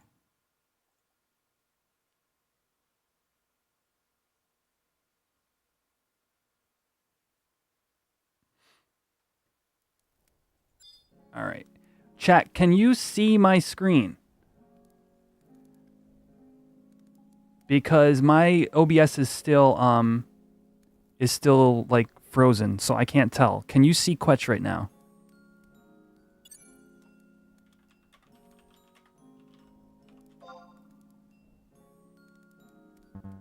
You could probably hear it, but can you see it? Get more thieves to come out for a Tonberry hate party? It's probably not a bad idea. You can see Quetch. All right, thank you. All right, I am going to equip my link shell. And then I'm going to exit without the Tonberry ring on.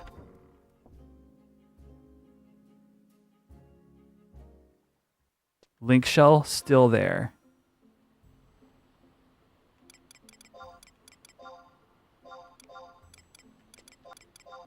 Begrudging ring. Zone.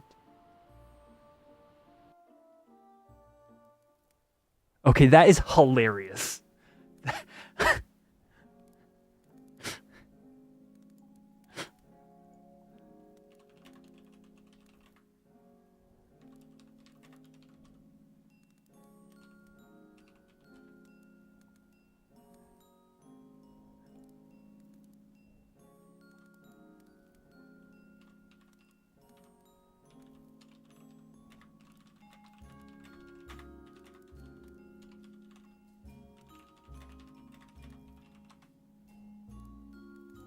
My back piece is gone. That might have to do with my treasure hunter set.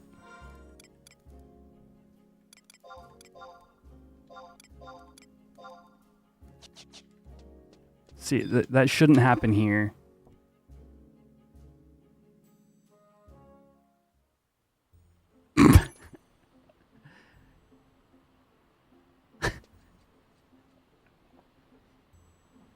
Oh, tell you what, actually, it might just be my gear swap putting it on. You might be right.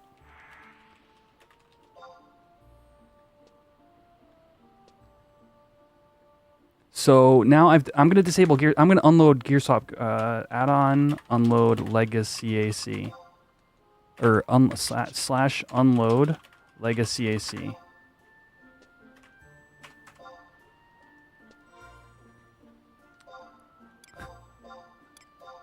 So now there's no auto gear swapping at all.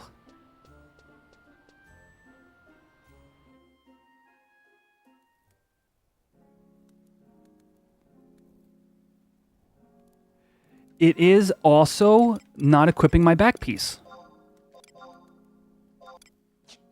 Look at that. There's no gear swapping at all. So the gear I have on, let's put on high breath mantle. All right, it's ticking. Look at, see, watch. 27 seconds in the high breath mantle. I can come here to my item list. I can see high breath mantle. No gear swap is currently loaded. Put my link pearls on.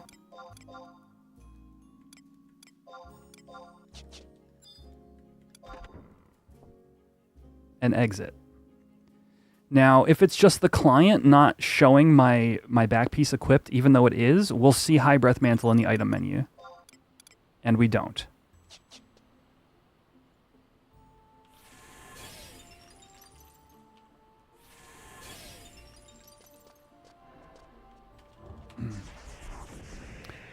That is funny. What happens if I try to type an L?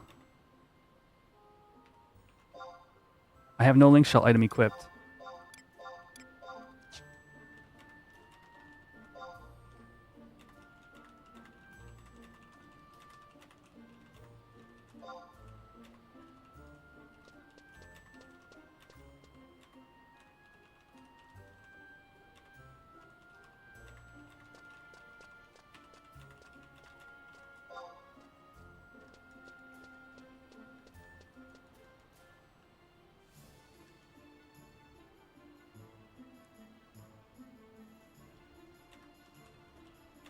All right.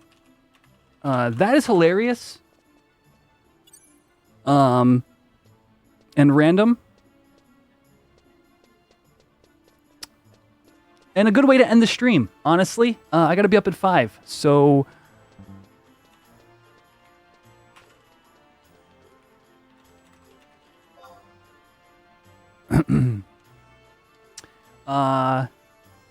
So I'm gonna call it here. I'm gonna put in a bug report.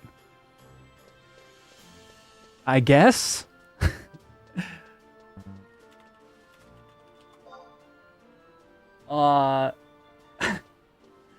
Anyway, it's been real. Remember, y'all, tomorrow I'm gonna do a birthday stream. Probably we're gonna be playing Horizon. We're gonna test this ring further. In addition to that, I'll probably build my house in 14. I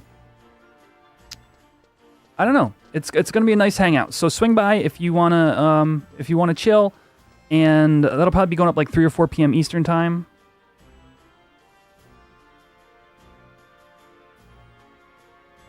Oh.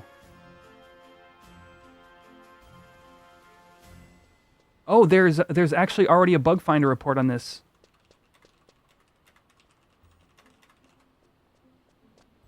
On this very topic. Chat, if you want to follow along and see what's going on with this, there is a bug report in the bug finder section of the Horizon XI Discord. Yeah, next Glissfest. This yes. All right, everybody. That's gonna do it for today's stream. Twitch, I'm not gonna raid on anybody tonight. Y'all find one of our fellow awesome Final Fantasy 11 streamers to watch on the way out, okay? Because I gotta get up early and I'm just gonna bounce. All right, so everybody have a great rest of your night. And I'll see you in the next one. All right. Peace out. I think this is my end screen. I can't tell because everything's frozen. Bye, chat.